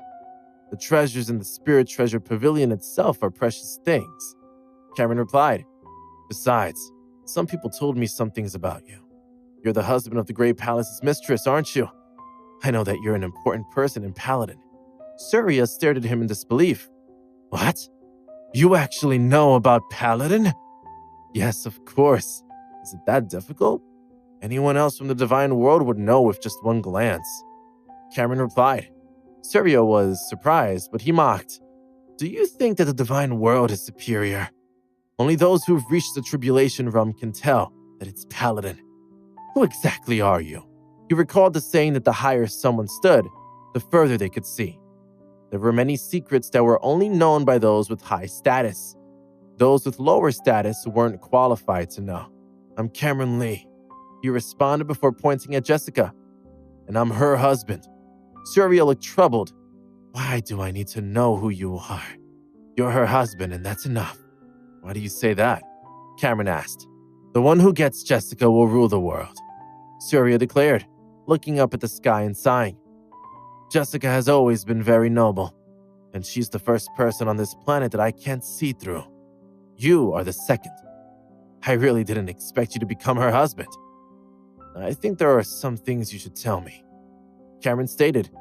"Indeed, but there are some things I don't know," Surya replied, a pearl suddenly appearing in his hand that looked like a slowly spinning earth. "I'm the guardian of Paladin, and also the ferryman between this planet and the Divine World. Let's first talk about the situation of the sealed Paladin," Cameron suggested. Their conversation confused Milton and Michael. What the heck are they talking about? "Paladin, seal, guardian of ferryman. What does it all mean?" Surya continued to talk to Cameron. "You even know about the seal.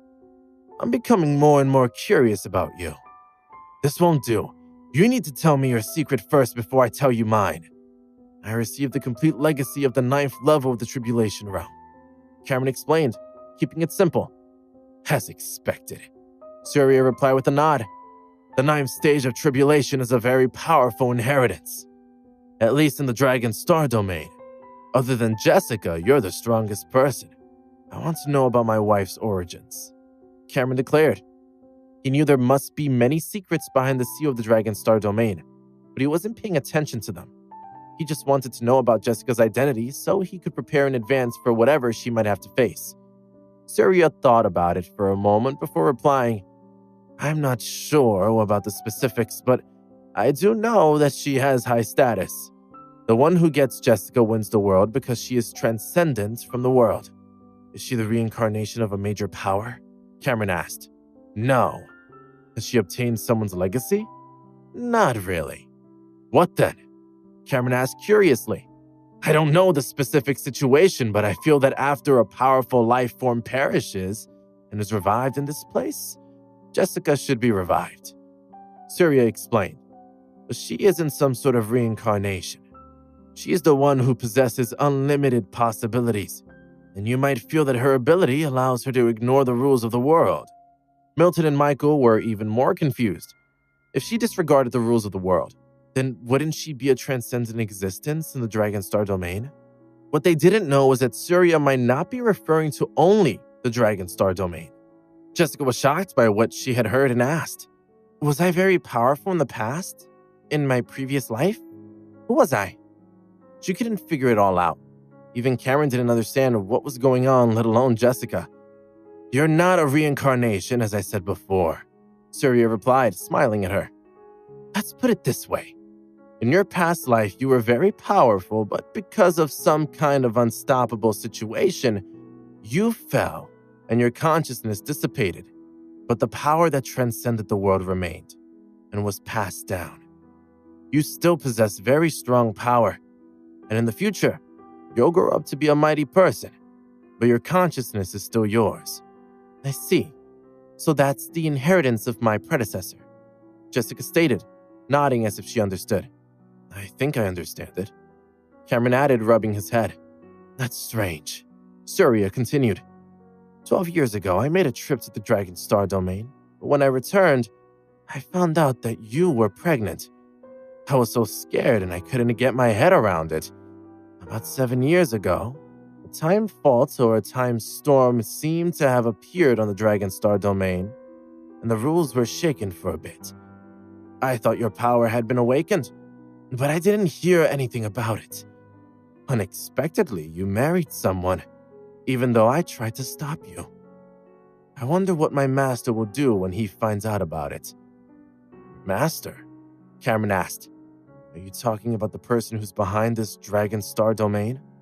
Don't think that having the inheritance of the 9th level of the Tribulation Realm makes you very powerful.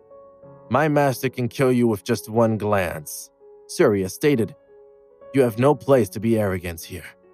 My master said that the one who gets Jessica will be the one to rule the world. Cameron listened carefully, thinking that Surya sounded quite resentful, but he had a question for him. What does Jessica have to do with your master? Maybe they used to be a couple, husband and wife in the martial world. Surya teased. Cameron's face darkened, and Jessica was infuriated by his suggestion. What are you talking about? She asked, glaring at him angrily. Surya was scared by her reaction, and he quickly waved his hand, saying, I was only joking. Why are you getting so angry? I've told you so many things, yet I can't even make a joke? That's not fair. Forget it. I won't tell you guys anymore. Looking aggrieved, he pretended to get up and leave. If you don't tell me, I'll use my Sea Moon fan every day, Jessica warned, still glaring at him. Surya quickly sat down and smiled bitterly, mumbling, I really can't afford to offend you. Jessica snorted and then ignored him. What I was saying, Surya asked, looking at Cameron. His attitude was much better, and he had realized that the only person he could have a civilized conversation with was Cameron. He seemed to understand everything, which he thought was a bit strange. You were talking about your master. Cameron reminded him. All right, Surya replied, a serious expression on his face. I'll recite a poem for you first, one that my master likes. With that, he started reciting a poem about rainbows appearing after the rain and a young woman traveling with him. As he spoke, his body emitted a mysterious aura, and he had the demeanor of a transcendent being, his voice seeming to come from the highest heavens. The poem sounded like an advanced cultivation technique. When they heard it, Milton and Michael looked at each other in shock. What does that mean? Cameron asked. Without a doubt, my master has set up all kinds of seals here to maintain a balance, to allow access to the divine world, and to restrict martial power. Surya explained. The water all around is filled with the heavenly currents, meaning that the Endless Sea and the Dark North Sea cover 70% of the land here, as does the Sea of the Earth. So, the real name of this place is Sky Soul Space, personally refined by my master over the last 1,000 years. But he's not the master here. The truth is, Sky Soul Space doesn't have a master, but it will have one soon. Whoever can become the master of Sky Soul Space will dominate the whole divine world. In that poem, what does the line about the young woman mean? Especially the part about summoning her to travel with you? Cameron asked, wondering if Jessica really was linked to Surya's master in some way. Surya looked a little embarrassed as he explained, When Jessica was pregnant, I always suspected that the baby was my master's. Sensing that Jessica was about to attack, Surya quickly stopped talking. Let him continue, Cameron urged, holding Jessica's hand. That's right. Let me finish speaking, Jessica. I remember that you have a good temper. So why are you getting angry so easily? Surya added, That's what I thought at first. But later I found out the baby was Cameron's biological daughter, so I put the thought out of my mind. When I asked my master about your relationship, I didn't get any clear answers, but it sounded like he didn't have that kind of relationship with you. It was more of a friendship or a father-daughter relationship. I think it's more likely you were just friends, because when he mentioned you in the past, there was nothing special about his tone. It seems Sky Soul Space was built for you to play in, regardless of your situation. And whether you live or die doesn't matter to him. As for the last line of the poem about summoning the woman to travel with you, maybe that's referring to you, Master Lee. My master knows everything, and there's nothing he can't do. As long as he doesn't try to steal my wife from me, I don't care what he does, Cameron stated, feeling relieved. In fact, he was acknowledging Surya's words.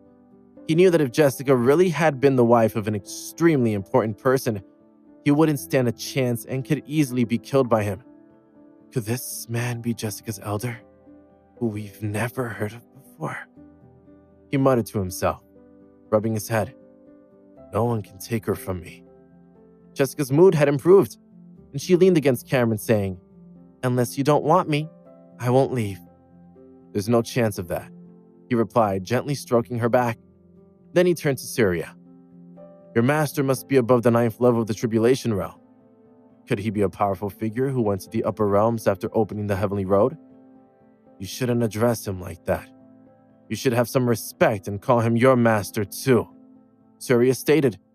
As for his strength, it's obviously not something that anyone from the divine world could understand. After hearing the truth, Cameron felt pressured. What's the situation with the Sacred Leader? He asked. The Sacred Leader is the master of this world. I'm just a housekeeper and ferryman who brings people from the Endless Sea to the Dragonstar domain, Surya explained. My master doesn't exist in this world, but in the Dragonstar domain, there is the existence of his will. I've been in a deep sleep and there are many secrets I don't know. Perhaps the person who becomes the Sacred Leader will be able to communicate with him once and will understand a lot. Originally, I wanted to wait for some of the more talented seedlings, such as Warwick, Jesse, Randall, Darren, Chase, Ezekiel, and a few others. Although their cultivation speed is average, their bodies have some special characteristics, which means they can absorb the energy source. Any of them could have the potential to become the Sacred Leader. What's the benefit of being the Sacred Leader? Cameron asked. The benefits are great. Far more than you could ever imagine, Surya replied. Sacred Leader of Sky Soul Space, Jessica whispered. Seeing that, Surya looked nervous and added, Jessica, you can go to the Lost Continent to train with them, and you can bring along your precious daughter. With your current strength, you and Master Lee will be quite safe, but you can't attack again. Watching you for the past few days has been very stressful for me. Do you know that every move you make dissipates some of the world's energy, which is the power and will that my master left behind?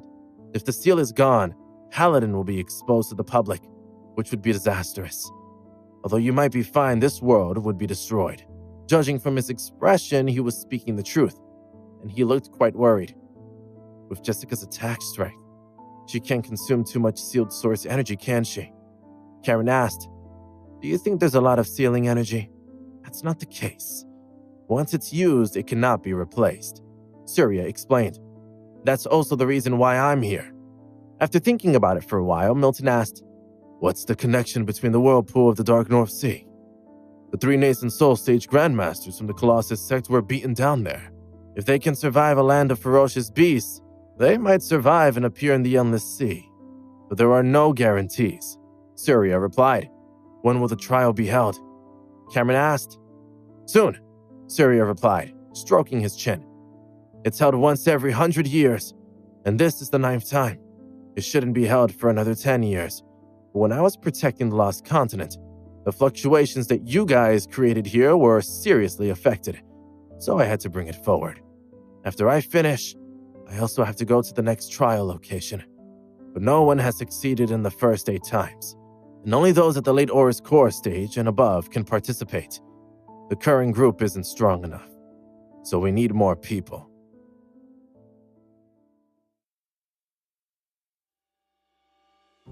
Surya continued with his explanation. Initially, we were separated by a distance, so it didn't affect anything. But the Lost Continent is the path connecting the Dragonstar domain to the Divine World. And it's a rather important node. So when you guys consume the world's origin force, the vibration is felt over a vast distance. When it comes to these sorts of rules, a minimal change may have a huge effect. It's estimated that there is still about a month before the trial starts. And during this time, I'm going to prepare by giving out dozens of gifts to random people. Then he stroked his beard and said with a smile, I'll restart the passageway of the Colossus Mountains. Don't smash them again because if they collapse, it'll have a huge impact on everyone. Anyway, I must go now. I'm taking a trip to the King's Domain to rest for a few days with my daughter. With that, Surya casually waved his hand, and a glowing door appeared in front of him. Oh yeah, take this. If you run into any problems that you can't solve, just call me. But don't let your wife take it. Surya added as a pale blue pearl floated over. Is this the blue pearl? Cameron asked, taking it before watching Surya disappear through the glowing door, which slowly melted away. Michael was in a daze. He's gone just like that. What was he talking about just now? Milton sighed and rubbed his head, saying, It seems we've just found out a huge secret. I can't figure it out. Cameron, what's going on? Michael asked, trying to make sense of everything he had just heard. Cameron explained the situation to them. To put it simply, there's a very powerful expert who sealed Paladin and established the ancient mine, Colossus World, King's Domain, the relics, and other rules. Because of him, the Shadow Clan cannot come out of the ancient mines. The ancient mines are filled with treasures and medicinal herbs, and the Colossus World is filled with spirit artifacts. Surya is the guardian that the expert arranged for us. He's a ferryman and can take people to the Dragonstar domain to manage things on Paladin. Jessica knew that expert in the past. At some point, she must have reincarnated and started her new life. Her ability to cultivate is very strong, so she's not subject to the rules of Paladin. Paladin is also known as Sky Soul Space, and it might be the place where the expert once comprehended the martial path. But he isn't in this world, so he must be somewhere even more advanced than the Divine World. That place is ruled by someone known as the Sacred Leader. As Surya just said, in order to become the Sacred Leader, a person has to participate in the Lost Continent's trial and pass the test. But it's very difficult. No one has succeeded in the last 8 trials. It's obvious that the current Sacred Leader should be Jessica. However, there should be some benefits to be had in the Lost Continent. Surya made it sound like those who want to go this time should be at least at the late Aurus core stage. But he thinks that many of the candidates aren't strong enough, so he had to release some real source energy. So over the next few days, Dad and Granddad, you guys need to keep a close eye on the situation. Maybe you'll get some valuable treasures and be able to participate in the trial. Even if you don't get the title of the Sacred Leader, it would still be a good opportunity to increase your strength. Michael and Milton stood in silence, trying to take in everything Cameron had just told them. A few minutes later, Michael shook his head saying, What a huge amount of information. So that means we can prepare to fight for Surya's gifts and then go to the Lost Continent for the trial, right? Cameron nodded. But where is the Lost Continent? Michael continued. The Dragonstar domain. Cameron replied. Milton laughed to himself as he walked toward his villa. It looked like he was already about to start diligently cultivating in preparation for battle. I'll refine some treasures and pills soon. Cameron stated, Dad, distribute the frost stones you have to everyone so they can quickly improve their strength. When the passage to the Colossus World reopens, you and Granddad will take them up there to make their breakthroughs. 10% of the frost stones had been given to Cornelius, and as they had appeared in the valley, Milton had been quite willing to hand them over as a reward. Of the remaining frost stones, Cameron reserved 30% for the Crystal Palace and gave 30% to the others. The final 30% had been given to Michael to distribute to the others as resources for the first wave of cultivation. After obtaining so many gems, Cameron intended to give everyone a strengthened weapon. For example, refining Warwick's Spirit Sword into a 6th rank weapon would be very easy, and he was planning to do the same for everyone else. He also planned to refine a batch of medicinal herbs that had been saved for many years into a magical energy pill to help everyone cultivate faster. There are a lot of things to do, so we have no time to waste, Cameron stated, holding Jessica's hand. Shall we return to the palace? She agreed, and seeing the passionate look in his eyes, she knew what he was planning. She followed him back to the house and into the bedroom. She threw herself onto the bed, and they both started ripping each other's clothes off. Moon Empress, how do you feel now? Cameron teased. What are you saying? Jessica asked, amused by his acting skills, but happy to play along with him and give in to her desires. Meanwhile, in Del Mar Academy, after morning exercise, 2 male students reached the door of Emily's class and looked around. When they spotted her, they cowered and ran back to the door. They waited for a while before stopping one of Emily's classmates, Harry, and saying, Can you help us with something? What is it? He asked. Please give this letter to Emily in your class. Oh, a love letter? All right, Harry replied, casually walking back to his class and handing the letter to Emily. Looks like you have another admirer. You're very popular in the school. Of course she is, Phoebe stated. Emily is a celebrity throughout Del Mar Academy now, and she's popular online too. It has nothing to do with you whether she's famous or not. Why are you being so smug about it? Harry asked, sounding quite harsh. After being at school together for a while, the students had all gotten to know each other, so it was normal for them to joke around and make fun of each other. You get so many love letters every day, but you don't even look at most of them, Bjorn stated. Tell me, what kind of boy do you like? Emily thought about his question carefully. Bjorn could feel his heart racing and he held his breath, waiting for her reply. Even though her family had forbidden him from pursuing her, it would still be okay if she was the one to pursue him instead. Therefore, he was keen to get her to like him. She was about to describe the type of boy she liked, so he had to listen very carefully. I like boys who are quite tall, she declared. There aren't many tall boys in our school, Bjorn thought. And he has to have a handsome and well-proportioned body, short hair and bright eyes. Emily continued. I would like a boyfriend who really looks after me, tells me stories, cooks for me, takes me anywhere I want to go, and listens to me. I want someone to spoil me and adore me. After listening to her speech, Bjorn and a few of Emily's other classmates were surprised. How could there be such a person? You've even thought about what you want him to look like. That's right, Bjorn added, thinking about it and knowing he didn't meet the criteria.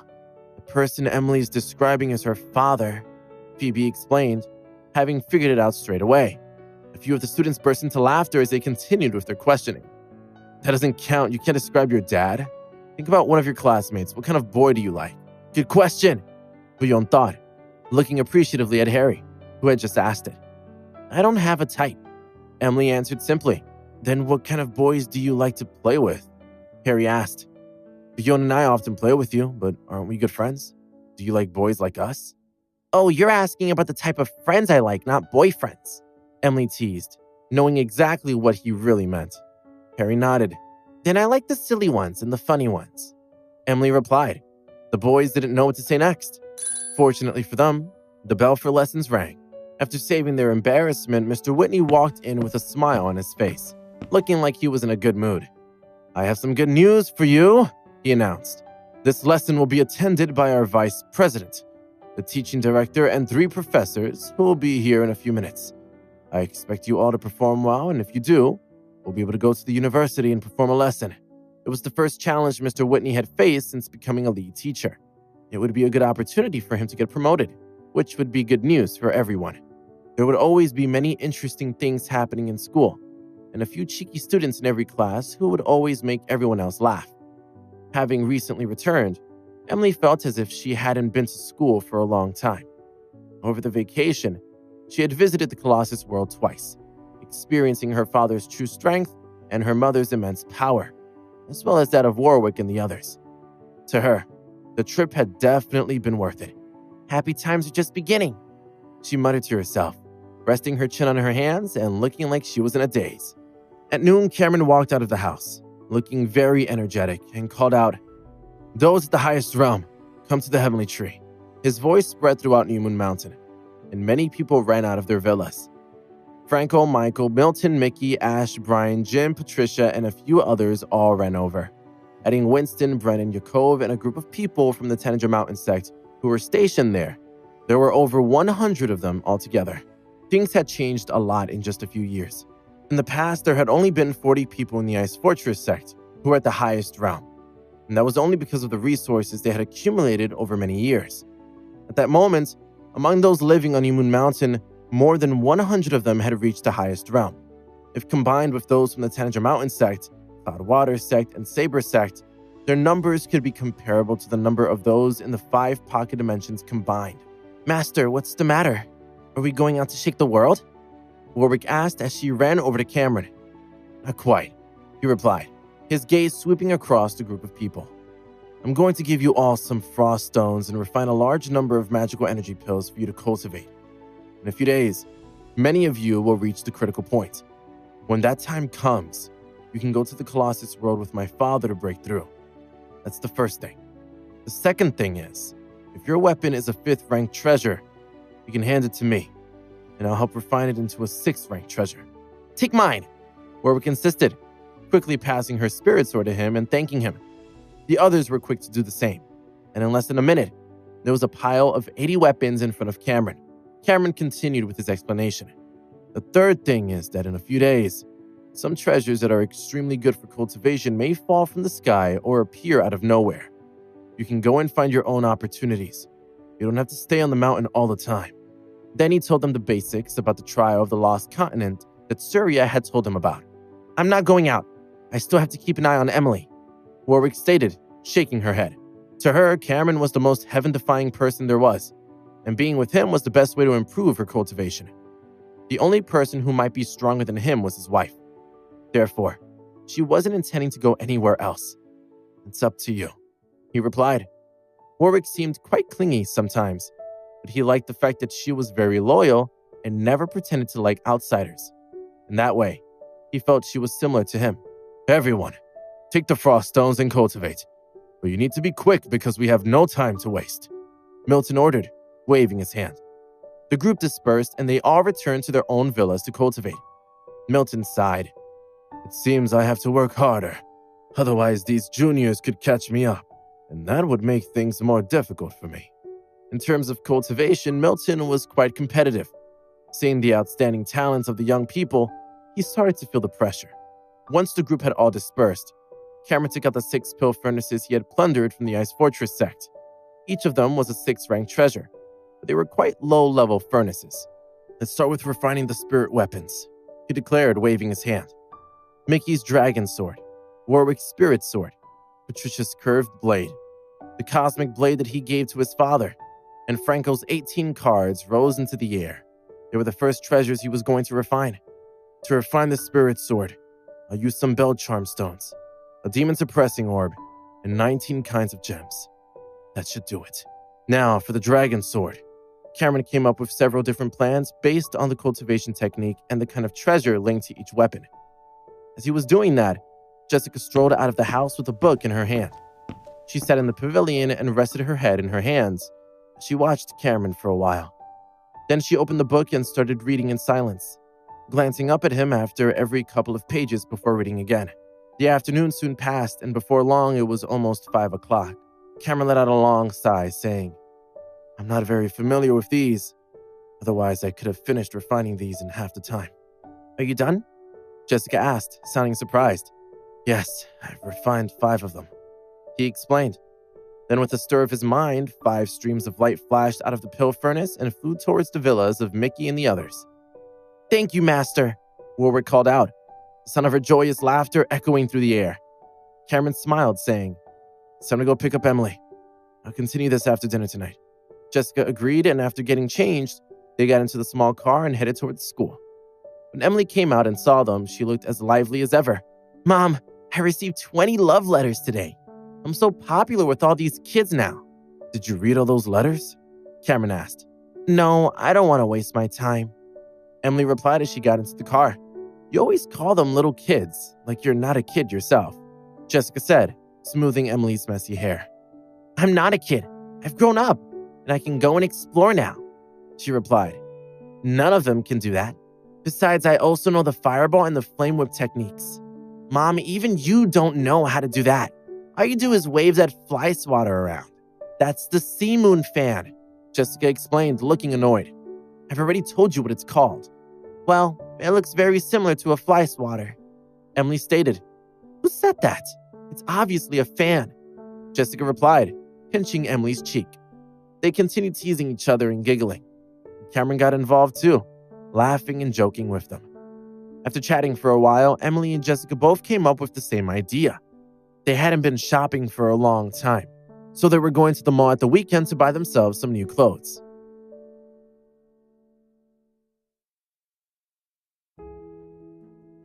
After eating dinner in the restaurant, Cameron rushed to the Heavenly Tree to refine the rest of his spiritual weapons. Emily played with Clifford, Ink, and Minnie in the fun fair for a while before returning home to finish her homework and play games. Just after 11 o'clock, she ran to the balcony. Seeing that Cameron was still outside working, she jumped off the balcony, landed steadily on the ground, and ran up to him. Dad, why aren't you going to bed yet? You must be tired after working for so long.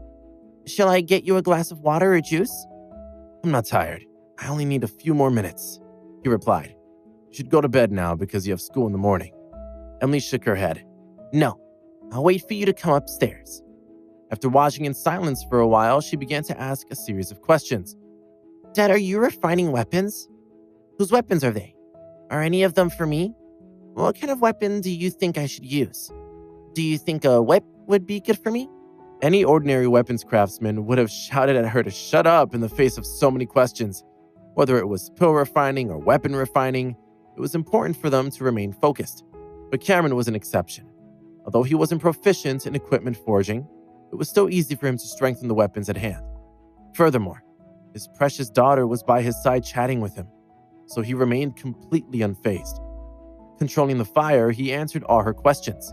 These are all weapons that Ash and the others used. They placed them here at noon. How could there be a weapon for you? Actually, I suppose you are going to need a weapon. Let me think about it. Yes, I think a whip would be good for you. Combined with your flame whip technique, its power will multiply. They talked about it for a while longer. And soon the 5 weapons that had already been refined into 6-ranked spirit treasures were placed beside him in a small pile. It could be seen that Cameron had taken extra care of Mickey, Patricia, and the other 3 disciples. Let's go to sleep now, he suggested, taking Emily's hand and flying back upstairs. Mom, are you still awake? Emily asked as she crawled onto the big bed and leaned her head toward Jessica so she could see what she was looking at on her phone. Didn't you say that we're going shopping on Saturday? Why are you doing online shopping now? I'm just taking a look at this year's popular styles, she replied. Why are you so energetic in the middle of the night? You won't be able to get up tomorrow. Go to bed. It's not very nice. Throwing me out as soon as I get here? Emily retorted. Have you finished your homework? Jessica asked. Her questions annoyed Emily. Why do you keep asking the same thing? Hurry up and go to sleep now. It's almost 12 o'clock, Jessica stated, patting her on the back. Emily agreed, got off the bed and ran back to her bedroom before finally settling down for the night. The next day, after taking Emily to school, Cameron spent the rest of the day refining the remaining weapons. The power of the weapons used by those on New Moon Mountain and the others increased multiple times, which would significantly increase their strength. Many highest realm cultivators were spending their days cultivating, constantly absorbing frost stones, circulating their cultivation techniques, and comprehending the secret techniques they had learned. On the 3rd day, they obtained the magical energy pills from Cameron, and their cultivation speed increased significantly. Milton was stunned by Cameron's achievement. I've never seen anyone refining pills so effortlessly, he muttered to himself. In less than half an hour, 6 batches of pills were ready. Every single one of them had a pure white halo around it, proving they were all high-quality pills. It had only taken Cameron a single day to produce all the pills the people of New Moon Mountain would need for the near future, and his success rate had been 100%. Is he really that powerful? Milton wondered, but later that night, his 100% success rate was shattered. Dad, are you refining pills? What's that smell? Emily asked. It was the first time Cameron had heard someone ask about the flavor of the pills, and he was distracted for a moment. He didn't manage to adjust the fire in time, and a series of muffled blasts came from the 6 pill furnaces, one after another. Well, that won't taste good, Emily stated. Cameron didn't know what to say. He pulled the remnants out of the pill furnaces and started to refine them again. Emily was still full of questions. Did it explode just now? Do any of them have a fruit flavor? How about banana, strawberry, or chocolate? Is there anything that smells like ice cream? Dad, is my talking distracting you? No, not at all. he replied. So she continued. Okay, are there any pills that taste good? I haven't had any pills yet. Delicious ones? Let me think about that for a minute. Cameron replied. But as he was thinking about it, the furnace exploded again. Cameron rubbed his head, finding it quite amusing, and continued. Pills don't taste too good, but I can probably refine some jelly beans for you. There happens to be a stock of all flavor herbs in the medicinal field. So what flavor would you like? There are 6 pill furnaces here, so I can make 6 different ones. How about strawberries, bananas, apples, sugarcane, milk, and watermelon? What do you think? Really? You're the best! Emily exclaimed, which made Cameron smile. At that moment, Michael was taking a short break from his cultivation. He walked over. To his astonishment, he saw Cameron pick the off-flavor herb and combine it with a few medicinal herbs before using his mind to summon the watermelon, bananas, apples, and many other fruits. One by one, they flew over and entered the pill furnace. The whole process only took 5 minutes. Every pill furnace contained a pile of little jelly beans, all in different colors. The apple ones were light green, the banana ones were yellow, the milk ones were creamy white, and the sugar cane ones were crystal clear. I'll put them in a bottle for you, Cameron suggested. There's enough here to last you a few days. Don't eat too many at once, so it'll make you feel sick. Emily was delighted, and after kissing him several times on the cheek, she picked out 2 of the jelly beans and put them in her mouth. The first thing she felt was a refreshing coolness on her tongue, which was soon followed by the taste of fruits. Wow, they're delicious, she exclaimed. You have to try some too. With that, Emily picked up a watermelon-flavored pill and held it up to Cameron's mouth. He bent down and ate it, and then nodded, saying, Not bad. They're super delicious. I'll go share some with Mom, Emily declared, before excitedly running back to the house. Don't eat too many or you'll feel sick, Cameron reminded her. Make sure you don't eat more than 20 at once. Watching her running back to the house, he shook his head in amusement. You just refined some snacks for Emily using a 6th-ranked treasure. If Harlow saw that, he would be heartbroken, Michael stated, walking over to Cameron. Who cares? No one would say anything if I used 7th or 9th-ranked treasures to refine her snacks, he replied. Michael nodded, knowing he was right. Then he continued. I have a new understanding of the red blade flash that you taught me last time. Look, he had come to ask for guidance, and Cameron didn't plan to continue refining any more pills. Thus, he gave him some instructions on how to further improve the secret technique, and then Michael hurried back to the villa. I'm going to sleep now, Cameron declared, flying upstairs. From the window, he could faintly hear the sound of suppressed laughter coming from Emily's bedroom. Then he returned to his own room. What's wrong with me? Why can't I stop hiccuping? Jessica asked between burps. Feeling a little awkward, Cameron replied, Maybe there was something wrong with what you ate tonight for dinner. It seems Emily also knows how to trick her mother, he thought, realizing what had happened. It's very strange, Jessica stated, looking suspicious. I'll give you a massage, Cameron suggested, suppressing his laughter long enough to rub her back. Sure enough, the hiccup stopped. We had dinner together, so why was I the only one hiccuping? Why didn't you and Emily have the same problem? Jessica asked, looking him up and down suspiciously. Is it because of those jelly beans Emily gave me just now? Did you refine them? You 2 worked together to trick me, didn't you? No, he replied. But at breakfast the next morning, Jessica demanded with a straight face, Emily, where are those jelly beans? Emily knew that her mother had worked out the truth, so she decided to play dumb. They're in the bedroom. Do you want some more? Looks like a certain girl needs to be taught a lesson, Jessica teased. You knew they would make me hiccup uncontrollably if I ate too many, but you still gave them to me. No, I wasn't paying attention, Emily replied. They all talked and laughed about it for a while before getting into the car and heading to Del Mar Academy. It was almost 9 o'clock by the time Cameron and Jessica returned after dropping Emily off. I need to go into seclusion to cultivate. Where? Jessica asked. I'll be in the training room, he replied. Some aura might gush out, but that room has been reinforced, so there shouldn't be any problems. Jessica nodded. Okay, then you can go. I'll watch TV for a while. Here, take this. Call me at 5 by crushing it, Cameron said, handing her a small pearl that was soft like jelly. If you're busy, I can go pick up Emily myself, since I've become stronger now, Jessica suggested. Cameron shook his head. No need. Maybe I can finish cultivating sooner than planned. Arriving at the training room, he sat cross-legged in the center of the room and closed his eyes. A few years before, he had only been absorbing energy, refining energy, and cultivating every day and night. Now that he had condensed the immortal body, he needed to understand the path that he had taken. He already had some ideas in mind for the next part of his cultivation. Whether it was in terms of abilities or physical strength, they would all be a huge leap forward. If he followed that path, perhaps when the dark storm of the heavens descended, he would be able to destroy it with just one hand. The immortal body is produced through the process of refining flesh, bones, and blood. 5 special abilities are acquired, including the Demon Fist, the Ghost Soldier Technique, the Broken Mountain, and the Infernal World Seal. There's no difference in strength between the 5 types of supernatural powers. They all have great potential. If I'm going to walk the path of the 5 elements, I'll need to gather all 5 types of source energy, infuse them with my powers. I can obtain their essence and condense them into the 5 elements of the immortal body, but I'm not proficient in body tempering. And I suspect that the few who've done this before reached further than the 9th level of the Tribulation Realm. The Immortality Bell isn't a fixed thing, and it's unpredictable, so that stone tablet might not have come from the divine world. Cameron tried to figure out what was going through his mind, but he had a question.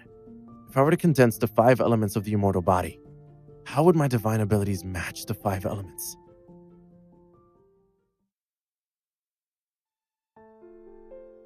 If the first form of the mighty claw was paired with the fire element, its power would multiply, and if used together with the wood element, its durability would increase.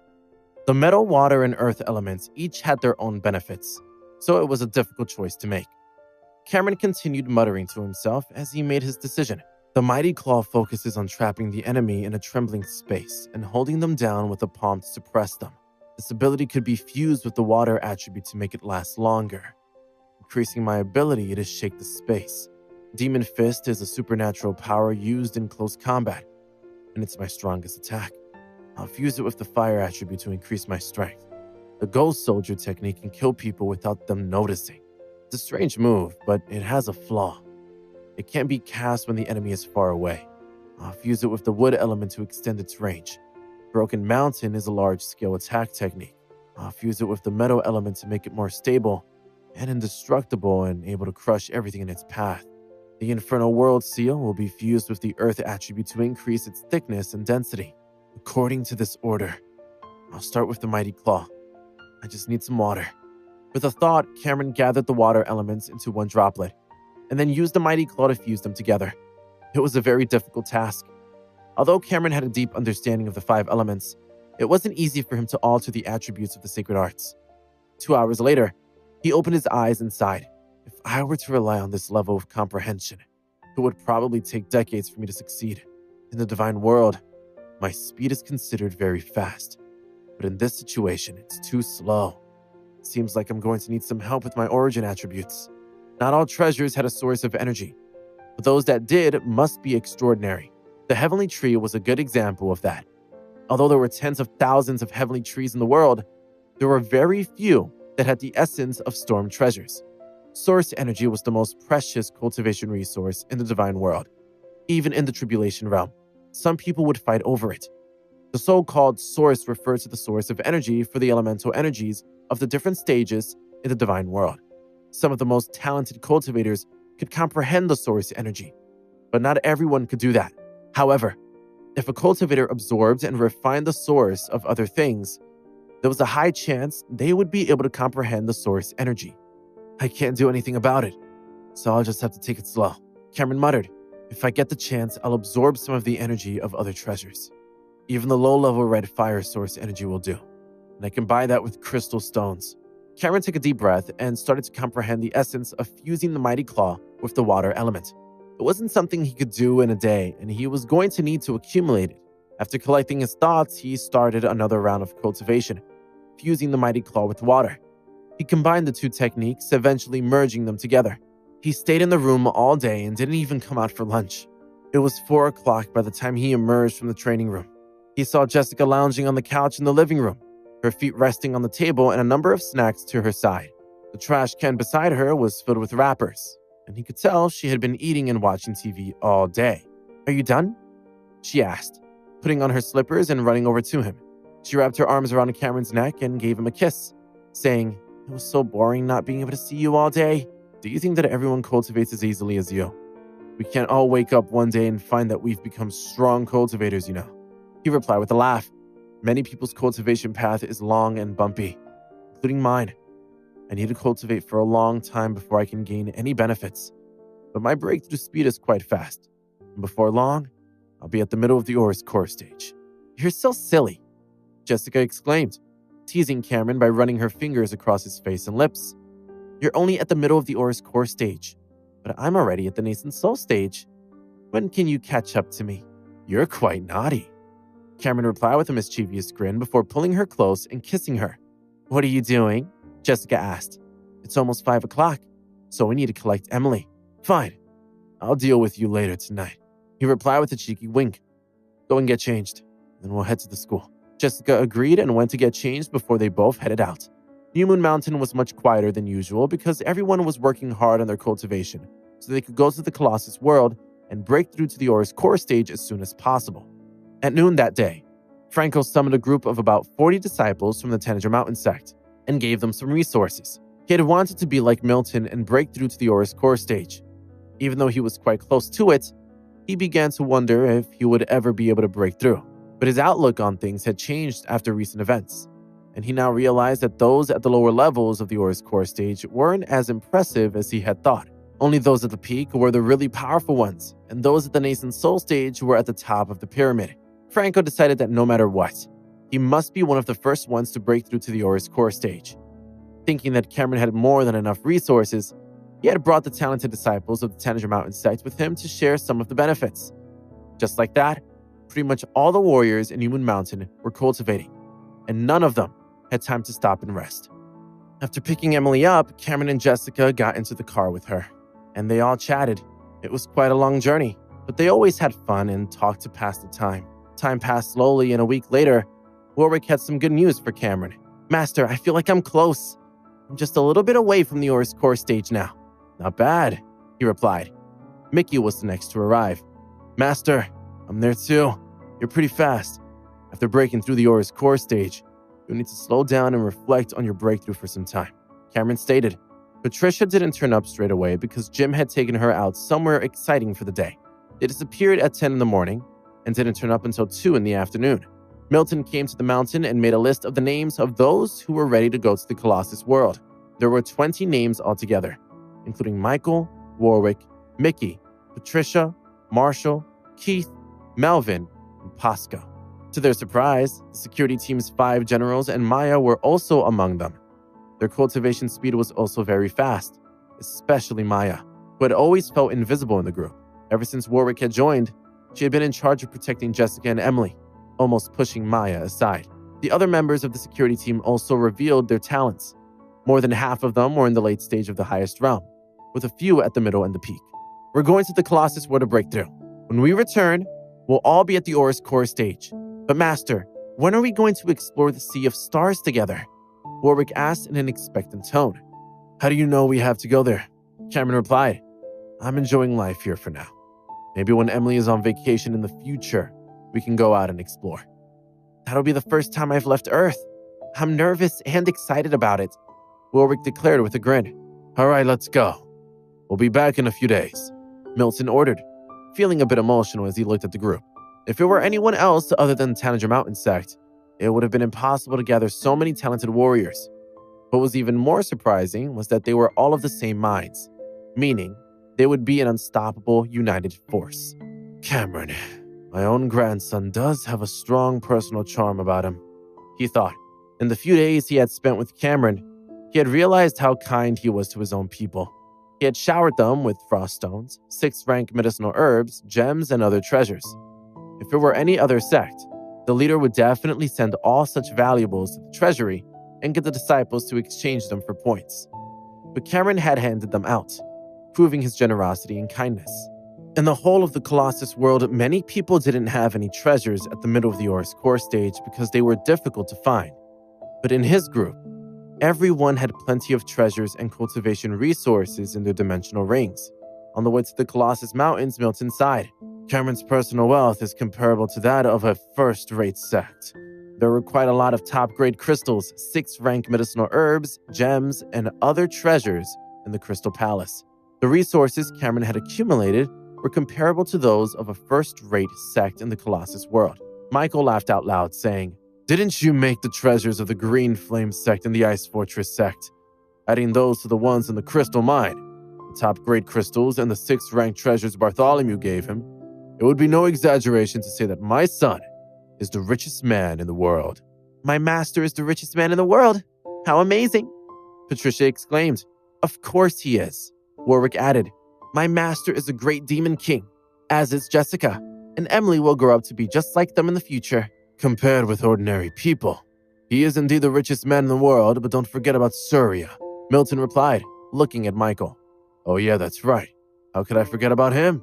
Michael asked, shaking his head. With his status, no one can be richer than him unless the sacred leader is here. Who's the sacred leader? Patricia asked, sounding surprised.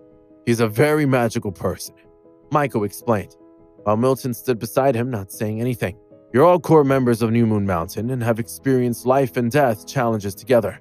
Thus, I think it's about time to tell you some things. He sighed and looked like he was about to reveal a shocking secret, which made Melvin and the others nervous. What they didn't know was that Michael only knew a small part of the story. Even though he didn't fully understand, he was about to recount what he knew to the group. Do you know the real name of our world? Michael asked quietly. Earth? No, it's called Paladin. Paladin? Michael nodded and remembered what he had heard Surya and Cameron saying about it. And it's fairly powerful in the divine world. Patricia frowned. What do you mean? Don't worry about the details. You just need to know its name. It's also known as Sky Soul Space.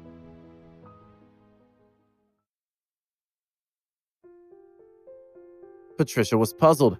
As a high-ranking official in the security bureau, she typically knew more than most people did. She had never heard of Paladin before. Michael saw the confusion on her face and smiled. A very important person once lived there and followed a path toward cultivation. He's gone now, so nobody is in charge. People can compete for the chance to become the next sacred leader, but they need to make it through a trial on the Lost Continent. Do you know where the Lost Continent is? Michael chuckled. It's hard to get there. Only people who are in the late Aurus core stage can enter. Very few people make it that far despite their skills and aptitude. He looked around at the younger generation of warriors. That includes all of you. You need to be ready. Everyone glanced at him in shock. When he saw the expressions on their faces, he laughed again. A lot of it will depend on luck. I do want you to be mentally prepared, but don't dwell on it. Cameron can always take us somewhere else. Franco nodded. Of course. So how expansive is this world then? How much does it cover? It includes the King's Domain, the Colossus world, the secular world, the ruins, the Endless Sea, and the Dark North Sea. Jim coughed nervously. And exactly how much strength would it require to refine Paladin? Michael smiled. A lot. I can't tell you exactly how much because I'm not entirely sure. There's no point worrying about it right now, though. Everyone fell silent and glanced at each other uneasily. A few hours later, they entered the Colossus world. Milton led them to a quiet meadow, and they all took out their frost crystals and magical energy pills. Milton cleared his throat. Your energy centers have been expanding. That will help you, but you need to focus on them fully and understand the changes that they're going through if you want to break through. He explained a few more details about the process of breaking through to the Aurus core stage. Everyone listened intently. When he was done, they nodded and sat cross-legged, determined to break through. 100 miles west of the meadow, several members of the Silver Star sect were gathering in the sect's central plaza. Their leader, Homer Giles, was a powerful warrior whose reputation was on par with Eben's. Homer was at the late alchemy stage, and many of his disciples were middle-stage cultivators. A handful of elders and high-ranking disciples joined Homer. He nodded at them, and they all watched as dozens of warriors filled into the plaza, led by Randall Bradbury. Despite its heavy losses, the Ice Fortress sect still had a few thousand members. The surviving elders had discussed forming a new sect, but they had all quickly dismissed the idea, knowing that they would face Cameron's wrath. They valued their lives and their positions, so many of them had joined different sects, being careful not to choose the most powerful ones. Wherever they went, they sought out second-rate sects, hoping to stay off Cameron's radar. His power still sent chills down their spines. Some of them avoided sects and went rogue, but it was a difficult adjustment for warriors who had grown accustomed to the convenience that sect membership provided. Rogue cultivators were on their own when they wanted to exchange treasures, and the tricks and schemes that they had to come up with exhausted them. Other sects were well aware of the options available to former Ice Fortress sect members. Randall was both confident and arrogant, and he was about to reach the late Oris core stage. Homer smiled at him knowingly. Randall Bradbury, the Ice King. I've heard a lot about you. Randall smirked. You flatter me. A bow would have been appropriate, but Randall remained motionless. He knew his own strength. Homer dismissed Randall's seeming lack of respect, knowing that the Silver Star sect would benefit from having such a powerful disciple. The Silver Star sect welcomes you. There is a place for you here. You can start by going on missions or cultivating. Thank you. Homer turned to one of the warriors standing next to him. Kaz, can you get a room prepared for Randall? Kaz Ivers, a late alchemy stage cultivator in his 50s, nodded. Of course. Then he turned to Randall. Come with me. I'll have someone find a room for you in the Dragon Courtyard, near the Dragon Palace. It's a short walk from here. I can tell you a little more about our sect and its rules while we walk. I would love to hear more about you. You're getting pretty close to the late Oris core stage, aren't you? Randall nodded. It won't take me much longer to break through. The two of them left the plaza and headed toward the Dragon Courtyard. They walked in silence down a narrow path for a minute before Kaz spoke up again. With your speed, you should be able to do some amazing things when you reach the late stage. You'll acquire resources more quickly, which will increase your speed even more.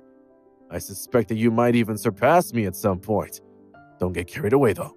His voice was calm and his tone neutral, but Randall suspected that there was a hidden meaning behind his words. His suspicion was confirmed when Kaz turned his head and looked back at the plaza. Randall nodded. Kaz seemed to be warning him not to cross Homer. He found himself wondering what Kaz's warning said about Homer's leadership. Is he some kind of petty control freak? He muttered softly. Kaz's eyes narrowed. What was that? Nothing. Thanks for the advice. I'll keep it in mind. They fell silent and kept walking. A minute later, they heard a loud bang. Kaz frowned and stopped walking. Then they heard two painful cries. Kaz's face stiffened. Let's go. He raced forward, following the cries. He glanced to his right and saw a teenage boy holding a 5th-rank staff. A bloody and bruised disciple lay at his feet. The boy cursed and raised the staff above his head. How dare you destroy my orb? The disciple tried to stand up, but he stumbled and quickly fell to the ground again. I didn't destroy it. It hit the Dreamstone. You did it. You broke it. Don't lie to me. Kaz rolled his eyes. Come on, let's keep going. Randall followed him down the path. That kid was only a grandmaster. Is that why the disciple wasn't defending himself? Kaz sneered. It wouldn't have mattered. His defense is terrible. To answer your question, though, he wasn't defending himself because he knew not to. What do you mean? Did you see the other two disciples standing behind the kid? Carl Hansen and Paolo Ritz are both at the peak of the alchemy stage. They've been entrusted with the boy's safety. That boy must be pretty important. Duke? Yes, he is. He's Homer's son, and Homer has spoiled him since the day that he was born. No matter how much trouble he causes, he never faces any consequences. Randall frowned. If that little incident is any indication of Duke's personality, then it looks like he's a jerk. Kaz stopped walking again. Listen to me very carefully, Randall. All sect members know that they need to follow their leader's instructions. But everyone here also knows they need to watch out for Duke. He's not scared of anything or anyone other than his own family. Everyone knows what he's like, and some people go out of their way to avoid him. If they see him walking in the direction, they turn around and leave as quickly as they can. That's how bad he is. Randall sneered. I bet that he's caused some problems for the young women around here. Kaz froze. He glanced around nervously and waved his hand to create a soundproof barrier. How do you know about that? We keep those little incidents under wraps. Randall shrugged. I've heard a few things. Well, I don't know how you did it, but I'm impressed that you found out. Kaz waited for Randall to say more. Randall stared back at him in silence, not mentioning that he hadn't even needed to use his spiritual sense to understand what sort of person Duke was. His spiritual sense would have told him the whole story, but he wanted to hear it from Kaz. Kaz sighed. Last year, Duke took an interest in a young lady who was a year or two older than him. She lived in the Phoenix courtyard. His attention made her uncomfortable, so she approached one of our elders and complained. Homer naturally heard about her complaint, and he met with her. A few days later, he sent her on a mission, and she went missing. I overheard Caro and Paolo talking about her a few days after that. They had ambushed her on a mission and imprisoned her. Randall's lips curled, but he remained silent. A minute later, they stepped into a courtyard. Kaz opened the door and stepped into a small but tidy room. Here we are. Get some rest. I'll show you around tomorrow. Thank you. Kaz nodded and left, closing the door behind him. He walked back across the courtyard, but before he stepped back onto the path, he took one last look behind him. He sighed. I wonder if I can get him to help me. Kaz had been planning an attack for a while, but he wasn't sure if he would be able to pull it off. He had hoped to get more of a sense of Randall's personality to gauge whether or not he could use him, but Randall had revealed very little. Kaz shook his head and left. Randall watched him go. He had had just as much trouble reading Kaz as Kaz had had with him. Kaz had warned him a few times, but he couldn't figure out why. The warnings could have been nothing more than gestures of goodwill, but Randall suspected that there was more to them. He sighed. It doesn't matter either way, I'm here now. He had worked so hard and trained for so long, but he hadn't broken through. His thoughts turned to Cameron and how powerful he had become. The Ice Fortress Sect's remaining members had scattered because of him. How does he do it? He muttered. Then he closed his eyes and fell asleep. Warwick slowly opened her eyes. After 5 days of closed-door training, her body felt different. She waved her right hand. A small blue light appeared and hovered an inch above her palm. It lengthened and turned into a sword. She moved her arm back and forth and was pleased to see that the sword followed her movements. As it sliced through the air, it left a faint black fog in its wake. She waved her hand again, and the sword and fog disappeared. She grinned. That's an interesting move. Milton's eyes lit up, and he started clapping. Nice. Thank you. It's all because of you. You've taught me well. You're a good student. Your aura feels a bit stronger, too. It feels like it's at the aura's core stage. Warwick was delighted. Jim was also making progress. He opened his eyes and spat out a mouthful of impure air. He took a long, deep breath that turned into a surprised gasp when he saw what he was holding. In his right hand, he held a 6th-rank wolf hammer. He burst into laughter and hurled the hammer at a small hill a few hundred feet away. Go, wolf hammer! As the hammer flew through the air, it grew larger. By the time it reached the hill, it was 100 feet long. It hit the top of the hill and instantly flattened it. Jim clenched his fist victoriously. Yes! Over the next few hours, Mickey, Franco, and the rest of the group finished their cultivation. All of them had made breakthroughs. Milton summoned them. When they were all together, a broad smile spread across his face. Excellent work. I suggest that we stay here for a couple of days so that you can get accustomed to the changes. You can spar with each other to practice your new skills. After that, we'll head back and work on expanding your understanding of the secret arts. Then I'll take you to see the world of the Bone Demons. What's their world like? Warwick asked. It's a cold-blooded, ruthless place. Warwick looked delighted. Milton smirked. I can tell how enthused you are. But you'll have to wait. Come on, everyone. Find a sparring partner. Warwick turned to Patricia. Shall we? I'll go easy on you. Patricia snorted. You're on. I can handle you. Jim approached Mickey and showed him the wolf hammer. How about it? Mickey grinned. Bring it on. Franco watched the action for a minute, and then he turned to Milton. I would love your input on a few of my moves. Milton watched as Franco approached him with the bearing of a deity. Franco's expression was calm, and his eyes were clear. He stepped forward with his hands clasped behind his back. Suddenly, Franco found himself flying backward. He landed awkwardly and stared at Milton in shock. Milton smirked. Well, they're too slow for one thing. Franco groaned. Really? You didn't even give me a chance. I did. You didn't take it. But that's... oh, whatever. You're just trying to embarrass me. If I can't defeat you, then I'll just have to fight your son. With that, Franco charged at Michael. He had beaten Michael several times and was stunned to find a much fiercer opponent awaiting him. Milton watched the battles, feeling both pleased and puzzled. He had expected them to make breakthroughs, but they had all surpassed several Colossus World disciples. The speed of their progress astounded him. He thought back to his own breakthrough to the Aura's core stage. He had made slow, incremental progress that had left him feeling frustrated. He watched for a few more minutes, and then he clapped his hands to get everyone's attention. All right, that's enough for now. Michael, can you come here for a second? Michael frowned and approached his father. What's wrong? I thought that I put up a pretty good fight. How big is your energy center now? Milton asked. It's bigger than it was.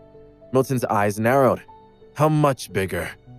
Michael raised his hands and held them several inches apart. I would say that it's about this big now. That's impossible. What's going on? Are you trying to break through to the Nation Soul stage? Or are you just exaggerating? I'm not exaggerating, Dad. What's wrong? Franco looked confused. Is that why you were so fierce? Mine's not that big. Warwick smiled. Mine definitely expanded. Milton's face darkened. What's going on here? How is that even possible?